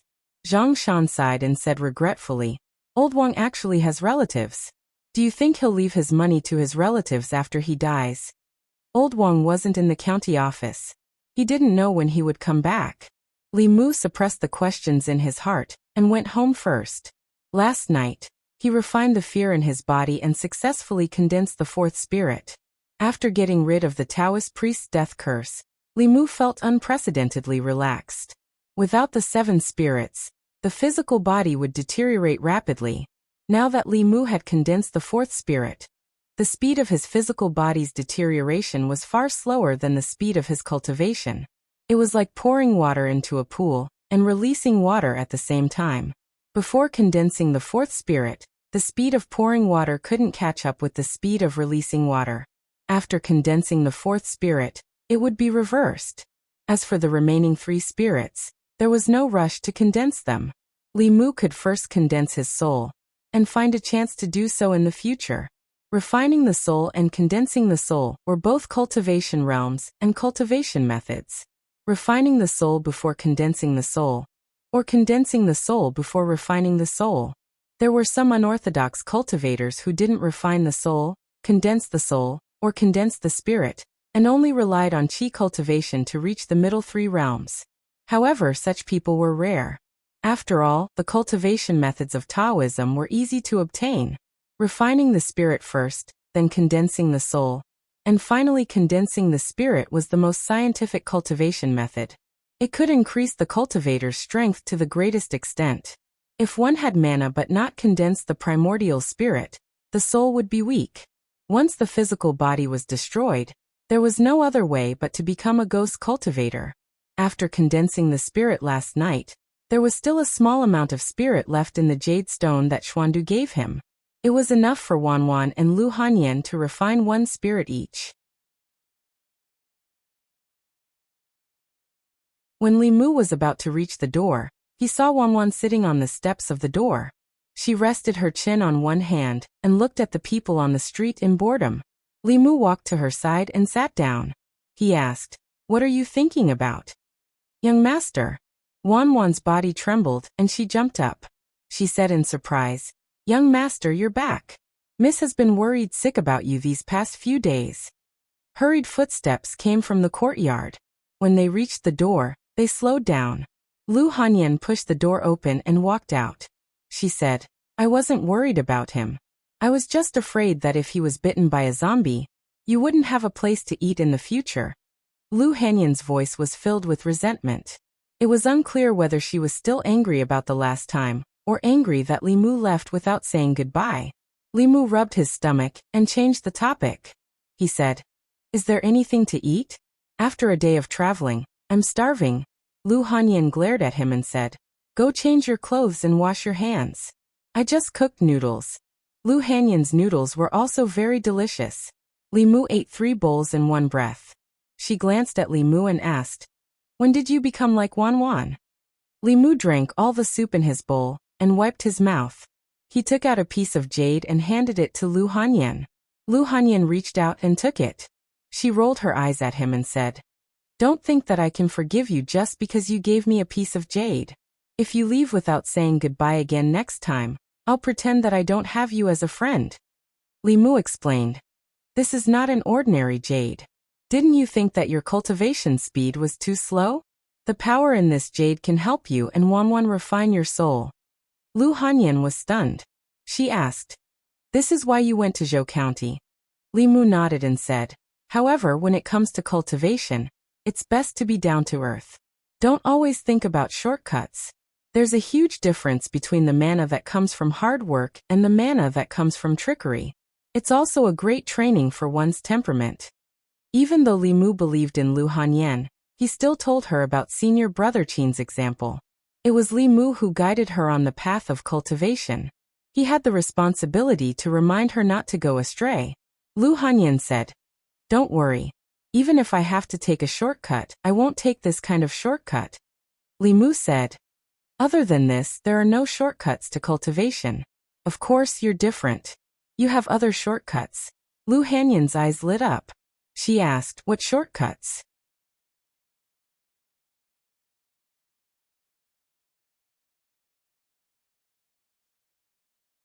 Chapter 101. Since he was already familiar with Lu Hanyan, Li Mu told her the truth. "You have a purine body. There's no better shortcut than finding a pure yang body for dual cultivation." Lu Hanyan spat. "Ba, you wish." "I didn't say it was me." Li Mu looked at her and comforted her. "Don't worry. Didn't I tell you that you're not my type?" Lu Hanyan took a deep breath and forced herself to keep smiling. She asked, "Is Arrestorly your type?" "Not really," Li Mu thought for a while and said. "If a woman has the boss's strength, Wanwan's personality, and your money." Lu Hanyan snorted. "Dream on." After eating 3 bowls of noodles in a row, Li Mu felt a little thirsty. He asked Lu Hanyan, "Is there any tea?" Lu Hanyan put away the bowls and chopsticks and said coldly, "Do you want some water from the pot?" Lu Hanyan was really a woman who liked to get angry. Unfortunately, she had already refined the second soul, so her anger didn't show on the outside. Li Mu couldn't absorb it anymore. All the cultivators in the county government had gone to Zhou County. Old Wang had also gone out to visit his relatives. The county government was seriously understaffed. Li Mu was temporarily transferred to the household office to take over Old Wang's work. In fact, Old Wang's clerical work was the busiest in the county government. Zhang Shan and Li Si had finished patrolling. They were either sleeping in the guard room or in the brothel. Old Wang's work, however, was not as easy. Li Mu had been sorting out the past case files, managing the household registration files, and coordinating the cases reported to the county government. He was so busy during the day that he didn't even have time to read books. "I think it's good to be a clerk." Lu Hanyan and Li Mu had different ideas. After dinner, they sat in the yard, fanning themselves with a small fan, and said, "You don't have to patrol, kill zombies, or catch monsters. You just have to sit in the guard room every day. After 2 years you can get a wife. Isn't that good?" Li Mu was reading a book and casually said, "That will have to wait until I get a wife first." What Lu Hanyan said actually made a lot of sense. Ordinary people just wanted to live a stable life. Old Wang had been in this position all his life. Although he had not stepped into the path of cultivation, he had lived longer than Wu Bo and senior brother Qin combined. Lu Hanyan probed, "What do you think of our Wanwan?" Li Mu flipped through the pages and asked without raising his eyelids, "What do you mean?" Lu Hanyan said, "Wanwan is 16 this year. In 2 years she will be 18. She will be at the age of marriage. At that time, I will marry Wanwan to you. What do you think?" Li Mu put down the book and asked doubtfully, "What about you?" Lu Hanyan glared at him and said, "What are you dreaming about?" Li Mu explained, "I mean, if Wanwan gets married, you will have no one to serve you, right? I can live well alone." "I don't need anyone to serve me," Lu Hanyan said. "Besides, Wanwan is my sister. I have never treated her as a maid." She looked at Li Mu and said, "Don't change the subject. What do you think of Wanwan?" Li Mu opened the book again and said, "She's very good." Although the little girl was a little fierce and dull, she was well-behaved and obedient. She looked a little childish now, but a girl would change 18 times between childhood and womanhood. Who knew what she would grow up to be in 2 years? Lu Hanyan asked, "Do you mean that you agree to marry Wanwan?" Although Wanwan was gentle and well-behaved, Li Mu had always treated her as a younger sister, and had never had any thoughts in that regard. Instead, he often compared Lu Hanyan and Li Qing together. It was just a comparison. In the past few months, he had been thinking about how to live, and had never really considered this matter. He was not Li Si. He was not so careless that he only had a few months to live at most. He still had the leisure to fall in love. Li Mu shook his head and said, I just want to cultivate for the time being. I haven't thought about these things. Lu Hanyan said, the past is the past. Now that you have condensed the 4 spirits, you can think about it. Life is not only about cultivation. Haven't you thought about the future? The future? Li Mu thought for a moment and said, in the future, I want to make a lot of money and buy a big house. And then? Hire some maids and servants and experience the feeling of being served by others. And then? And marry a few beautiful wives. Li Mu sometimes wondered if God felt that he had suffered too much in his previous life, so he was given another life to make up for it. If that was really the case, then he must think about some things that he had not dared to think about before. If conditions permitted, he wanted to marry a woman with a high cultivation, a gentle woman, and a rich woman. When he was bored, the family could gather together to play mahjong to pass the time, and help him fulfill his love and lust. Wouldn't that be perfect? Lu Hanyan scoffed at Li Mu's dream. She said, Amen. Then she floated away. After the Fulu school intervened, the situation in Zhou County reversed. The people of Yangqiu County no longer panicked. The shops on the street reopened. Because of the people's vengeful spending, business was even better than before. She had endless work to do. Every day, news about Zhou County would gather at the county office. Hanja sent a letter saying that after learning about Wu Bo's death, the elder Wu of the 7th branch was furious. He went down the mountain in person and led many cultivators of the 7th branch to search the entire Zhou County. Under the fury of the master of creation realm, the zombie disaster in Zhou County ended almost without any suspense. White zombies, black zombies, jumping zombies, and even new corpses that were still in the graves and had just been condensed by the corpse chi were dug out and burned. After this incident, there would probably not be any more zombies in Zhou County for a long time. At that moment, Elder Wu was chasing after the flying stiff that killed Wu Bo. The other 2 flying stiff in Zhou County had died in his hands 3 days ago. The group of zombies had no leader, so they were easily eliminated by other cultivators. From another perspective, Wu Bo's death was not completely meaningless. At the very least, the people of Zhou County benefited from his death. If not for Wu Bo's death, the Fulu school would not have sent a master of creation realm. The zombie disaster in Zhou County had temporarily come to an end. Li Mu was writing a notice and asked Zhang Shan and Li Si to post it at the entrance of the street. The notice was written by Zhang County magistrates. The content was to advise the people that if there was a funeral in their family, they must report it to the government. After the government checked the grave, they would bury the dead. It was forbidden to bury the dead casually, and violators would be severely punished. After all, the landlord Zhang of Zhang village had buried his father in a corpse breeding ground and lost his life in vain. After that, the zombie tide in Zhou County overflowed, and thousands of people died. It caused great panic in the counties of the North County. All of this was a warning to Zhang County magistrates. The location of the mass grave outside the city was very particular. The terrain there was special, so it would not accumulate a trace of murderous aura. The possibility of the corpses buried there was 0. Some poor people who could not afford a feng shui master would choose to bury their dead there. But if they did not understand feng shui and coincidentally buried their loved ones in a place where they should not be buried, the consequences would be unimaginable. Landlord Zhang was a good example. Li Mu took out a notice and wrote 2 lines on it to warn the people. There are thousands of tombs, but safety is the most important. If the funeral is not standard, the family will cry. Old Wang was not in the government office. His room on duty temporarily belonged to Li Mu. Li Mu found a book on feng shui tombs from the bookshelf and studied it seriously. Qi will scatter when it is carried by the wind, and the water will stop when it is carried by the boundary. The ancients gathered the qi and did not scatter, and when it was carried out, it stopped. This is why feng shui is called feng shui. In feng shui, obtaining the water is the best and hiding the wind is second. 10 taboos of tombs. First, do not come from the back. Second, do not open the front. Third, do not bow in the direction of the water. Fourth, do not sweep the cave. Fifth, Do not let the dragon and tiger go straight. 8 Dragons Direction Formula.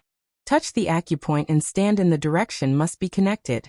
The 8 dragons must be separated clearly. The fire dragon must not be created. The water restrains it. The wood will help the fire dragon rise. When the people moved or buried their graves, they had to report to the government office. Although it could reduce the safety risks, the government office's workload was also increased. Moreover, there had to be professionals who understood feng shui and tombs. This was also a very deep knowledge. In the government office, other than Old Wang, it seemed that only Hanja had dabbled in it. Li Mu memorized these rules and taboos. Perhaps they would be useful in the future. He looked for a while and heard a slight noise outside the duty room. At the same time, he also sensed a few familiar auras. Li Mu walked out of the duty room and saw Li Qing, Hanja, and Huiyuan standing in the courtyard.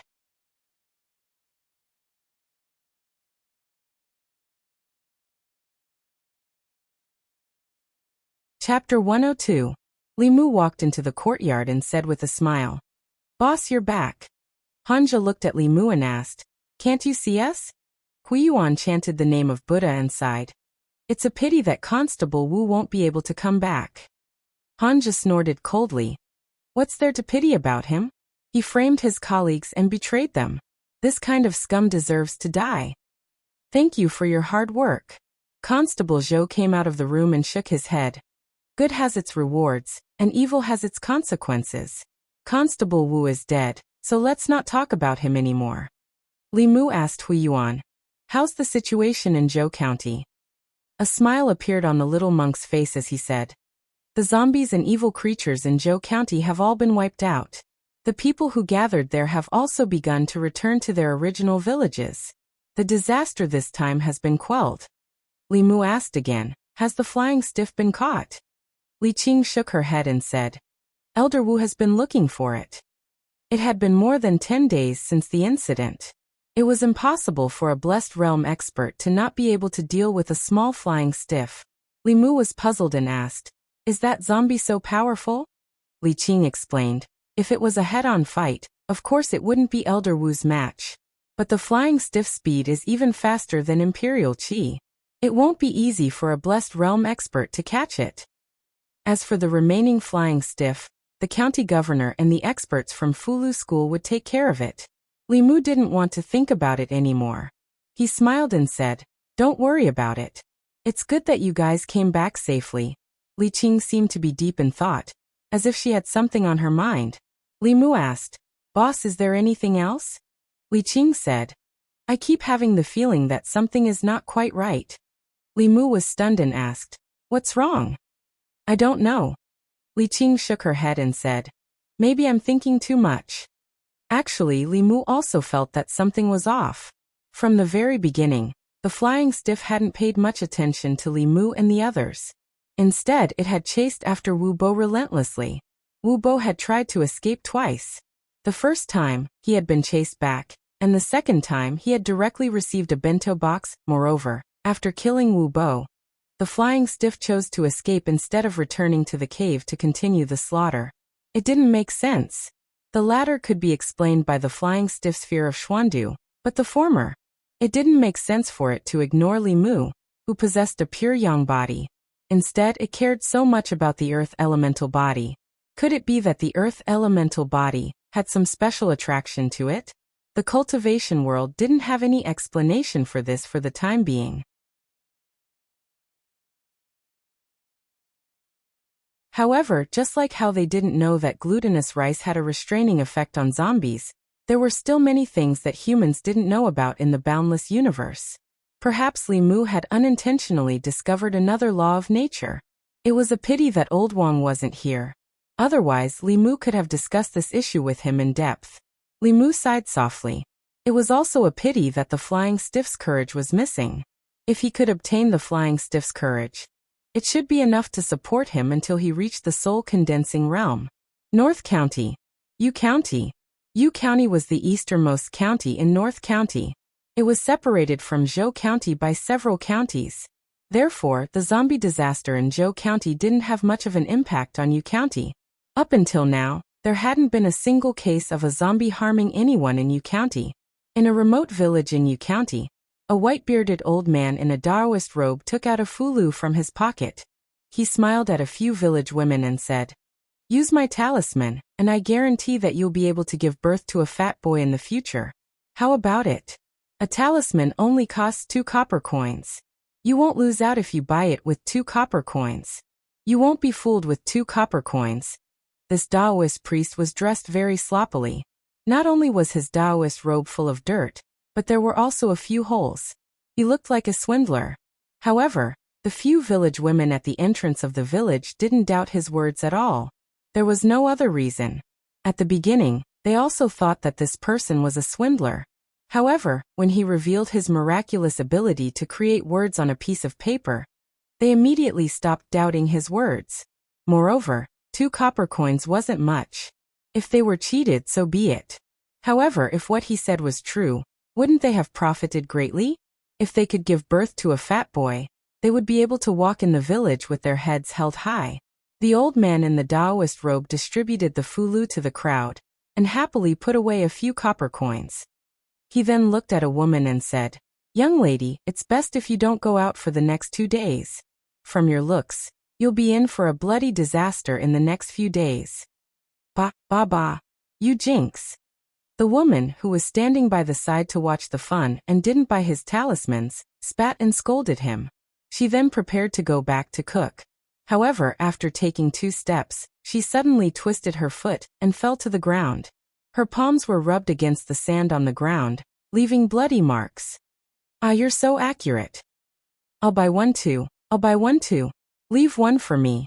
I'll go home and withdraw money."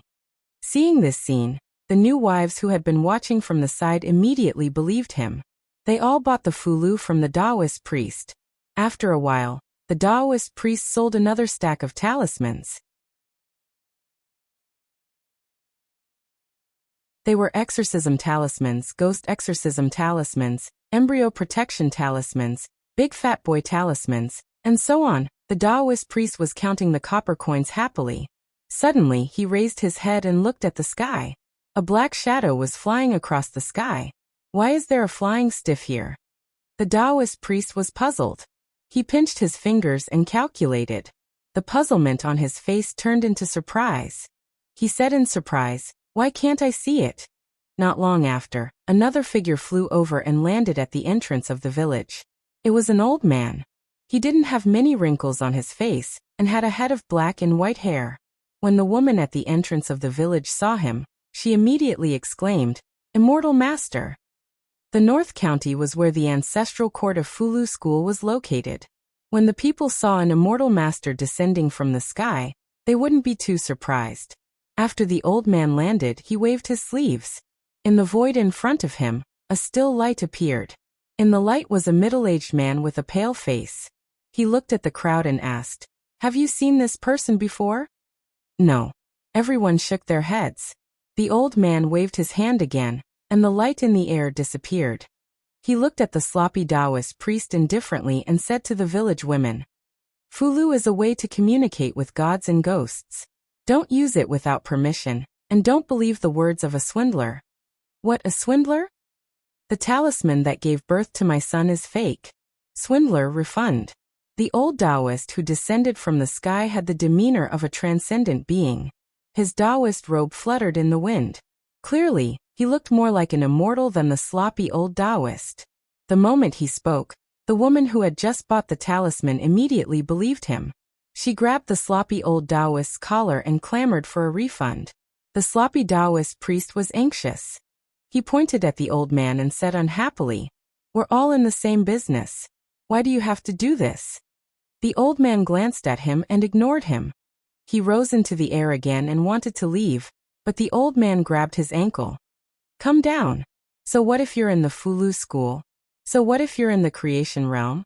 The sloppy Taoist priest grabbed his ankle and said angrily, "I'm telling you, if you don't make it clear today, don't think about leaving." The old man didn't expect that he would be pulled down by the Taoist priest. Moreover, the other party could tell his cultivation realm, but he couldn't see through the Taoist priest at all. This meant that the other party's cultivation was above his. He looked frightened and took a fulu from a woman. After holding it, he found that the spiritual qi in the fulu didn't dissipate. It was not an ordinary talisman. He immediately bowed to the Taoist priest and said, "I didn't see it clearly. Please don't blame me." The Taoist priest snorted and said, "Say it again."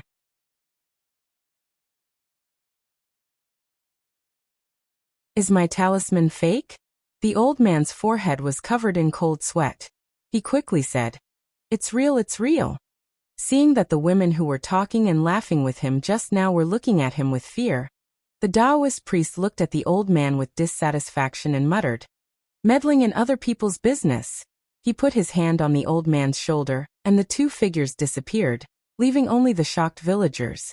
Several miles away from the village, the two figures appeared again. With this move, they could move several miles away. The elder Wu's face was pale. He looked at the sloppy Taoist priest with even more respect. The sloppy Taoist priest asked, "Are you chasing that flying stiff?"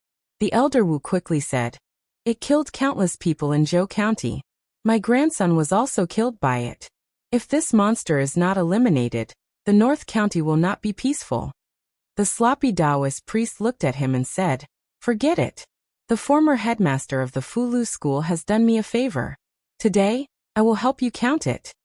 He counted with his fingers. After a while he shook his head and said, "If you continue to chase it, your grandson won't be the only one who will die in its hands." Seeing the Taoist priest counting with his fingers, the elder Wu knew that he must be a Dongxian. Dongxian meant to have insight into the mysteries of the world. Dongxian cultivators could observe the stars, know the time, predict the future, and seek good luck and avoid evil. Since he said so, it meant that if he continued to chase it, he would be in danger. The elder Wu said in disbelief, "That flying stiff has just evolved." The sloppy Taoist priest did not say much. He waved his sleeve and a light screen appeared in the void. Compared to the light screen of elder Wu, this light screen was clearer. It was not static, but dynamic. In the light screen there was a dense forest. A figure slowly walked in the dense forest filled with fog. It was the flying stiff. The flying stiff, who was walking, suddenly raised its head. Its gaze seemed to be able to see through the light screen, and saw the sloppy Taoist priest and the elder Wu. The next moment, the light screen shattered into countless pieces. "It broke your mystic light technique." The elder Wu's expression changed greatly. He said in a trembling voice, "How could this be?"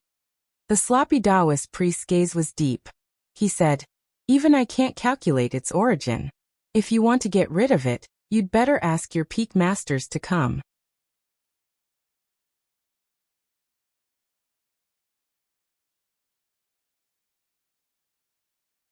Chapter 103.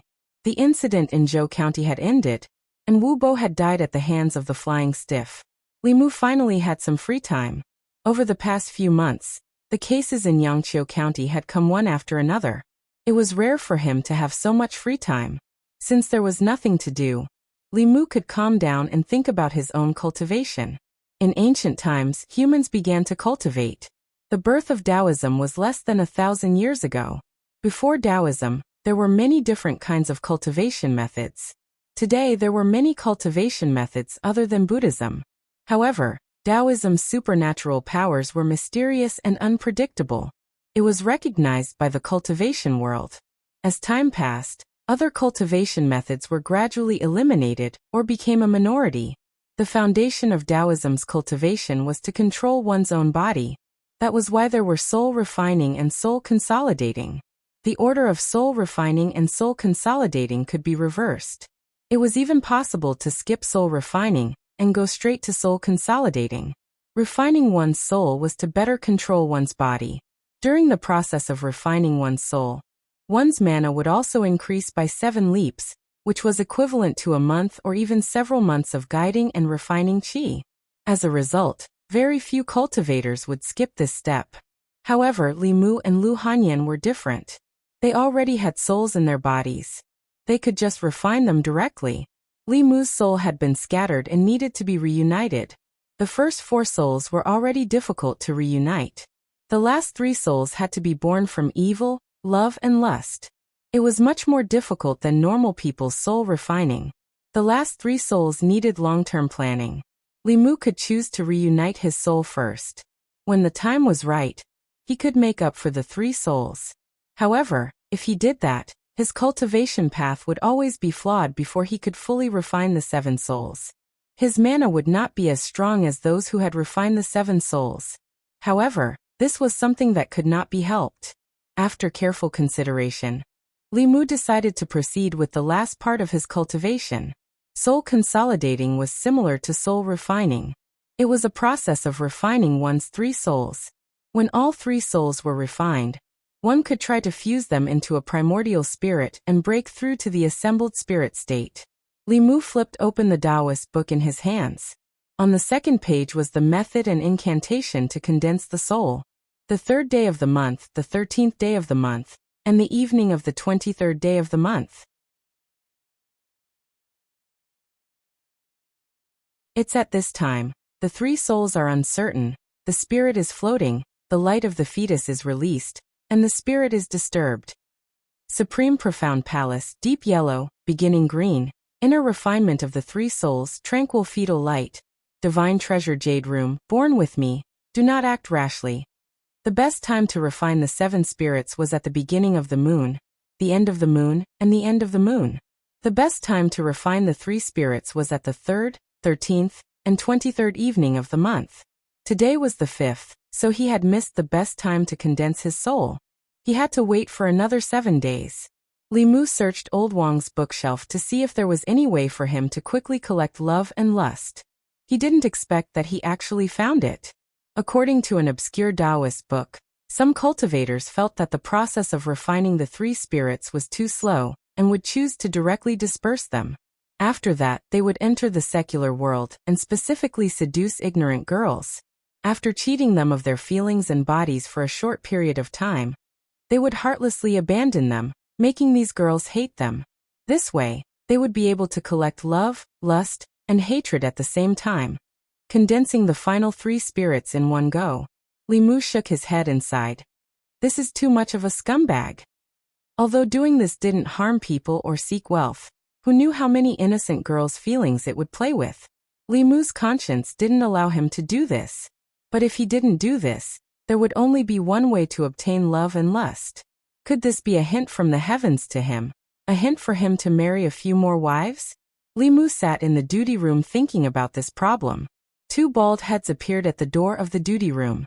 The little bald head was Huiyuan, and the big bald head was Xuandu. Li Mu remembered that he had promised Xuandu to treat the abbot of the Jinshan temple. He stood up and said, Master Xuandu can just send a little monk to inform me. There's no need to come in person. Xuandu smiled and asked, Young benefactor, do you have time to go to the Jinshan temple now? Li Mu nodded and said, I'll go and inform the boss. Li Mu went to the duty room to inform Li Qing that he was going to the Jinshan temple. He found that she was not in the yamen, so he had to inform Constable Zhou and ask Huiyuan to accompany him up the mountain. Huiyuan called Xuandu Shirshu, but he was not a monk of the Jinshan temple. There were 6 Taoist sects and 4 Buddhist sections. To be precise, whether it was the 6 Taoist sects or the 4 Buddhist sects, they were not a sect, but a faction. Fulu school was good at Fulu. In addition to the ancestral court, there were countless Taoist temples, all of which were branches of Fulu school. The difference between the 4 Buddhist sects was that they cultivated different scriptures. The doctrines of each sect were not very different, but the scriptures they believed in were different. Their cultivation habits were also very different. The Mind sect believed that everything was like a dream or an illusion. Everything was empty. Cultivators needed to forget their desires and surpass themselves. The Nirvana sect believed in nirvana, which talked about life and death, and understanding one's nature. The Suffering sect and the Yen sect, one advocated asceticism and was strict with oneself. The other was detached from the world and did not teach others. Their influence was far less than the first 2 sections. The ancestral court of the Heart sect belonged to the Heart sect. The Jinshan temple also belonged to the Heart sect. They cultivated the same scriptures. Everyone who worshipped this scripture as a classic was a branch of the Heart sect. The Jinshan temple and the ancestral court of the Heart sect were of the same origin. Huiyuan and Xuandu were naturally closer. This was Li Mu's second time coming to the Jinshan Temple. However, the last time he came was at night. This time it was daytime. The Jinshan Temple was very famous in the area. This fame was mainly due to Xuandu. Wherever there were demons and ghosts that harmed people, he would be there. After his physical conversion, there were now more demons and ghosts in the Jinshan Temple than people. Since they had entered the temple, they naturally had to enter the hall to pay their respects. Li Mu followed behind Xuandu and met many pilgrims along the way. There were many men and women who were sincerely chanting scriptures on the prayer mats in the hall. Only a few of the prayer mats were empty. Li Mu stood in the hall and looked at the chanting crowd. He felt a sense of familiarity. When he thought of where this sense of familiarity came from, he closed his eyes and silently felt it. He found that a trace of merit power was spreading out from these pilgrims and entering the body of the Buddha statue. Huiyuan said that by doing charity, repairing temples, creating statues, freeing people, and saving people from suffering, one could obtain merit. According to Li Mu's previous understanding, merit was doing good deeds. Now, it seemed that merit was a kind of power that originated from the human heart. These Buddha statues just stood there quietly, and the people would contribute the power of merit. Walking out of the hall, Xuandu chanted the name of Buddha and asked, "Benefactor Li, are you curious about merit?" Li Mu nodded and said, "This power is quite magical. I don't know what's so mysterious about it." Xuandu smiled and said, "This power is called merit by Buddhism and psyche power by Haotian Taoism. The imperial court regards it as national luck. It can help cultivators cultivate, and also help the country gather national luck. It is the power of faith and the power of people." Li Mu understood the general idea. Whether it was Haotian Taoism, Buddhism, or a country, if they wanted to continue to grow, it was inevitable that they had to unite the hearts of people. Those who won the hearts of the people would win the world. If a temple had no pilgrims, it would naturally decline. A country without the hearts of the people would not be far from collapse. Li Mu pondered the meaning of Xuandu's words. He followed him through several corridors and came to a wing room. A young novice monk said, "Uncle Xuandu, the abbot just took a rest." Xuandu looked at Li Mu and said apologetically, "I may have to trouble Benefactor Li to wait for a while." "It's okay." Li Mu waved his hand to show that he did not mind. He asked again, "What level has the abbot reached?" Xuandu said, "Uncle Abbot reached the Golden Body Dharma Laksana more than 10 years ago." Dharma Laksana. Li Mu was shocked. 4th grade Golden Body Dharma Laksana and 5th grade Dharma Laksana. In the Dharma Laksana realm, one's physical body had been cultivated to an extremely powerful level. He could fight against cultivators in the creation realm. This was something that Li Mu did not even dare to think about. What kind of person could injure such a high Buddhist monk? Xuandu said, "The one who injured Uncle Abbot was a heretical cultivation in the Dongxian realm. However, the heretical cultivation was also surrounded and killed by orthodox cultivators. His soul was scattered." The person with the highest level of cultivation that Li Mu had ever seen was Xuandu. Dongxian was already at the peak of the middle 3 realms.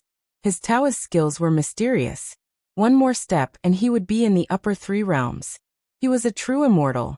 The heretical cultivation in the Dongxian realm, who knew how many people he had killed on his path of cultivation. It was terrifying just thinking about it. The two of them did not talk for long before a young monk came over and said, "Uncle Xuandu, the abbot is awake.